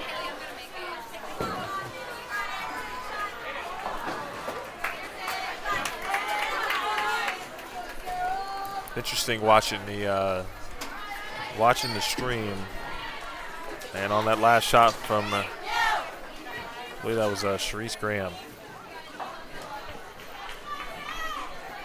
As the ball entered the pocket,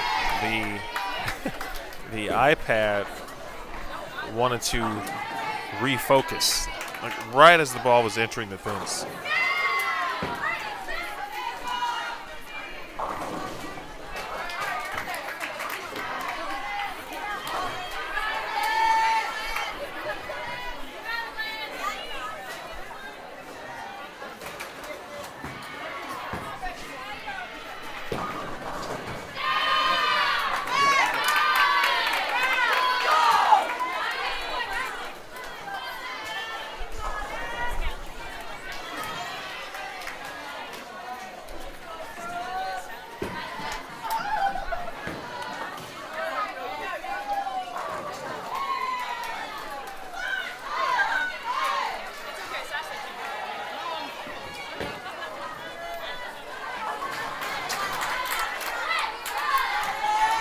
strike, spare, and Ballard with another 10-pin to deal with. So since those first 4 strikes, she's gone 8 spare, 9 spare, and 9 spare. Undoubtedly one of the best spare shooters in the country. And she's got that honest. We know Vanderbilt practices that, but if you're a Ballard, you can make spares.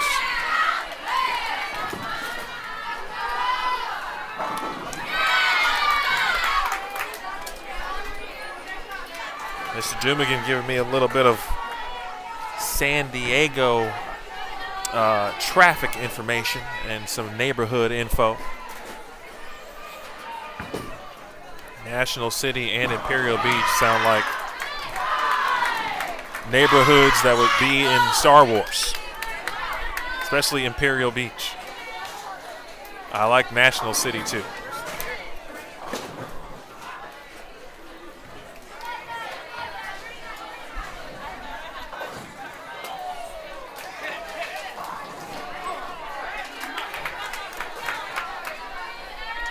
For those curious on the location of Lockport, Illinois,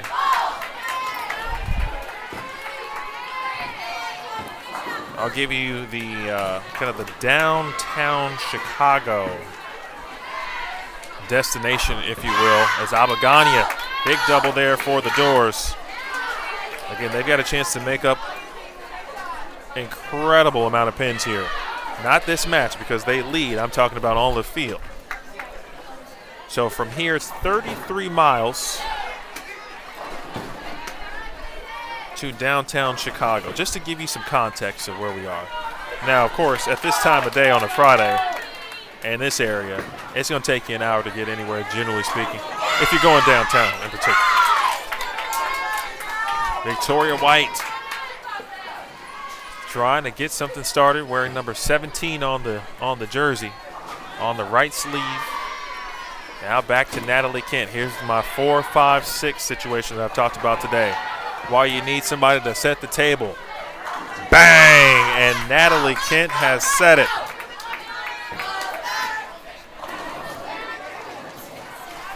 Natalie Kent, Avery Dumigan, to me, have been the 2 most consistent players.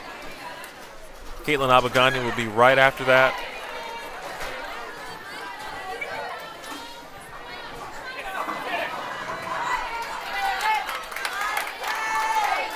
That is the perfect Baker start. And I'm going to tell you why I say that. Again, if you got a great leadoff player and you're assuming that your 4 or 5 players are going to be great, right? You just want to get the ball to them. Roll. Right? If you can get that 4, 5, 6, that trio to work, man, it really sets you up for the back half of your game. Gives you some momentum mid-game.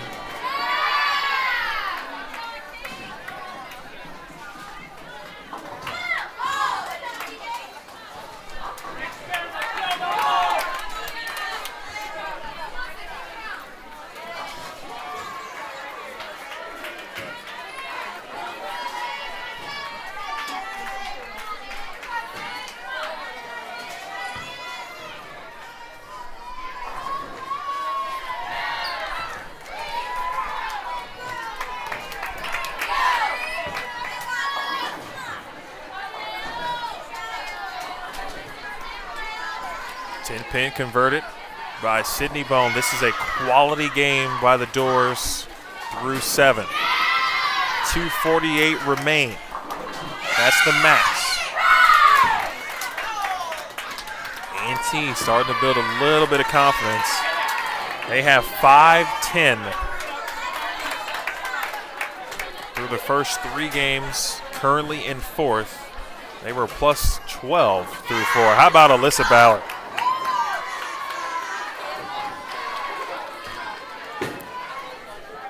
Since Ballard has entered the lineup, 5 strikes, 3 spares.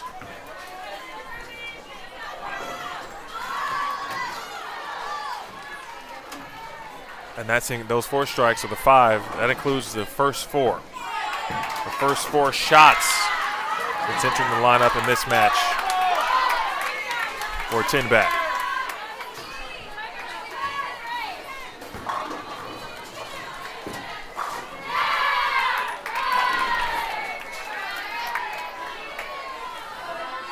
I think Jack State is really in a match against Valpo next door.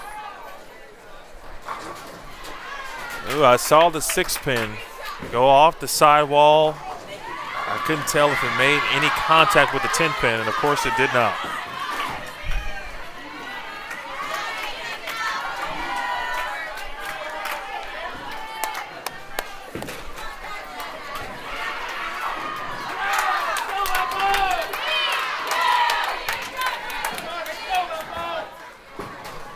And Vanderbilt, 10th place. They are 2-1 on the day.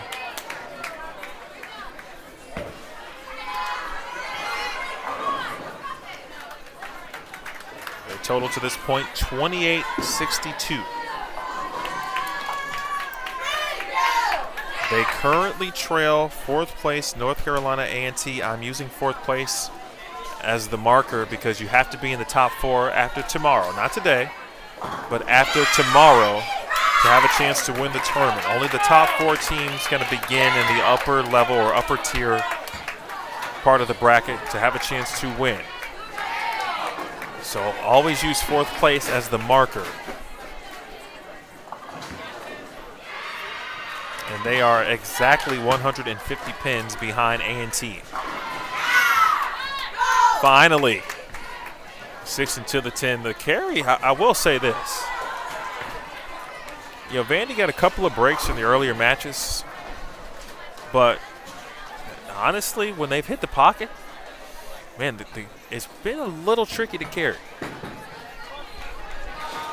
I mean, you got to be high flush or dead perfect, because that 6 can wrap around the 10 a lot.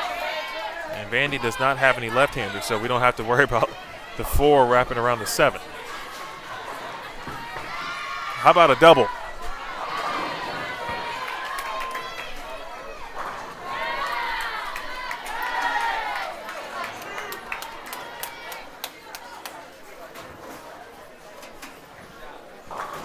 All right, through 4.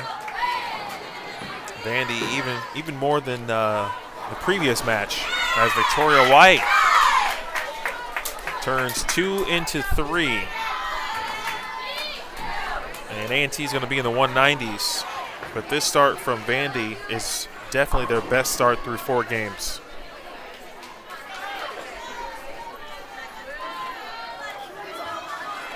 They now sit at 848. 848 through 4. That's their highest series through 4 games today.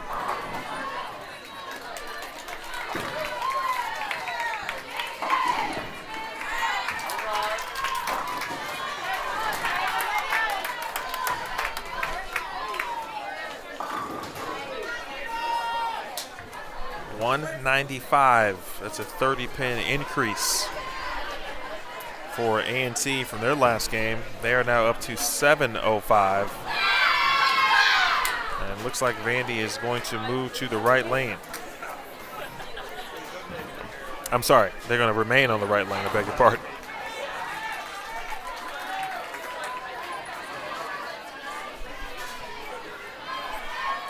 At this moment, right now, through 4 games, Vanderbilt has already made up 143 pins on 4th place, which is North Carolina A&T. Now, that doesn't mean the teams around A&T in the moment won't continue to bowl well, et cetera, and so forth. And so it could be a situation where Vandy, assuming they make up the full difference, which is now just 7 pins, really 8 to move in front of A&T completely. Assuming they do that, and depending on how big the game might be, Vandy might find themselves somewhere in that 5th, 6th, 7th range.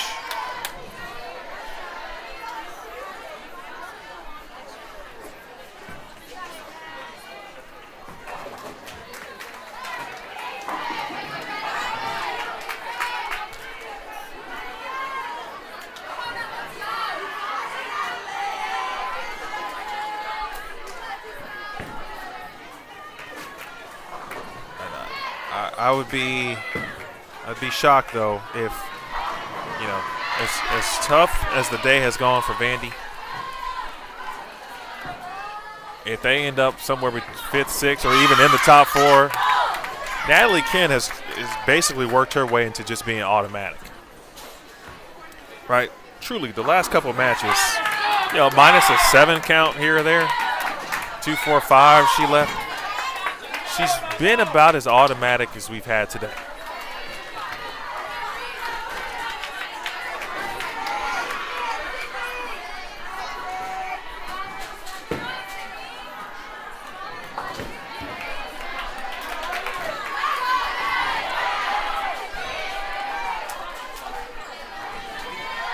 Got the score updates for you in the chat. Sydney Bone. For those who may be watching and you're still getting acquainted with bowling. First of all, to bowl with a family member is really dope to me, right?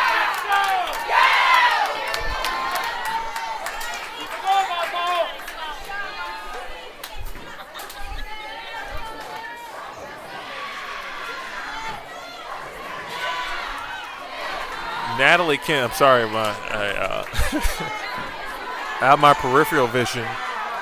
I just saw that Coach John Williamson was like either saving someone's water bottle or cup before it was going to be spilled into what looks to be about 3 bowling bags that it was ready to be spilled. So nice job, Coach. But what I was going to continue to say, I'm anticipating Alyssa to make this. We already seen it made from one Commodore today. How about 2? All right, so to finish up what I was going to say, as cool as it is to bowl with a family member, whether it's league, a tournament, whatever, I mean, to bowl with them in college, Natalie Kent, Sydney Bone, cousins, that is so cool.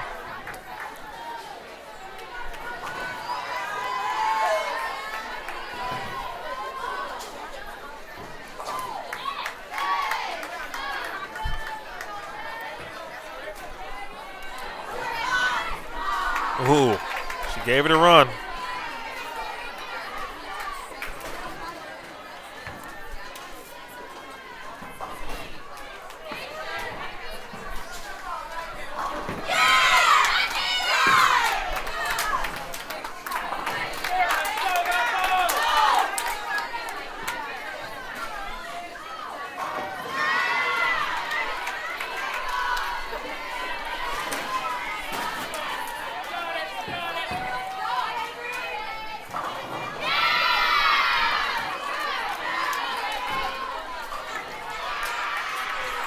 This is game 5. Dumigan trying to set up shop. Uh-oh.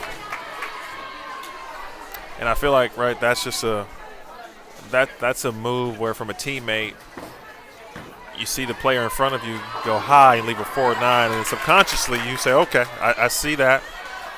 All right, I want to make sure I don't do that. And so you make a subtle move.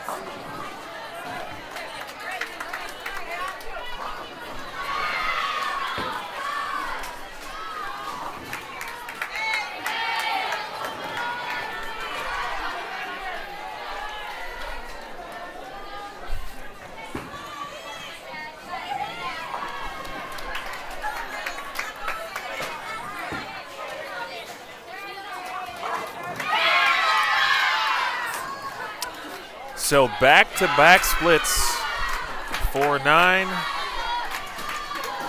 from Ballard, the 2-10 from Dumigan, and now your anchor player Abagania. This is where that player in this role, in this capacity, wants to almost slow it down, even things out, right? That's that calming presence. When you need somebody to get you a strike, you go to your anchor player. And on cue, Caitlin Abagania. Folks, listen, we all know that Caitlin is off the charts good. But if you just fast forward, and I know we live in a situation where we always try to go too fast. And we say, live in the moment. That's what bowlers preach, hey, which is true. But I'm just telling you as a fan of Vanderbilt bowling. To know that Kaylin Abagani is going to be in your program for 4 years, really the next 3. You know how big of a win that is. You know what else we don't know, folks? Natalie Kent was injured most all of last season, if not the entire season, it felt like. To watch her do what she is doing, and I'm assuming she's 100%. I'm assuming she's healthy.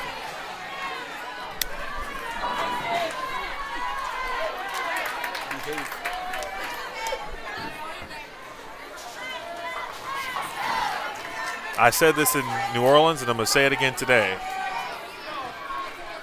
It really goes to show, and even more impressive, what Vanderbilt was able to do last year without Natalie Kent. That's because they had her cousin as a freshman, Sydney Bone.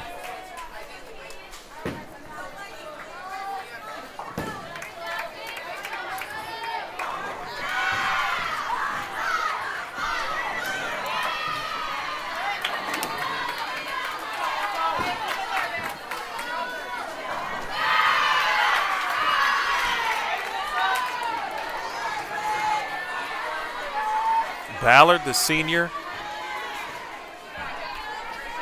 and I think personally, I think Alyssa is like a quiet leader. Ooh, that ball has some teeth on it. And she's got that look like, whoa. She was not anticipating that. I don't know what bowling ball she's throwing. But whatever it is, it's got some giddy up. It saw the lane and wanted to move immediately. I think that's why I have so much fun when I've been asked to do this, because it's fun watching them bowl. I love bowling, so that part's easy, but then I can break it down into the individuals, right, of who they are. What a spare. What I have seen from them over the course, however long they've been in the program. And that's just kind of watching from afar, watching at certain events, watching at last year's regionals, for example. I was in Lansing. And then to watch them up close, watching the personalities mesh, watching how they interact as teammates. And then the best part, truly, which I don't really get a ton of this weekend because I'm local, so I'll be going home every night. But hanging with them at dinner or lunch, wherever we may be, then really getting to know them is the icing on the cake. Do them again. Bang.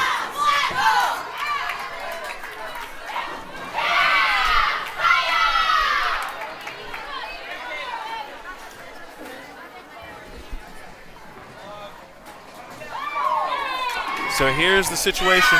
Max scored 221. Vanderbilt can get to 1069. And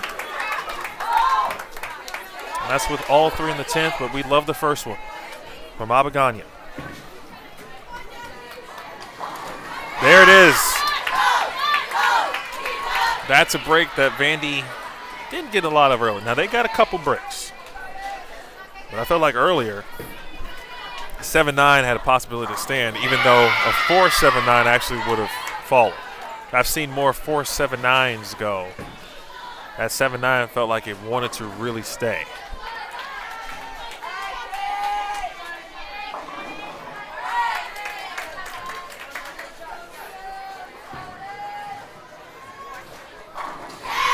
Great ball change a couple of games ago for Abagania. She started with that ball this morning, went away from it, and now comes back to it later in the block. Those are also things that coaches keep track of, right? Which bowling balls saw the lane on the fresh, which ones didn't look good on the fresh, which ones did we go to that did look okay. Like, they keep track of all of those things. Those are the important notes that the coaching staff is keeping in mind. And obviously the players are thinking about their own ball arsenal. They know. Like, Caitlin's going to know how this ball looked on the fresh in comparison to how it looked in match 4 later in the block. 6 on the fill. It's 217.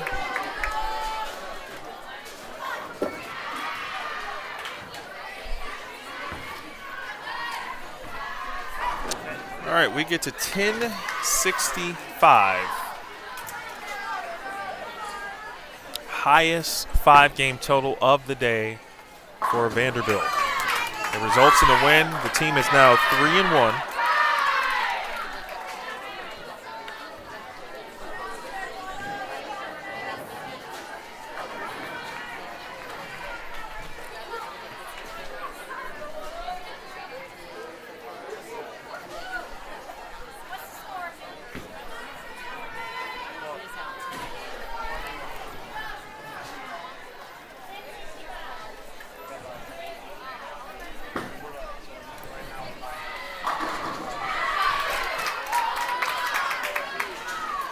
Well, unfortunately for A&T, well, it was almost the reverse. Vandy had this kind of trouble earlier on the fresh. A&T, unfortunately, having their troubles later on the burn. And they are, unfortunately, going to fall out of 4th place. Vandy is going to move up, just unsure of how much.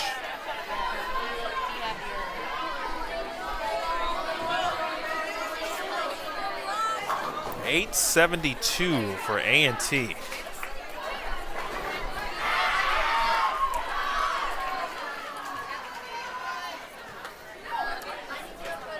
Again, 1065, 872. Doors improve again to 3-0. I'm sorry, 3-1 on the day.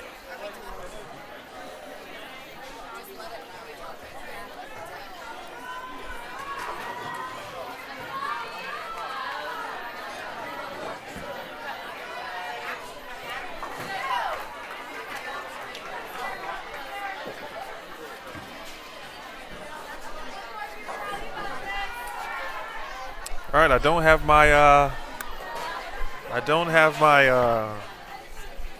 sheet with me. Again, I left it somewhere.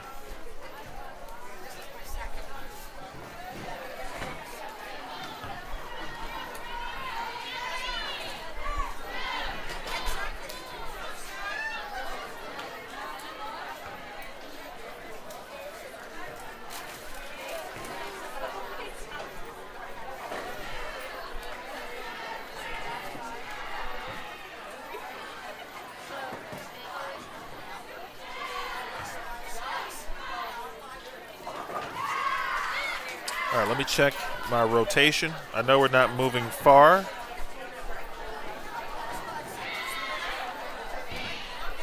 We are going to end on 11 and 12. We will face the University of Indianapolis. All right, so as that match unfolds, we'll talk about the matchups for tomorrow.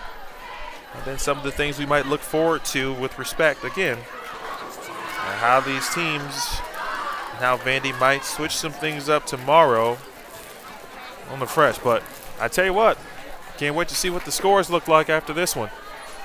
Vandy's high set of the day, unfortunately A&T's lowest set of the day.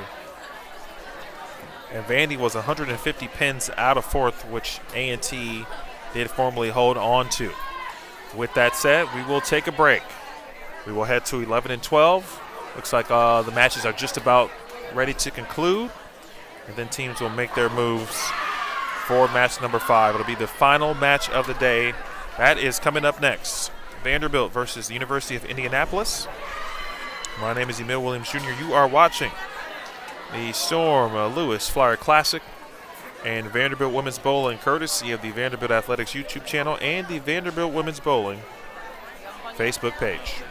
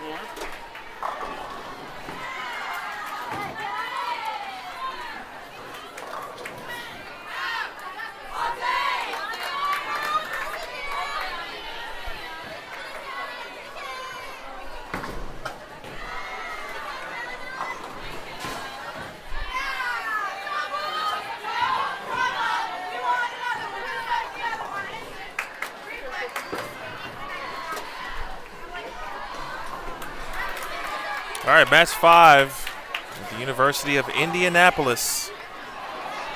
Adjust that camera for you so we can you can actually see the pins.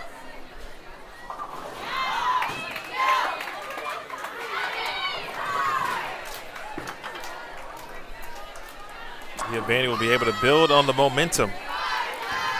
Coming off their highest score, I should say highest match total, 1065.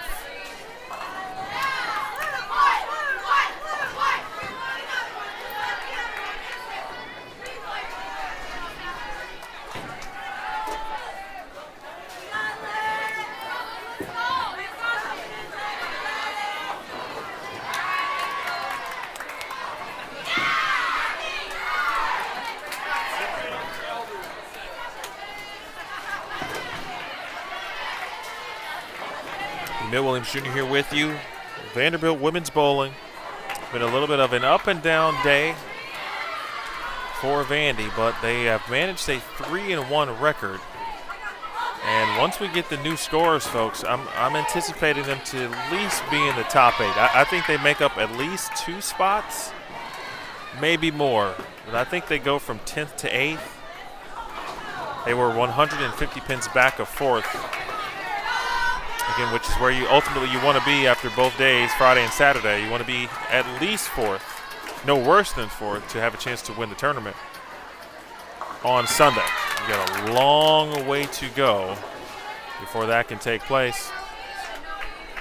But all things considered, based on the start, if Vandy's in a good spot, it already sounded like, just talking to Coach Barnes, you know, they are aware of some things that they might consider differently.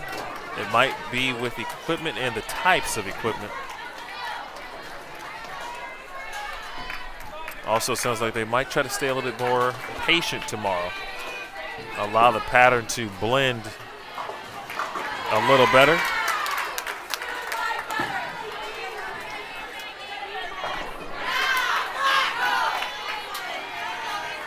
Dumigan has been a mainstay in that 4 spot since about match number 2.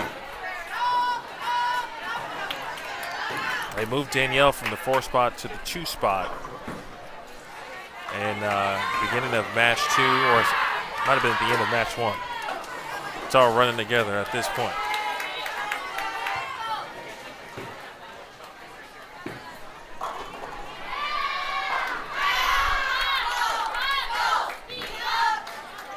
All right, how about that? Big double. A little bit of a slow start. That's actually something we did not see in the previous match. There were no slow starts, truthfully, for the Commodores.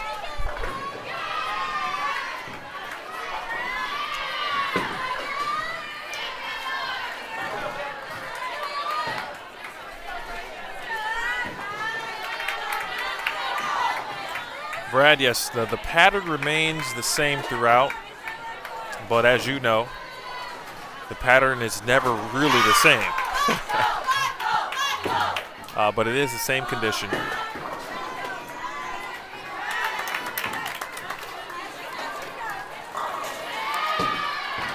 $37 feet, 30 mils of oil, 2.29 to 1.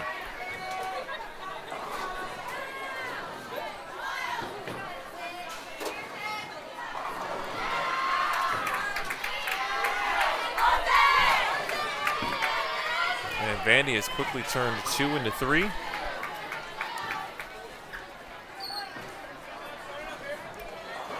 Wow, just like that, folks.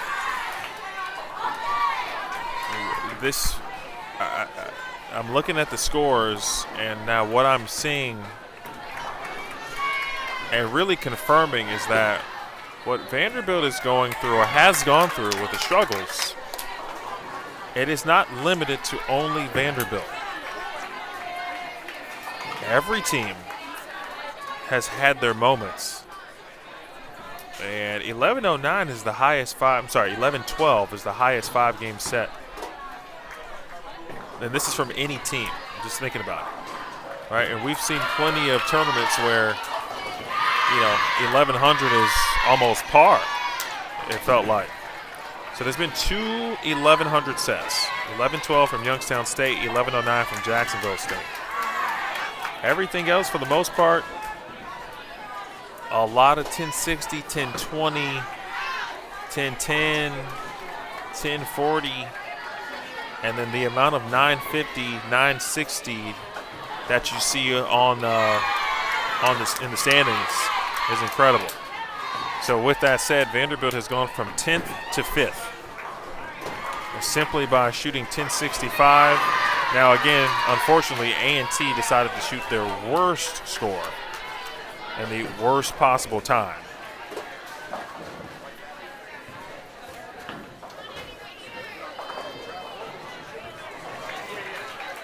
So all favorable for Vanderbilt.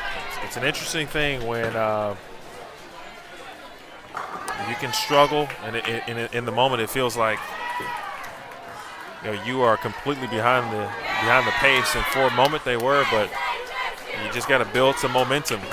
That was a really good bucket conversion because that was very offset. Nice job by Alyssa Ballard. So Vandy now at 39-27.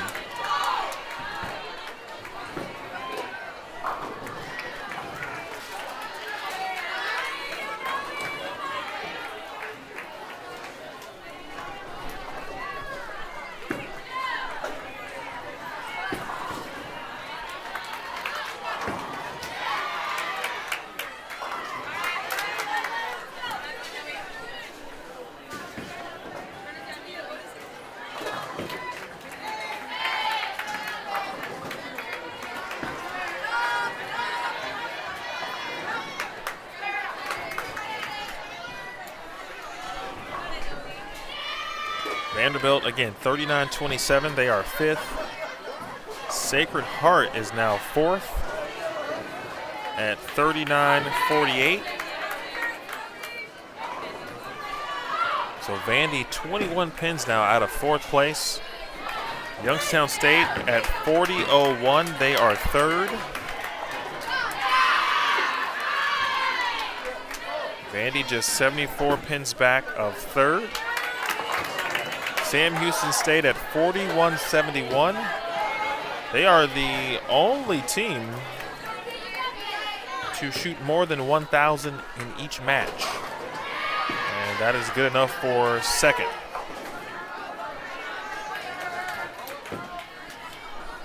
And of course your leader is Jacksonville State at 42-53. 42-53. It puts them essentially 253 pins over par.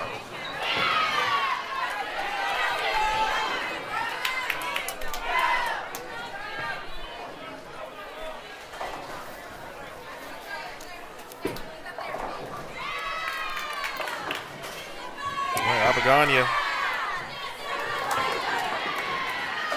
He's held down the anchor position all day long. And he shoots 178.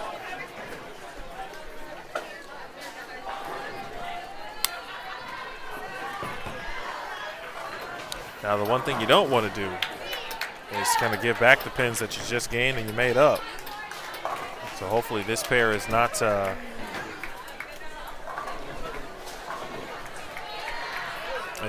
egregious here. Meanwhile, the University of Indianapolis, let's say if that struck,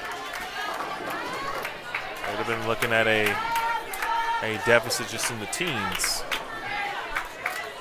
But now with the spare, they will trail by 22 pins.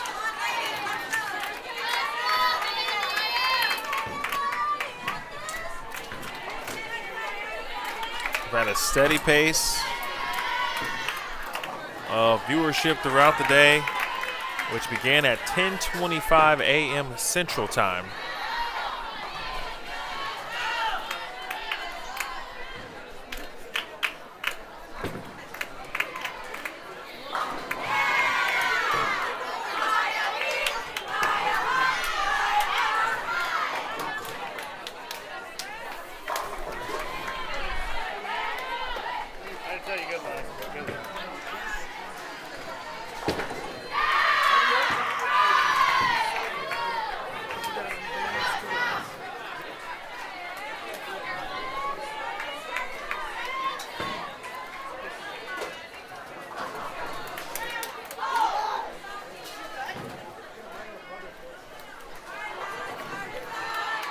UND, a young program. I think they started the program maybe a couple of seasons ago.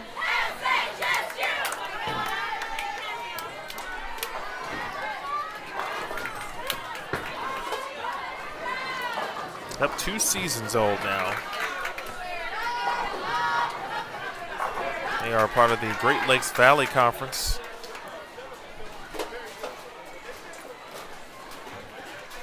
Which is a NCAA Division II conference.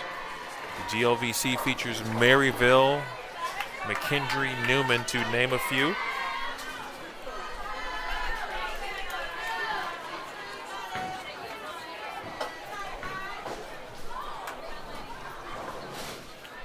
Also Quincy. In fact, a couple of those squads are here this week, rolling in this tournament.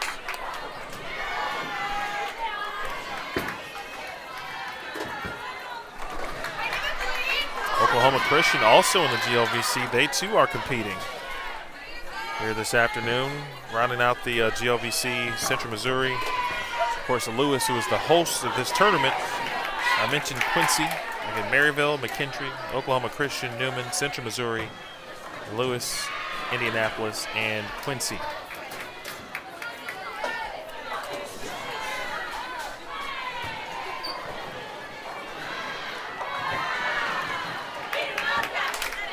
UND led by head coach Cam Estes.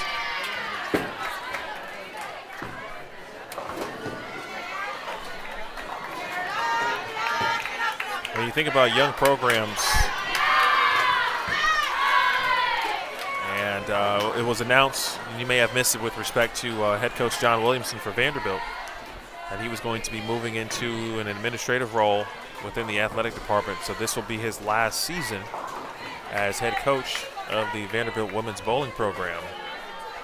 When I think about what Cam Estes is trying to do with UND in his second year of the program, he had to go all the way back 20 years to when head coach John Williamson was in the same situation as Cam Estes,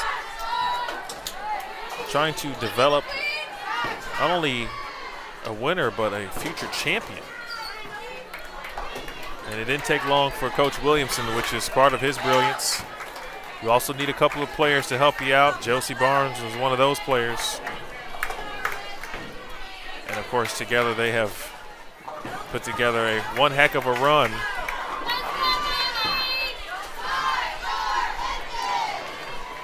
And now Josie, in the fall next season, I don't think that's officially been announced, but all signs certainly point to Coach Barnes certainly being in that full leadership role. With Coach Williamson, he'll still be around, I know him.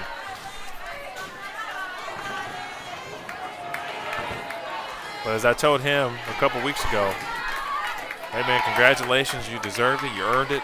You got the respect certainly of your peers. But the job's not done yet.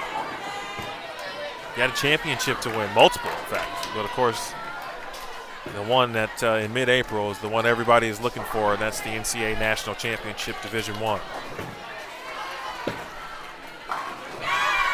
Slow start. I was talking to Coach Barnes, and she mentioned it does seem to be like pair to pair.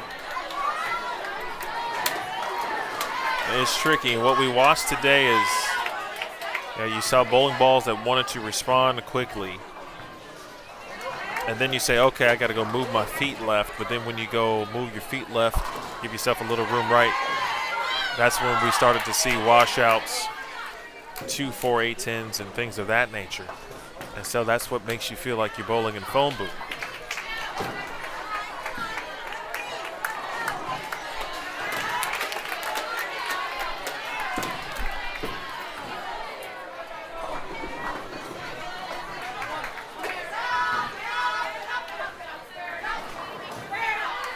This is game 2, match 5.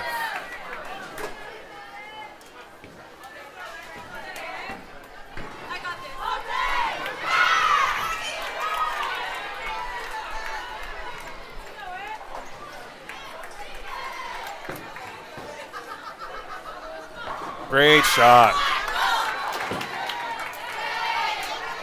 Steady in that spot all day long. Avery Dumigan. Let's see if the Commodores can put together a run here again. Even if it's 10-20, 10-30, you'd love to see that on the board. Because that just might get them into the top 4, but they'll have all day tomorrow to make sure they're in the top 4. And Caitlin Abagania, maybe starting to see her look go away.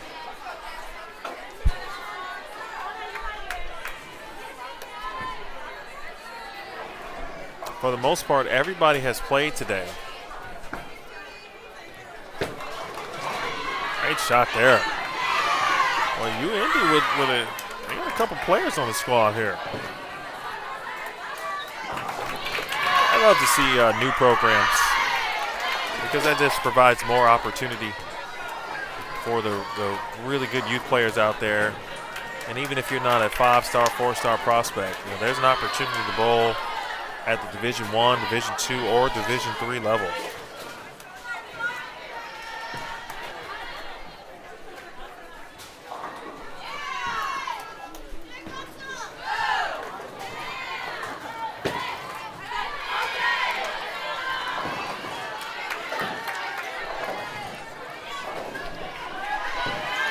That was Emily Heldman, a sophomore from Indianapolis. The team's starting to grow a little bit as well with respect to their roster, recruiting outside of Indianapolis. They do have some players from Arkansas, and so Ohio, Arkansas, and of course Indiana.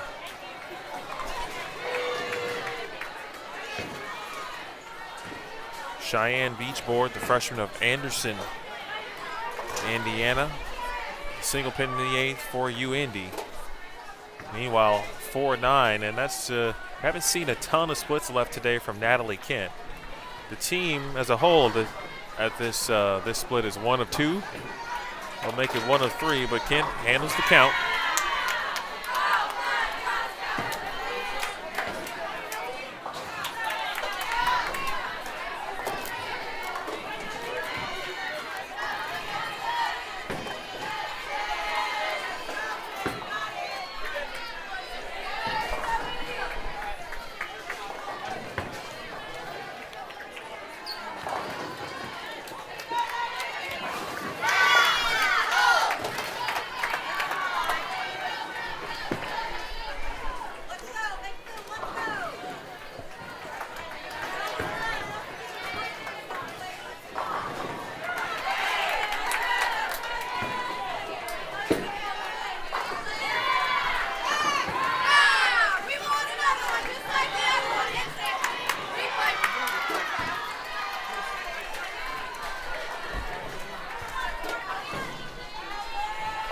Shot by Sneebone.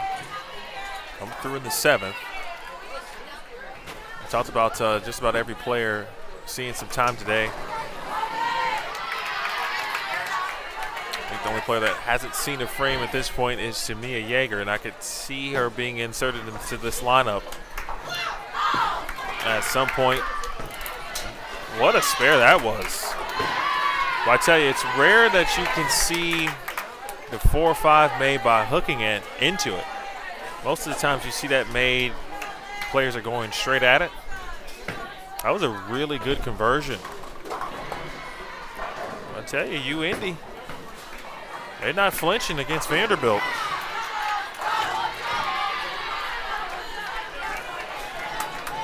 And Vandy knows that. They know that every team they face, they anticipate receiving that team's best. It's also a great measuring opportunity as an opponent, right? Okay, well, where do we stack up this week against Vandy? All right, that's a goal, right? We want our program to eventually have the type of success that Vanderbilt does on a regular basis. Oh no. This pair so far is not kind.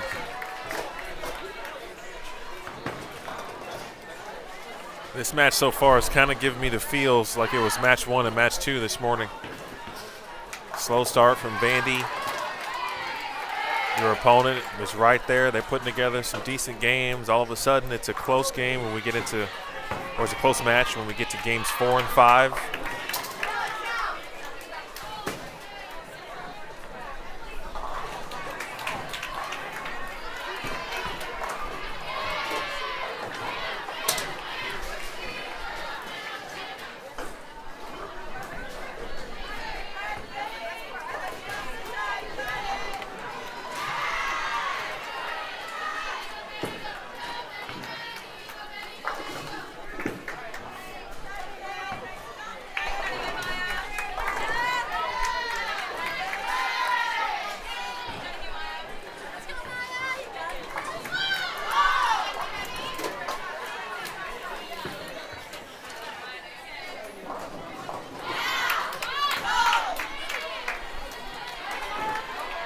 All right, we'll take it.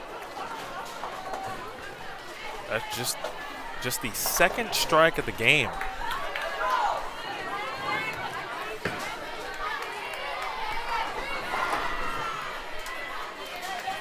For Vanderbilt. So 156 for 199. That is 355 for UIndy.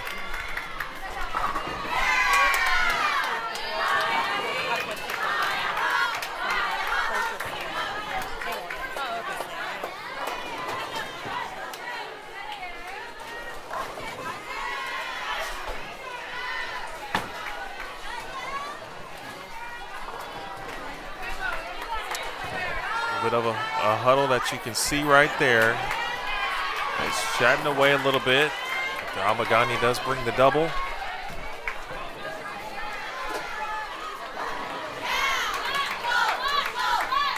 Nice subtle move there from Abagani also. 178 and 180.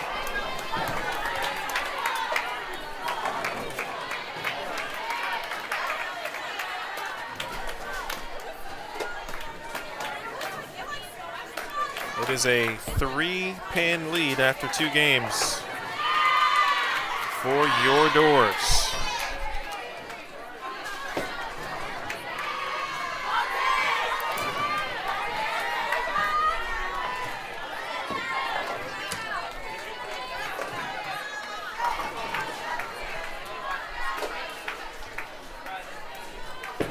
Again, 358, 355. 250 would sound great.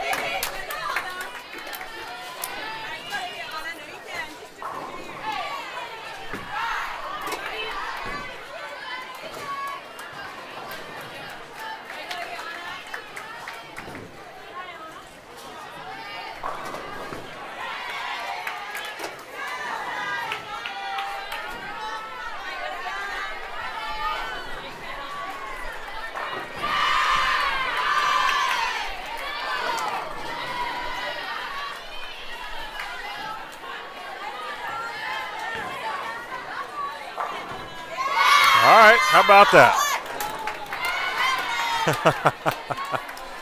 That was a botched high five scenario right there between Natalie Kent and Haley Lindley. We might have to go back to the tape for this later.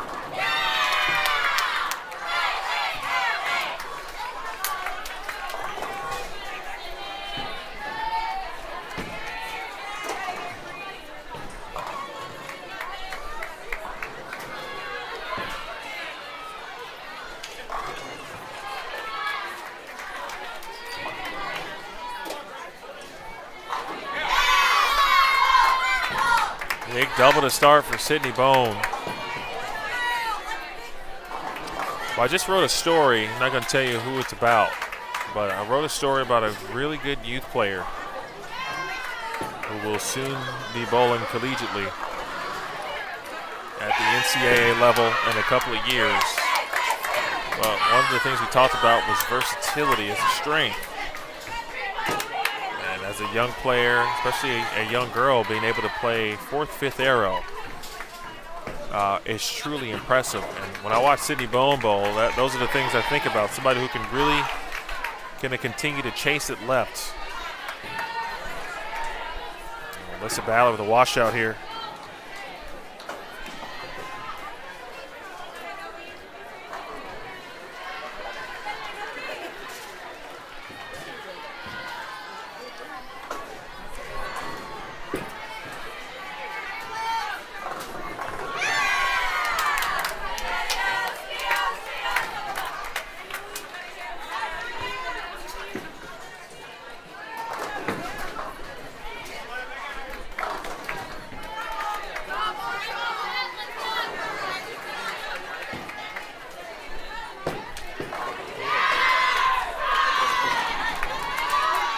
Couple of opens for UIndy. Chelsea having a quick convo with Alyssa. Yeah, this trio of coaches, Coach Williamson, Coach Barnes, Coach Izzy, I feel like they all bring something different, which is what you would want, right? The common goal, the message is the same, but sometimes you're looking for a different way to hear that message, and they all provide that. Meanwhile, and that was an emphatic strike from Dumick.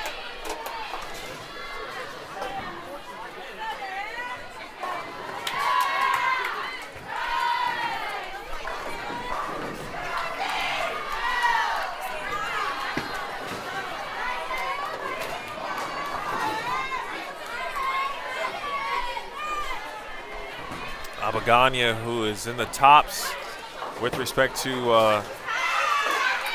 NCAA players, especially at the Division I level, but across the NTCA and individual scoring average, she's 5th in that. An individual frame percentage, she's 3rd at 90%. That's the amount of time she fills a frame. In the Baker format,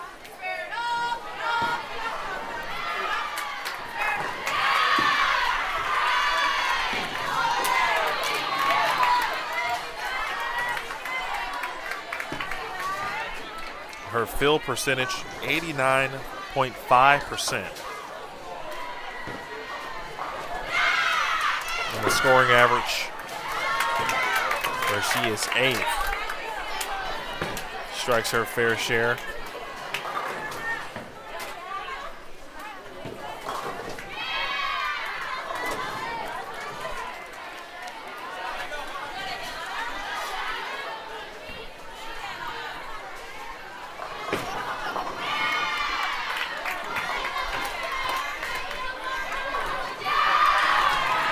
Again, 178, 180 the first 2 games, 358. 156, 199, 355. That's UIndy. Vandy with a 3-pin lead. And unfortunately for UIndy, they have struggled here to start. Perhaps the left lane might be the one. They shot 156 on it the last time up. That was game 1. They've gone 9 out. They got 2 splits. They're now looking at a 2-4-5.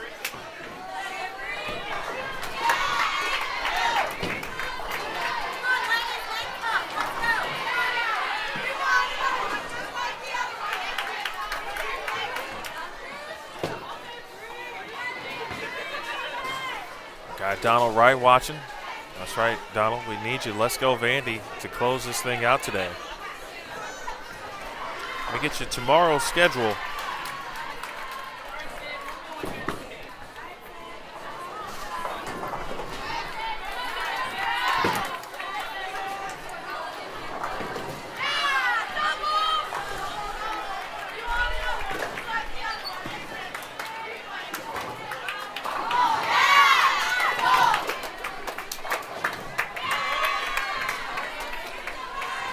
Bone with 2 quality shots here in game 3. 233 is the max.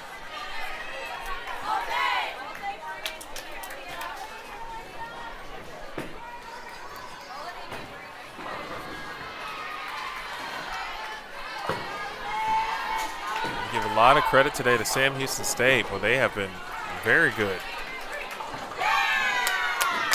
Coach Brad Hagan doing a great job. Well, nicely done. Alyssa Ballard making the move. Great shot.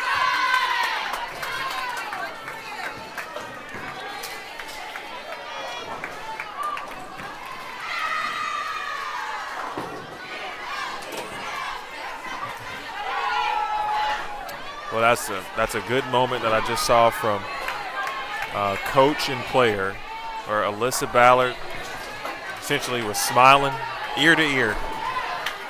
That was so much better. So whatever she and Coach Barnes talked about, maybe no. 9-pin. Well, the pins here is striking spare, kind of have you hanging on the limb. sometimes they do fall, and boy, sometimes they don't.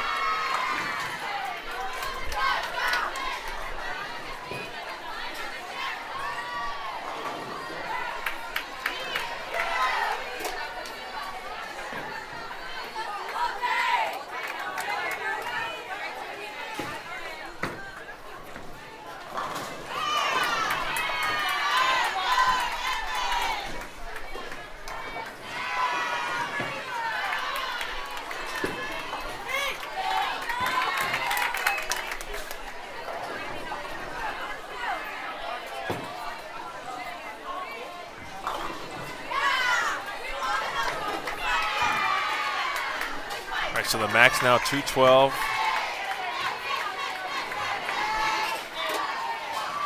To get to 210, we'd be looking at double and 8. There's the first, and that one absolutely crushed the pocket. Those are the ones that you like to see on video. You like to see those recorded. You can watch that shot through and through. Watch the ball into the 1-3. Watch it continue through the pins.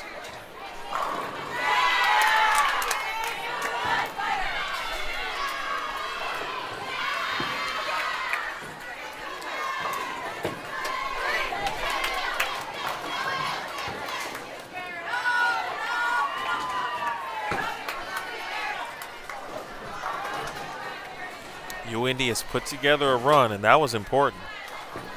I tell you, man, Vandy has seen the best of every team they've had today. You know, just when you think like UND, boy, they start out struggling. They put together a 3-bagger late, and they find themselves an opportunity to shoot 2-0.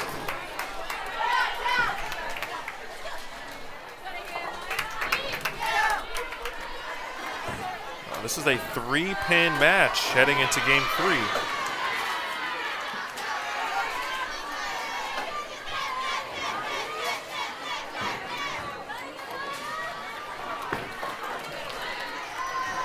$560 for 3 games. Again, $560 for 3.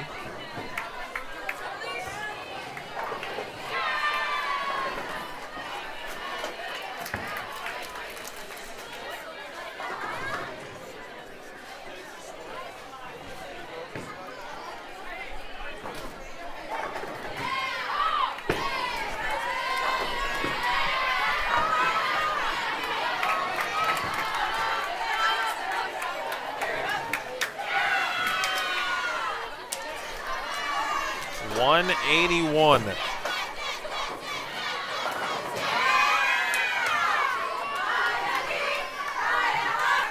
All right, time to switch lanes, and if Vanderbilt is leading after the 4th game upcoming, they will have the opportunity to choose which lane they want to finish on.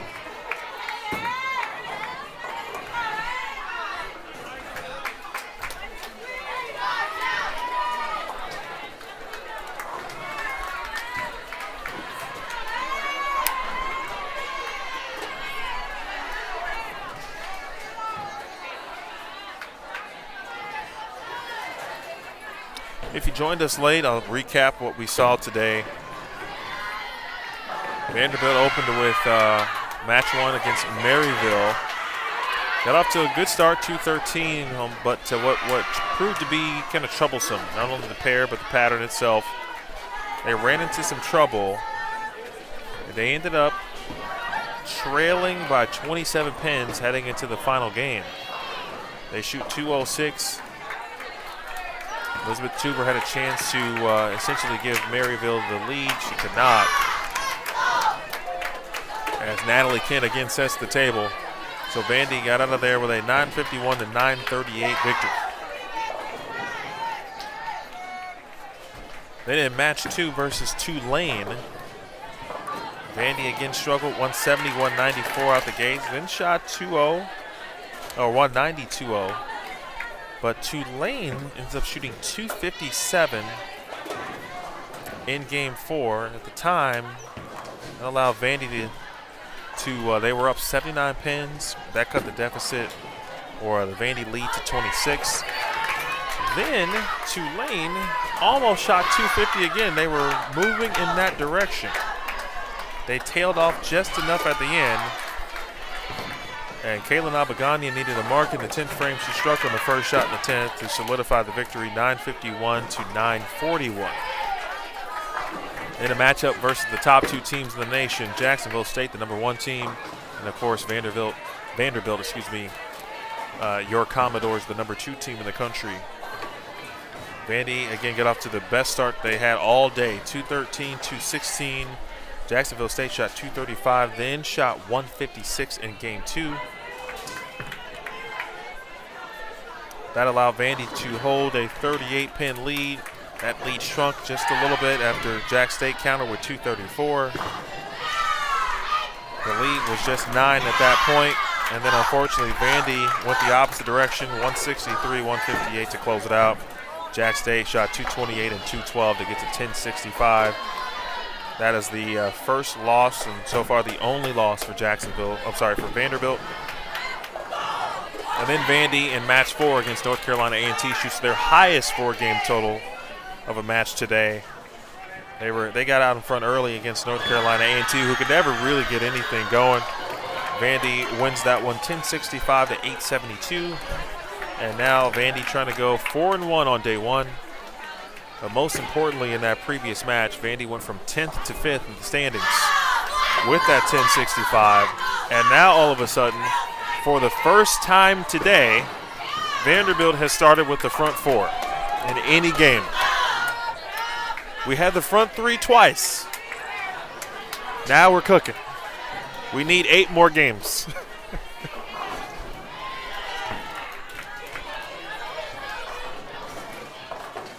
Now, the question is, if Kaylin strikes, is the cheer for Brittany or me? We won't know. We will not find out. We'll have one more game to try to figure that out.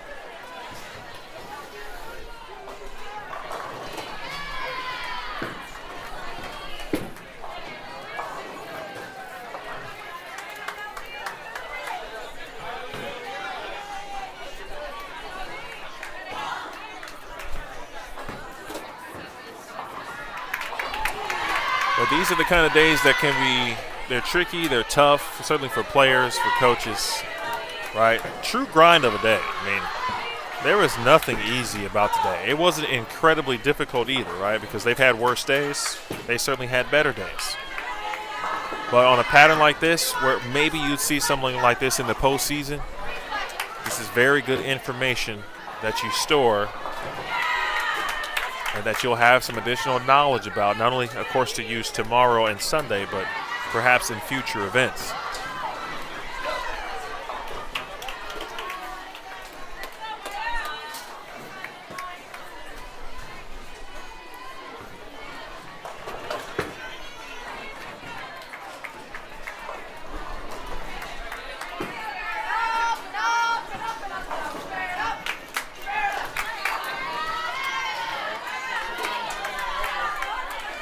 But just like every opponent today for Vanderbilt, every time they start strong, their opponent starts strong. It has not failed yet today.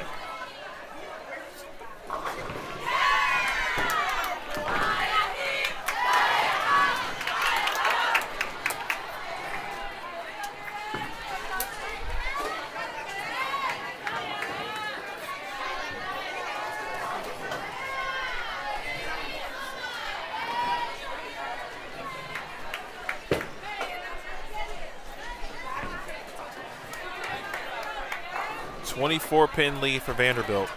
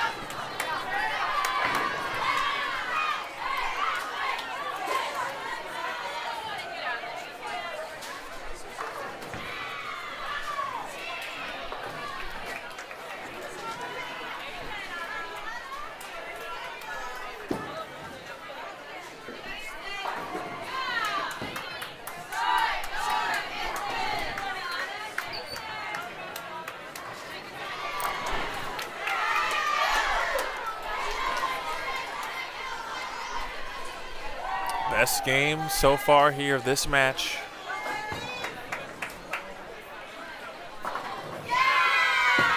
Still 2:56 remains on the scorecard. Prior to that shot, 2:37 was the max for UIndy. Oh, no, thank you, Donald. Thank you for your support.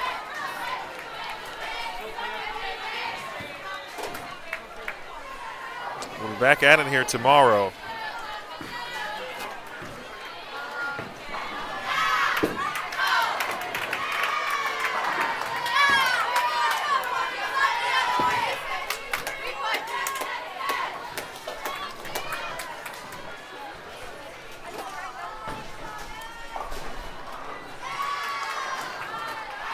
UIndy with 217 max. Boy, 250 will be great here.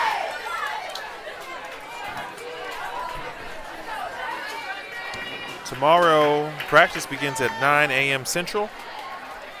Starting pair practice begins at 9:15. There it is. And we'll bowl for score at 9:25 a.m. Central Time tomorrow. We'll be here tomorrow at 9:25 a.m. Central Time.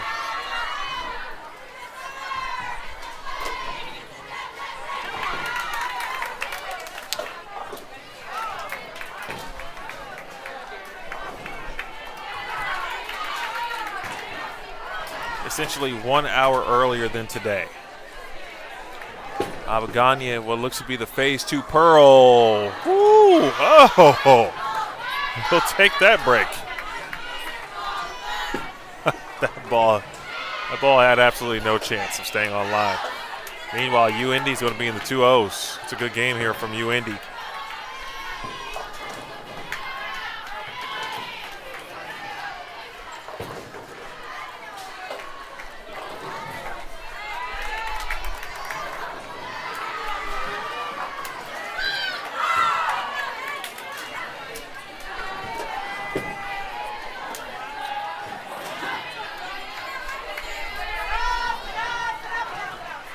Abaganya will try to get the right side of the head pin and 10 pin. I felt like she has left a large amount of 10 pins today. She's left the 2-8 a few times. It feels like when she throws one that is really good, she'll try to bounce back, throw that double, and then we've seen a couple of 10 pins, a 2-8 every now and then.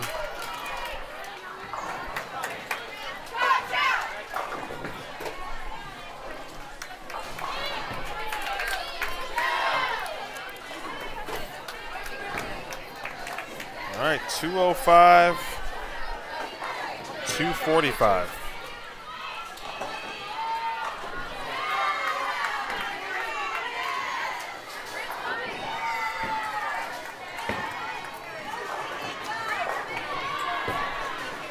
$805 for Vandy.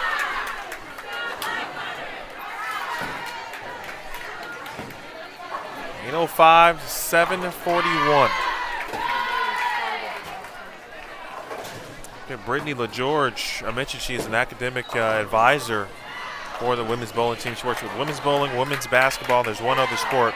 But Brittany also is a former Vanderbilt bowling Commodore.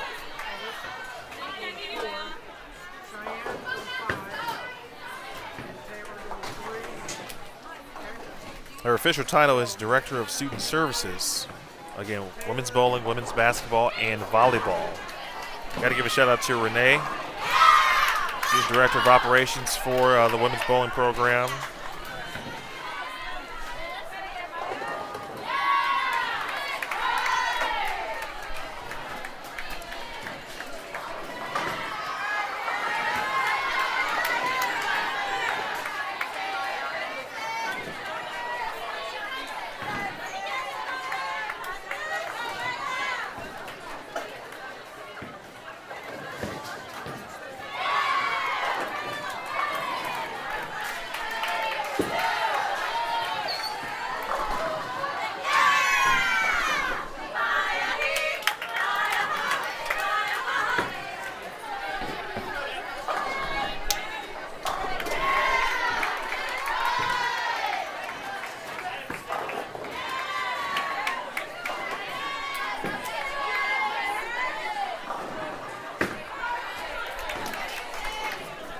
Got the strike from Kent.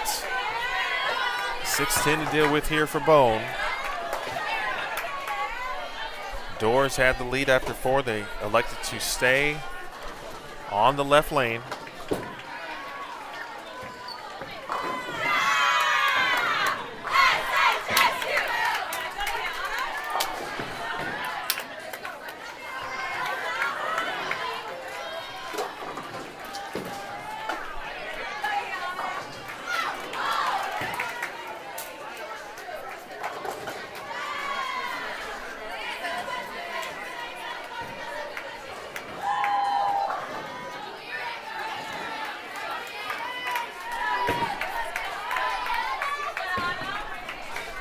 Again, 8:05 to 7:41.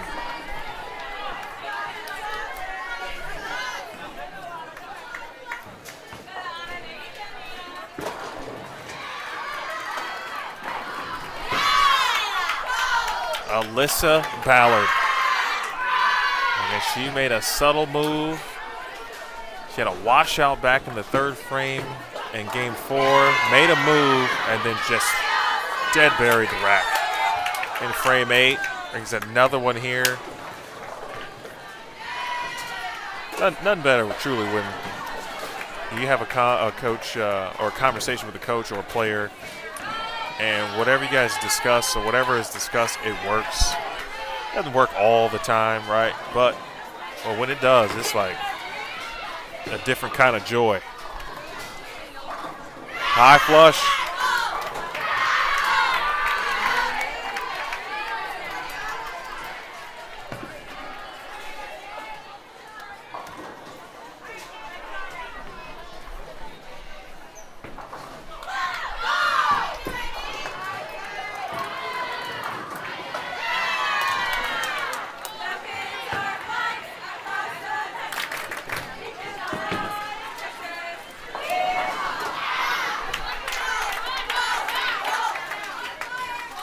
That was a quiet 3 in a row from Caitlin Abagania.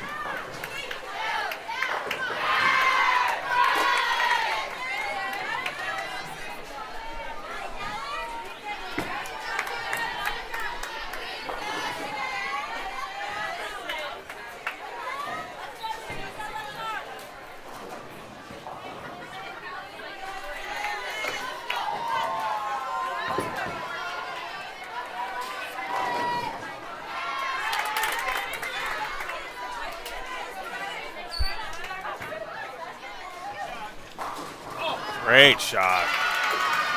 Oh, 6 right around the 10. And Vandy, you just want to end on with good shots.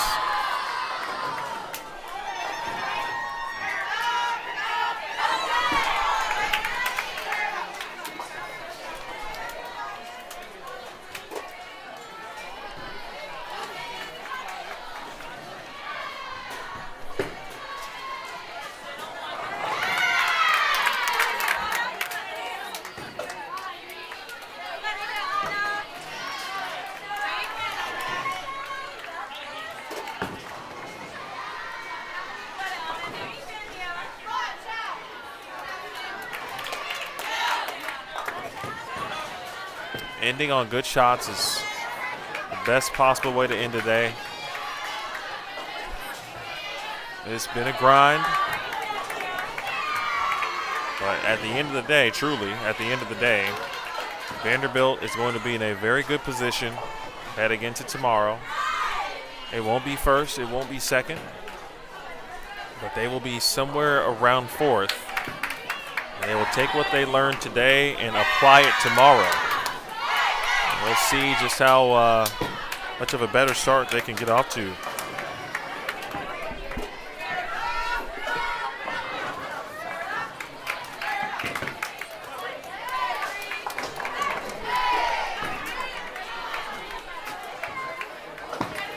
Tomorrow, Vandy is going to face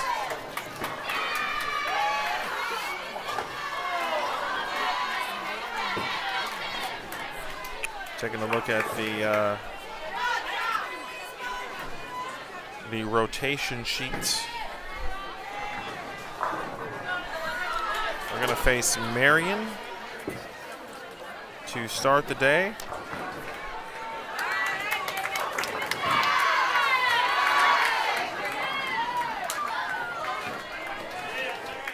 Then they will face McKendree.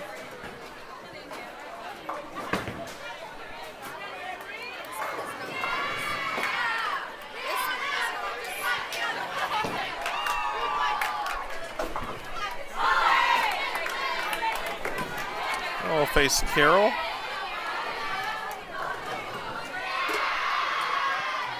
Tomorrow, match 4 or match 9 overall. They will get to face Sam Houston State, and the way Sam Houston is bowled, it feels like Vandy would be bowling them for with what could be making sure Vandy remains in the top 4, or they could be battling Sam Houston State for second, third, or maybe the 4th and final spot in the bracket for Sunday. And they will close with Wright State tomorrow. So those are the matches for Vanderbilt. Marion of Wisconsin, McKendree, Carroll, Sam Houston, and Wright State.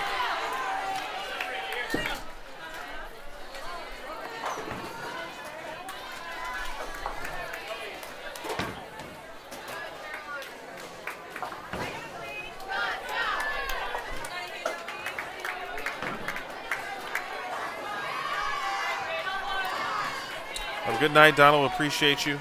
Again, 9:25 a.m. Central. That's 10:25 a.m. Eastern. Of course, for all my West Coasters, because we do have several parents watching, it'll be 8:25 a.m. Mountain and 7:25 a.m. Pacific time.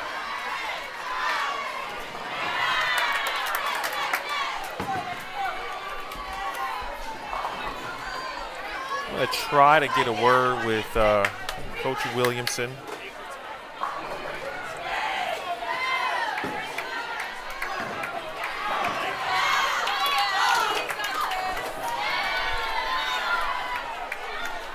.215. The Doors do save their best for last, their last 2 matches. They go 80 over in the last 2 matches to essentially save the day.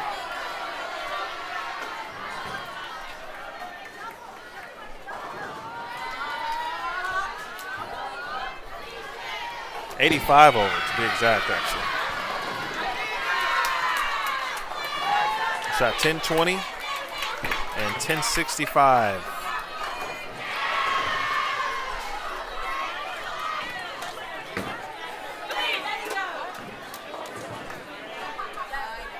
Shout out to Skylar, our trainer.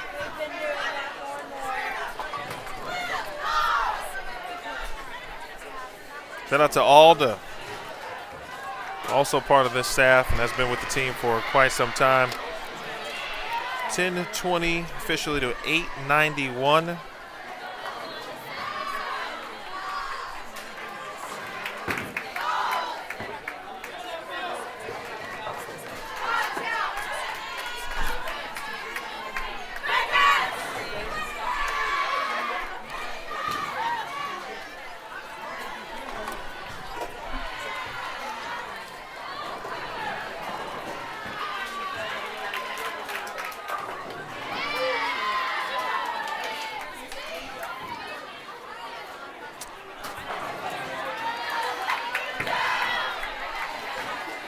All right, so Vandy gets to finish this 4-1 on the day.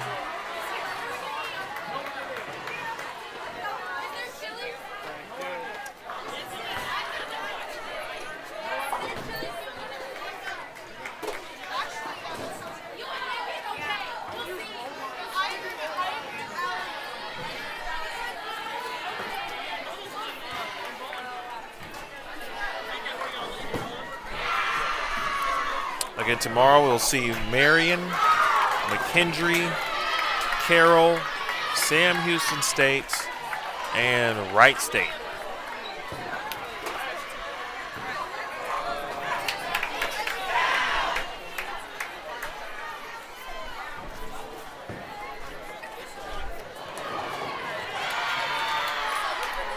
All right, I'm going to try to make a little eye contact, see if Coach has a moment. Actually, I don't even know where he's going to sit.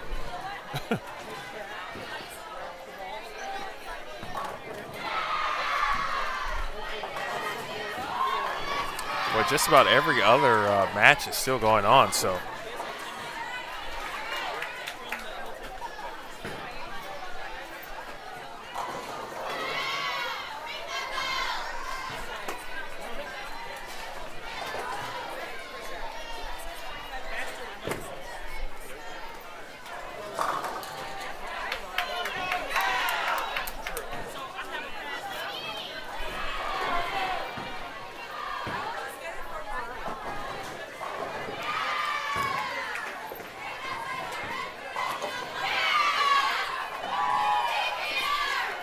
Coach right now talking to a couple of players.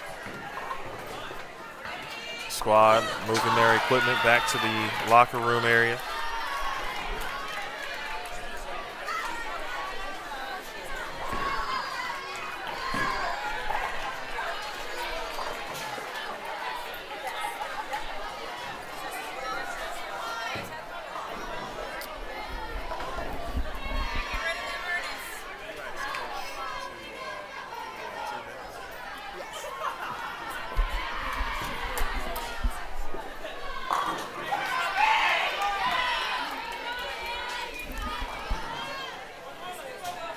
I am going to, again, try to chat with Coach for 2 minutes. Hopefully he'll be able to hear me.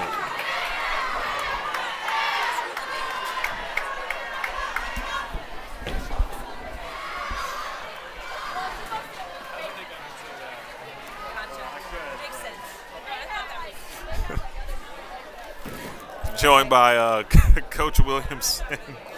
And Coach, obviously, slow start, but you pick up some clutch wins early. Kind of an up and down day throughout. The pattern certainly looked tricky. Ultimately, on the fresh, what did it come down to? What was different? What were you expecting versus what actually happened in that sense? Yeah, I felt like we would make some better shots in the to start today. And I think that, I don't think we played very well to begin, and I feel like we got sort of behind. And then we got behind the transition. And then, a few bad shots became more bad shots, and then we were behind we didn't make a lot of spares, then we really wanted to strike. And so I felt like the first 2 rounds we were really, really pressing. I thought we played really well in the Jacksonville match for the first 3 games. And then we just didn't close it. And so that was pretty disappointing, game 4 and 5. But on a positive note for us, I felt like we bounced back and played very well against NCAT. And then, finished with UIndy pretty well as well. I think that we have a better idea of what to do tomorrow. And, we'll make adjustments quicker, we'll make them better, and we'll have better shots. And so I'm expecting for a better day tomorrow.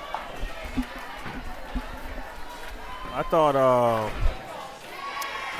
Avery making a 4-9 was huge, obviously, in the match, but I thought that was kind of the energy that the team needed at that time. I thought Natalie Kim was just kind of great throughout, setting the table. With some other performances, players that you liked, I thought, the ones that we certainly mentioned, those two individuals seem to kind of keep the team going throughout. Right. Yeah. I mean, they were pretty consistent all day. I thought, I liked Sydney when she came in. I liked Alyssa when she came in. I liked Haley for a minute, and then I don't think we had the right equipment set up for her. So I think we'll do some things for her balls tomorrow. But on a day like today, it takes a village to keep us sort of in striking distance. And I felt like, for the most part, when people came in, they were able to execute. But yeah, it was good to see Natalie. She's had some good-looking starts, and then she sort of struggled a little bit. But it was good to see her. She looked good in practice. She kind of struggled a little bit at her first couple shots, and then it was good to see her settle down and really sort of lead us, set the table to your point for the rest of the day. All right, Coach. See you tomorrow. All right, that was John Williamson, ladies and gentlemen. With that said, we will see this squad, and we will see you in the morning. Again, it's 10:25. I'm sorry. No, that's actually right. 10:25 a.m. Eastern Time. 9:25 a.m. Central Time. 8:25 a.m. Mountain, and 7:25 a.m.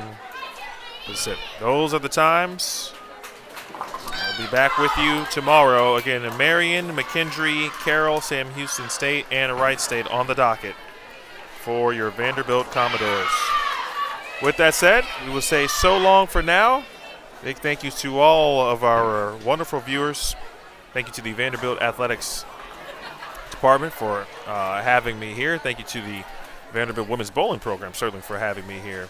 Thanks to the parents, certainly the players, certainly the coaching staff, Coach Barnes, Coach Izzy, and certainly head coach John Williamson. As mentioned, want to thank the staff. Renee, Brittany is here this week. Skylar, Alda, Darren, Pilar, our photographer this week. And big thanks to the staff here at Strike and Spare 2 in Lockport, Illinois. Vanderbilt finishes the day 4-1. They should be right around fourth place. They pick up some pins late to get themselves in a good position heading into traditional format play tomorrow. With that said, we will see you tomorrow, folks. Have a great night. Guys, be safe, be well. Enjoy your evening. This has been a presentation of Day 1 of the 2026 Lewis Flyer Classic. You watched it live right here on the Vanderbilt Athletics YouTube channel and the Vanderbilt Women's Bowling Facebook page. We'll see you tomorrow.